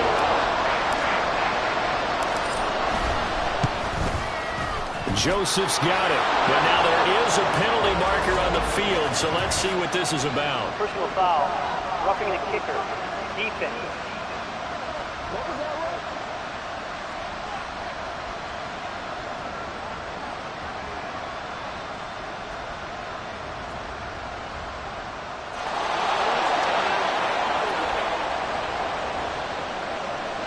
That penalty is declined. So barring a touchback, this likely the final act of the half as the kick is away. And not wanting to risk anything here late in the half, he'll just take a knee and they'll bring the football out to the 25. Great, set.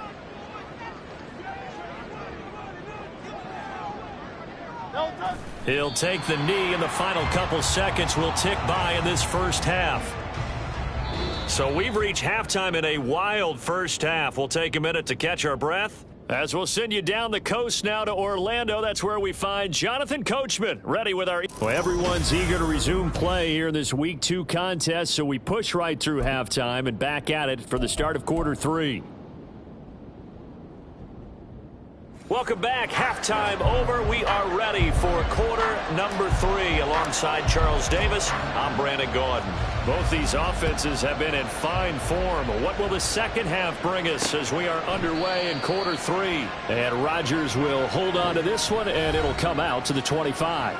It's Devontae Smith and the Eagles ready to go on offense. So far, he has the trio of touchdowns. Obviously, it's been a pretty good game for him. So if this were hockey, they'd be throwing their hats out on the ice for the hat trick, right?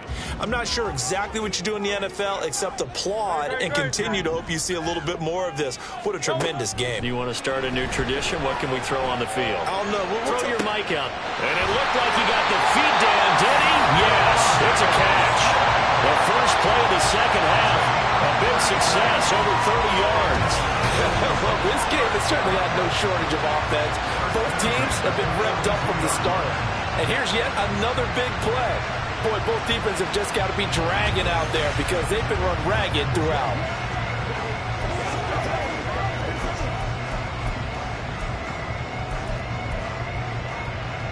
So the big play gets him across midfield now for 1st and 10. They go play action with Hurts. And it's complete right back in the hands of Smith. And brought down, but not before they're inside the 25. Back-to-back receptions for him, and it's another first down. Hurts. That's complete to DeAndre Swift out of the backfield. And they'll bring him down at the 13-yard line.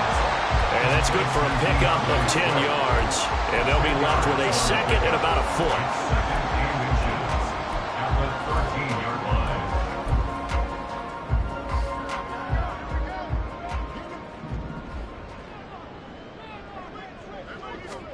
Throwing is Hurts. Rifles one, and that's going to be intercepted. Picked off by Byron Murphy.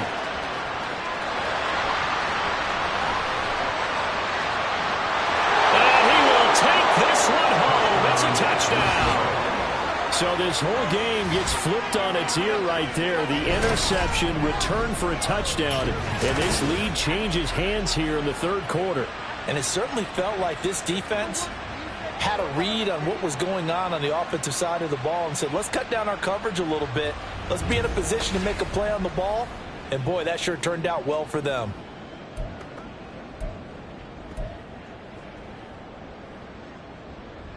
The defense more than did its job. Now the offense is summoned onto the field as they'll go for two. Following the interception, Cousins. And no, it falls incomplete. So the two-point conversion no good. I know they didn't tack on the 2 points, but I liked their attempt. After the interception return for a touchdown, I was thinking to myself, forget kicking it, go for two, and they did. Well, yeah, and everybody's scrambling. Maybe you catch the defense on their heels. They weren't ready to be out there. Yeah, it's almost like a sudden change, right? There's a turnover, you take it away, they stuck it in the end zone, keep the momentum going. Give credit to the defensive guys for rallying and stopping that 2-point attempt. This offense ready for their upcoming series as we get a look at the former Heisman Trophy winner, Devontae Smith. Sort of a slow and steady game so far, but reliable for him here in this third quarter. Sounds like we're describing a possession receiver, right? The one that finds a way to make the big catches, the ones that break the backs of defenses, keep first downs, accumulating. I think he's that and maybe a little bit more. Yeah, he's been pretty good so far. We'll see if he can make this good game a great game. And now a throw on first down there, but it's incomplete. Had an open man that time, but ended up putting a little too much heat on it, don't you think, partner? Absolutely. Just needed a touch more air under it. Instead, he fired an absolute bullet. Throwing from the gun, it's Hurts. Wide open is Watkins. He's got it. And he steps out of bounds, but not before he gets inside the 35.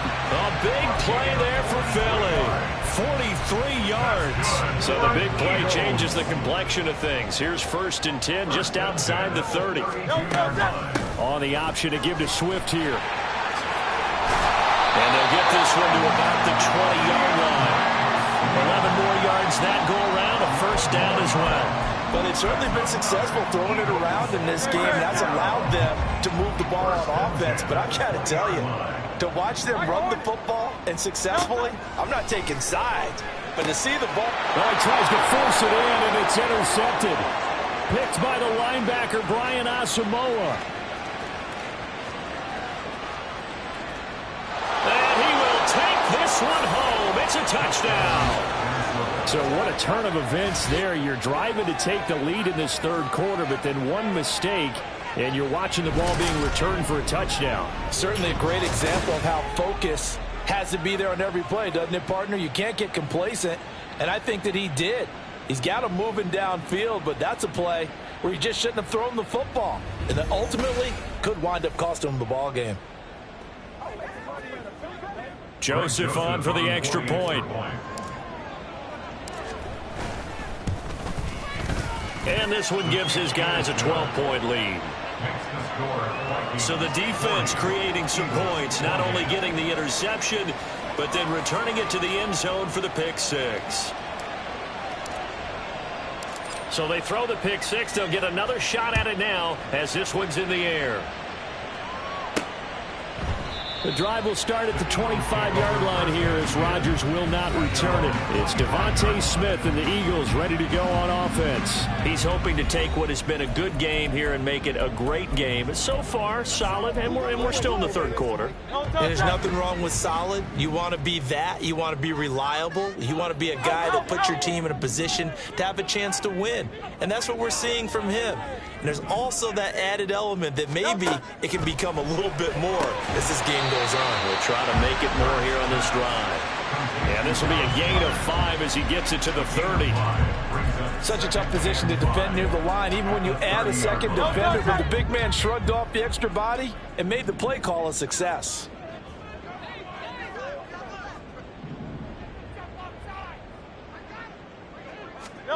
Second down. Here's Hurts.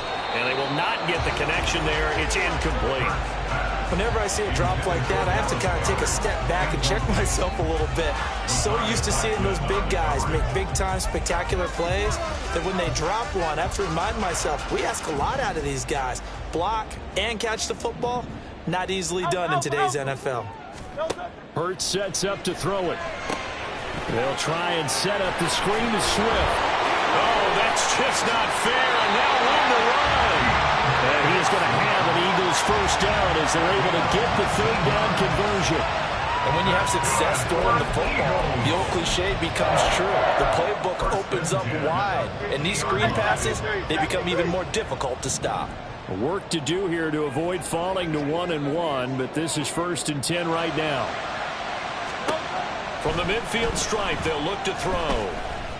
He sets to fire deep. And this is caught. Touchdown, Philadelphia.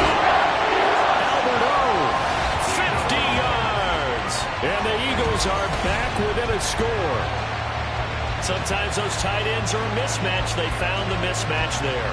And that's exactly why you want to draw up those types of plays, because coverage is just going to go to the natural guys, the guys that make the big plays on the outside. But if you work your tight end into it, that's a tough one for a defense to handle. Tough. They couldn't handle it. It worked out for 6. Elliott good with a PAT. And this is back to a 5-point game. Now after the touchdown, here's Elliott on to kick it away. Osborne on the return from his end zone. And he returns this to the 22. There's a glimpse of Justin Jefferson, the wide receiver, as he and the Minnesota Vikings return back here on offense. This defense, they wouldn't mind not seeing him again for a while. 3 trips to the end zone. How about that? I think right now they would happily go to their general manager and say, is there any way you could get a trade for him, bring him over to our team so we don't have to cover him anymore? Because he is really having a heck of a ball game, isn't he? Boy, he is. I don't know that mid-game trade's going to happen, but good thought. Jordan Davis, just a monster on that play, stopping it from going anywhere. I'll tell you what, this defense hasn't played its best, but they're still right in this football game. And if they keep making plays just like that, they're going to give their offense a chance. First play of the drive goes the wrong way. Here's 2nd and 12. Hey, we're good, we're good.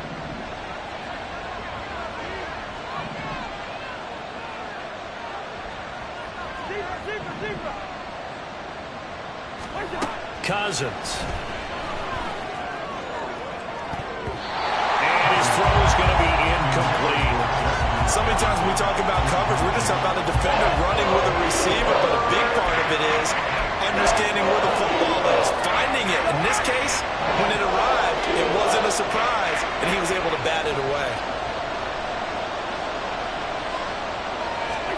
On third down, Cousins. And that will be incomplete. And that's a really good job there defensively. They went into this possession knowing that they needed to get a stop. They're in a tight ball game, and they got it done. Great work to force the 3 and out. Got the football right back for their offense. They've got to go to the sidelines feeling pretty good about themselves and encouraging their offensive mates to get some points. This offense ready for their upcoming series as we get a look at the former Heisman Trophy winner, DeVonta Smith. He sort of just keeps chipping away at this defense. Hasn't had a spectacular game, but here in the third quarter, they've known all game long that he's there. He's the type of guy that frustrates you if you're playing defense, because when you think you've taken away something or you think you've got him in check, he comes up with another catch, the chains move, or he finds a way to get into the end zone. He's that guy that drives you crazy, and offenses love him. He's hoping to drive him more crazy here coming up. 2nd and 9 from the 44.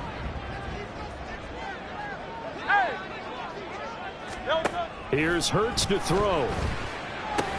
Over the middle to Smith. That's good. The completion there for 7 yards. And now that sets up 3rd and 2. They like going to him in the slot. He catches another one. I think this comes under the heading of, until they stop him, why not go back to him? He has something going really well. Great working relationship with the guy throwing the ball, and they keep making the connection. They'll try and pick it up by running the option to the right. Accelerating, and off he goes. Still going. Touchdown, Philadelphia. Jalen Hurts. 50 yards. And the Eagles have taken the lead here this third quarter. Brandon, you and I have caught a lot of college football in our day, but on Sundays here in the NFL, doesn't it look a lot like what we used to see on Saturdays when we called those games? Yeah, option plays just like we saw. That was a long touchdown on the option. What you taught me, though, defensively, you get your eyes in the wrong place on a play like that, you're in trouble. What's the term that's in vogue in the NFL? Eye violations. The offense wants you to put your eyes in the wrong spot so that they can appear in others. They'll try to run with Swift. And he'll get into the end zone to push the lead up to a field goal. So that effort gives him a 3-point cushion and guarantees that a field goal going forward won't beat them. Yeah, that's really good strategy because that's all you care about. Not getting beat at this stage. At least give your team a fighting chance. And not much happening on the return as he'll get this to about the 23. Justin Jefferson and the rest of this offense, they've got their helmets back on, and they're ready for this next series. A monster game so far, third quarter. He is lighting up the stat sheet. And so many times when you see these types of games, you hear about the quarterback, or we talk about the quarterback throwing guys open, putting it in the right spot. How about some credit for the receivers, Absolutely. though, who find ways to get open, whether they uncover late in a route or they get open early, but they just always find a way, and he's having that type of a game. Yeah, he's been nearly impossible to cover. No doubt about it. A really nice job there by the defense, not allowing him to get to the perimeter. But that means your defensive ends, your outside linebackers, the guys that you pay big money to sack the quarterback, they also have to have interest in the running game as well. And they did a nice job there of holding the point of attack and not giving ground.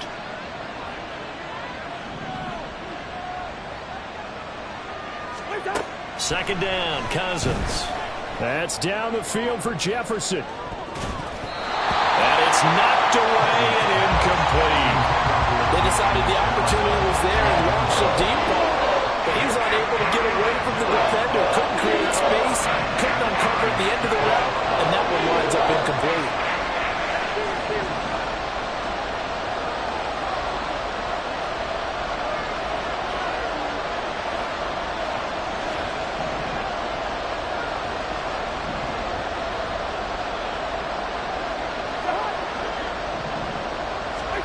Throwing is Cousins.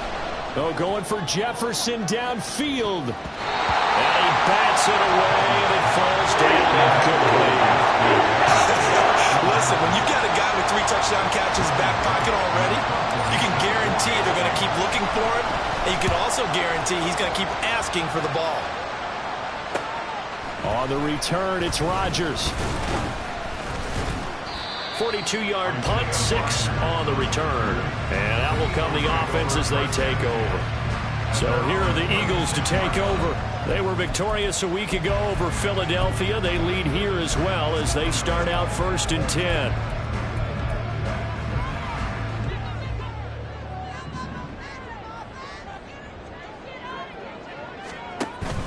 On the ground, it's Swift to start the drive. Shifts past him at the 45. And he'll be taken down, but not before he gets into enemy territory. 16 yards right off the bat and a first down. They went counter there offensively, and a couple of the defenders were on skates for a second. They certainly were, and you know what offensive linemen love about the counters and the misdirections? Sometimes you don't even have to block the defender. He can run himself out of the play if he doesn't read his keys properly. Now here's a pass on first down that's knocked away and incomplete. And those two just haven't been in sync thus far. They've done a nice job against him, but still, with his talent, you would expect them to have more completions to him in this game. Hey, Silver. Off the play fake, here's Hurts. Out route pass complete to Goddard. And this is going to turn into another first down as the tackle is made at the Vikings 33. Philadelphia picking up the first on a gain of 15. Working with the lead, trying to get to 2-0. Here's 1st and 10.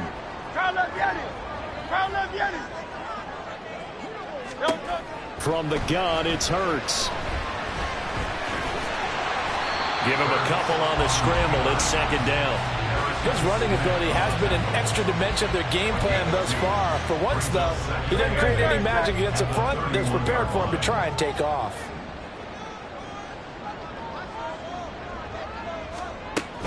On 2nd down, Swift. Sheds off the tackle. And inside the 20 before he's brought down. Philadelphia picking up the first on a gain of 15.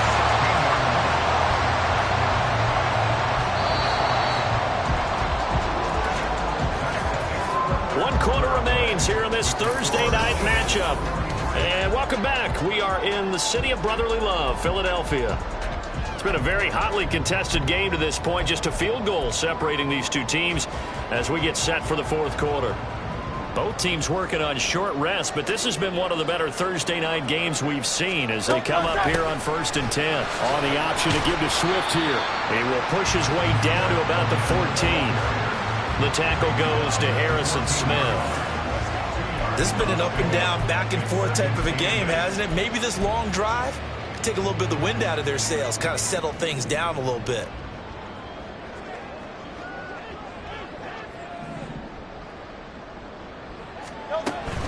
They'll stay on the ground with Swift. And he'll fight his way down right around the 12.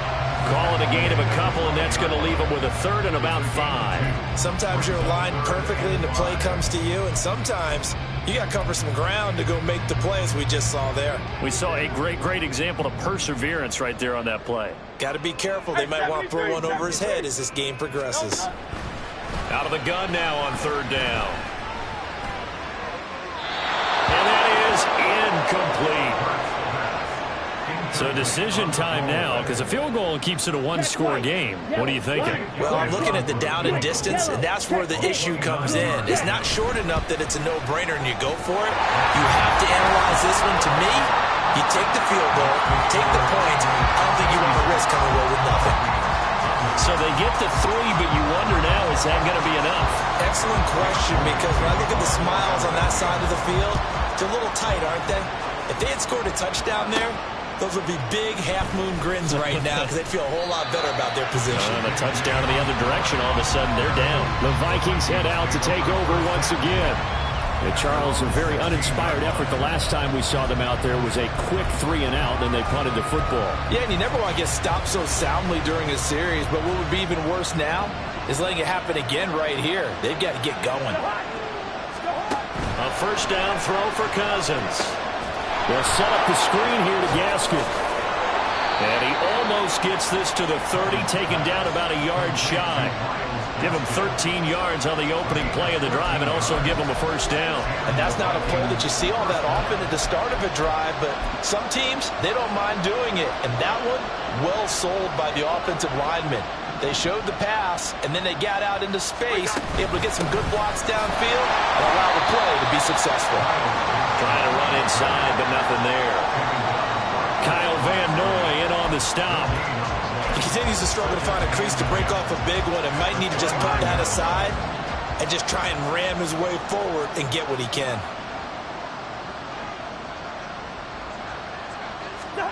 Cousins now on second down.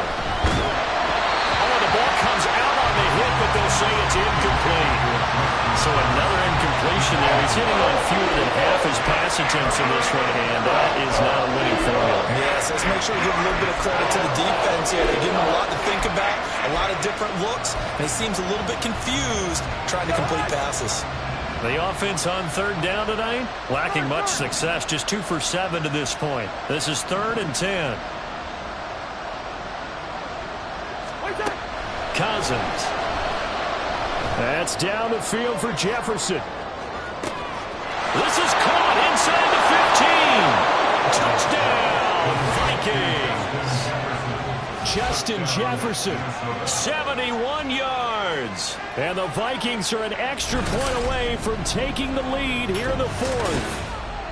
I don't think there's any great secret or mystery here. We're in the 4th quarter. You've got to take that shot, especially since you're down on the scoreboard.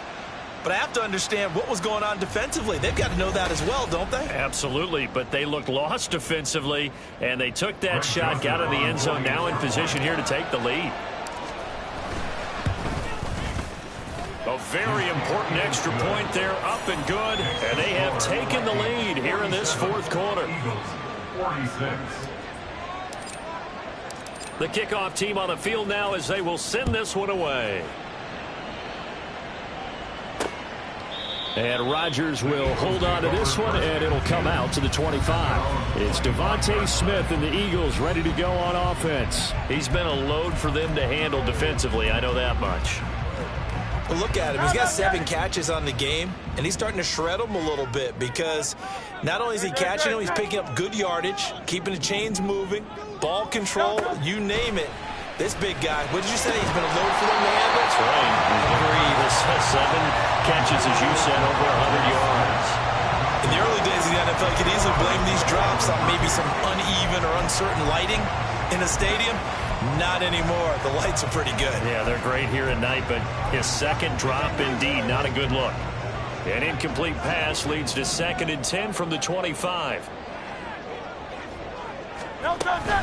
They run out of the gun with Swift, and he'll be upended at the 28-yard line. Just a 3-yard gain there. Well, that's a good start to this drive on the defensive side of the ball. Force the incompletion on 1st down, then you're able to shut down the running play on 2nd. Yeah, I wouldn't be surprised now. A little bit of pressure going at the quarterback in an expected passing situation. Pass taken in by his big tight end. Big strides, look at him go. Touchdown, Eagles. Dallas Goedert, 72 yards. And the Eagles answer back with a touchdown of their own to take a 4th quarter lead. So from 3 scores down, these guys have fought all the way back to grab the lead. And I'll just tell people what happened when they went up 3 scores. I wrote on your paper 2 words, game over, and now I'm eating those words. I was wrong. A little salt, a little pepper, goes down pretty easily. I will admit when I make a mistake. Well, it looked like it was going that way. This is one of those paging Frank Reich moments, and I can't believe I just brought that up.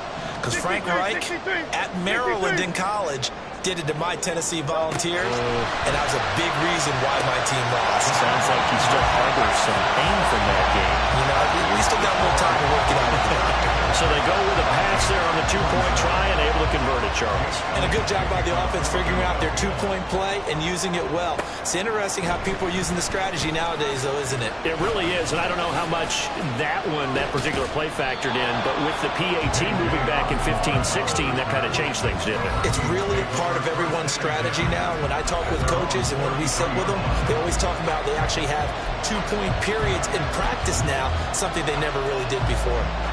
Cousins and the Vikings with a 1st and 10 at the 33-yard line. They'll begin things here with Gaskin. And they get him down, but not before he takes it across the 40-yard line. It'll be a gain of 10 to start the drive out, and by a few inches, that'll be a first down. They held him in check in the first half, but that's his longest carry of the game right there. So would this be the definition of fresh legs since he didn't get much done in the first half? Now he has a great opportunity. He's taking full advantage of it. And across the midfield stripe into Eagle territory. A good run there on first down, and it'll leave him with a 2nd and 2. And after that type of a run, there's some talking going on down on the field, but it's not trash talking. The guy who just carried the ball, he's going back and telling his offensive line, great job, keep it up, and we'll break that one soon. And he is met at the line of scrimmage, and he goes down right there. He got maybe a half yard at most, but officially they'll be left with a 3rd and 2. They need 2. Here's 3rd down. Here's Gaskin. He's not going to get there. That won't even be close. It was blown up in the backfield. The defense stiffens to force 4th down following that first down gain of 8. No daylight for him to run through there, and he ran into the defensive tackle, and that guy blocks a whole lot of daylight as it is. He is truly a big man who just made a big play. 1 score down. Here we go. They're going to go for it here on 4th down.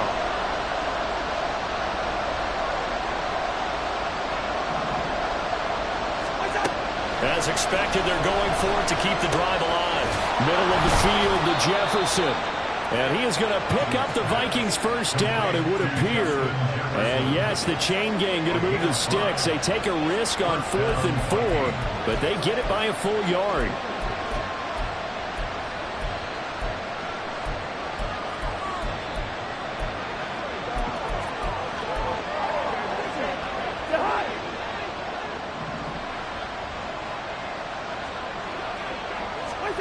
Cousins to throw it. They're looking for Jefferson, but this is intercepted. Picked up by James Bradbury. And the Eagles are going to get this back to their own 34-yard line. CD, he tried to kind of lob that one in there. It looked pretty going through the air. And the problem was it was in the air a little bit too long. Yeah, that's a tough one because for that type of a route and what he tried to do and needed to do, he had to put a little air under it, and the defender was actually able to take advantage of it because it hung up there just long enough for him to get there and take it away. Call that a very strong gain of 24.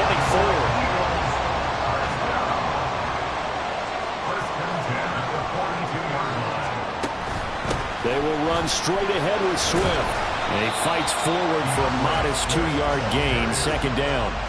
Well, any lane that might have been open there was closed pretty quickly, and that was because the defensive front, they won that battle at the point of attack at the line of scrimmage. They used great leverage, held their spot, and stacked him up. They'll wind up getting 4 down to the 36. Well, the objective there, I mean, yes, the positive gain, that's nice, but work some clock. Yeah, you're exactly right, but the problem for them is still within a possession, so they can't just sit on it running the ball. They'll have to find a way to throw it effectively as well. On 3rd and short, they'll try and pick it up through the air. Well, they would have gotten a conversion if he could hold on. Instead, the drop means it'll be 4th down. So a big kick coming now for Jake Elliott. This to make it a 2-score game. The kick by Elliott is good, and that will extend their lead even further. So that one, CD, going to make the road back a lot more difficult. Oh, there's no doubt about that. You know they were praying on the other sideline for a miss because now, as you pointed out, a very difficult road. Down 2 scores. You don't just need a touchdown. You need a chain of events to go your way. You've got to score, somehow get the ball back, and score again. The odds of that happening, not great in your favor. So Cousins and the Vikings down by 10. A little under 2.5 to go. They have all 3 timeouts and the 2-minute warning, but they need 2 scores.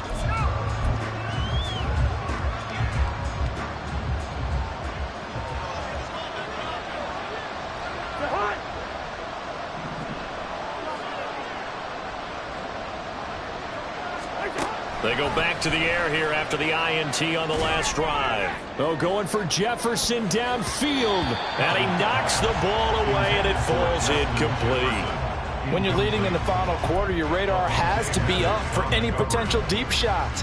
And probably not the last one they're going to see in this game, not as long as they hold this lead.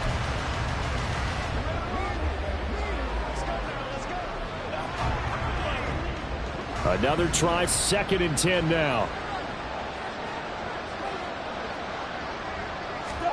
A 2nd down throw for Cousins. And he's got this to Jefferson. And he'll be taken down, but not before they work it across midfield.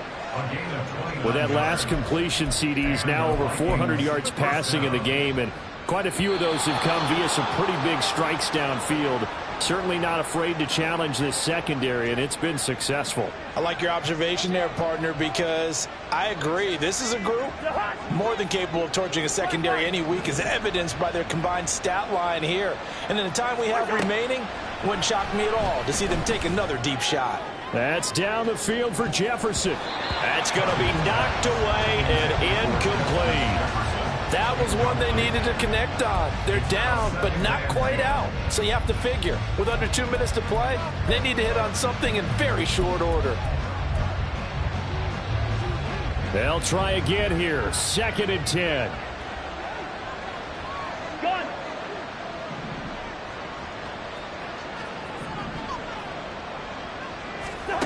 Now Cousins. He lets this one fly toward the back of the end zone. And that will be incomplete. Trying to dial up the long one way out there, but it'll be 3rd down. Back-to-back incompletions, but we know this is definitely 4th down territory. Time not on their side. I don't think they want to try and get the 1st down in 2 installments. I think they got to go and get it right here, right now. Well, this feels like a late season game, even though it's just week 2. Here's a big 3rd down.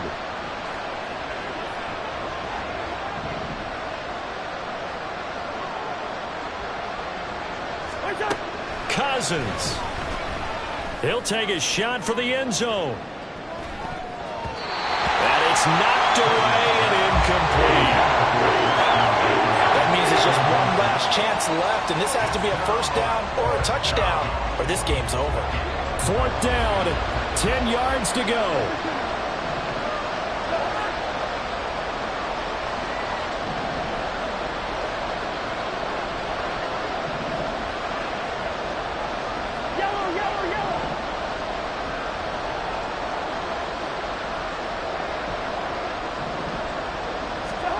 Desperation time. Cousins on 4th down. He's going to let this go. Back of the end zone. Oh, and that is incomplete. They had to go for it with such little time remaining. And the Eagles defense able to hold. Well, they had to take one final shot at the end zone, but now things are looking really bleak. And I agree with that totally. You had to take the shot if they did score. You know, whether you call it a miracle or not, you line up, onside kick, get the ball back, throw one more in the end zone, who knows? Had to take the chance, it just was unsuccessful. Certainly a nice job there by the defense rallying to the football and getting him on the ground, but I think the play gets made by the defensive front, because if they can't get upfield, their job is to go ahead and get low, almost get into a ball sometimes, stack things up, and make it difficult for the runner to find a hole. And he's got it across the midfield stripe and into Viking territory. Now the Vikings will use the 2nd of their timeouts as they'll head to the sideline and talk over what to do next. An extra defender in the secondary for the Vikings here on 3rd down. Go Silver, ready? Throwing is Hurts. And that one goes incomplete on the drop. That's what he definitely normally catches. 4th down. The Eagles send out their punter now as he's on here to punt it away.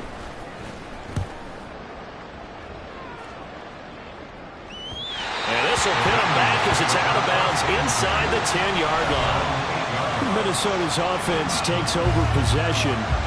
They might be thinking this is close to a lost cause here. Got to play it out. What do they need to do? Well, they have a thought process in mind already, but they can't get ahead of themselves. They know that they need to score quickly. Yep, 2-score game. Onside kick and get the ball back and then score again, but they can't worry about the last 2 points. The only thing that matters is scoring quickly, then they'll take it from there. Here's 1st and 10.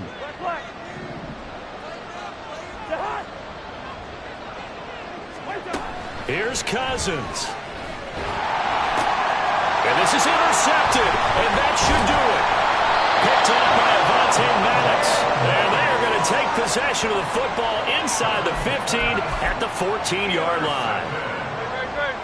The Eagles take over first and 10 at the 14-yard line.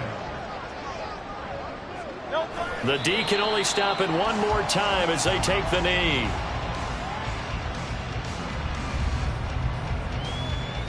Second and 11.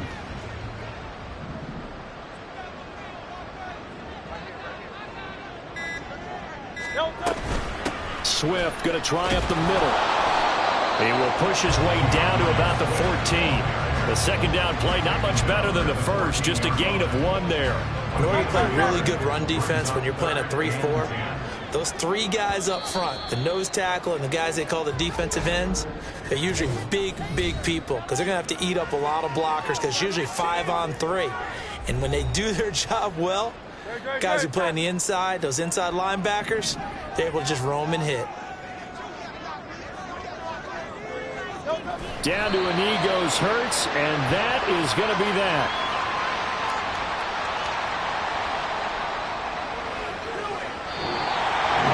The partner under the lights in primetime, this offense, they gave the nation quite a show, putting up that many points to come away with what will certainly be a memorable win for them.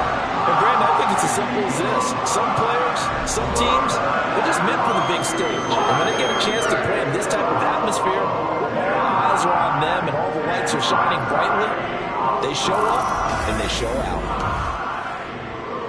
So for Philadelphia, it's a win here in their home opener as they move to 2-0. And they'll get a few extra days to get ready for next week where they take on the Tampa Bay Buccaneers.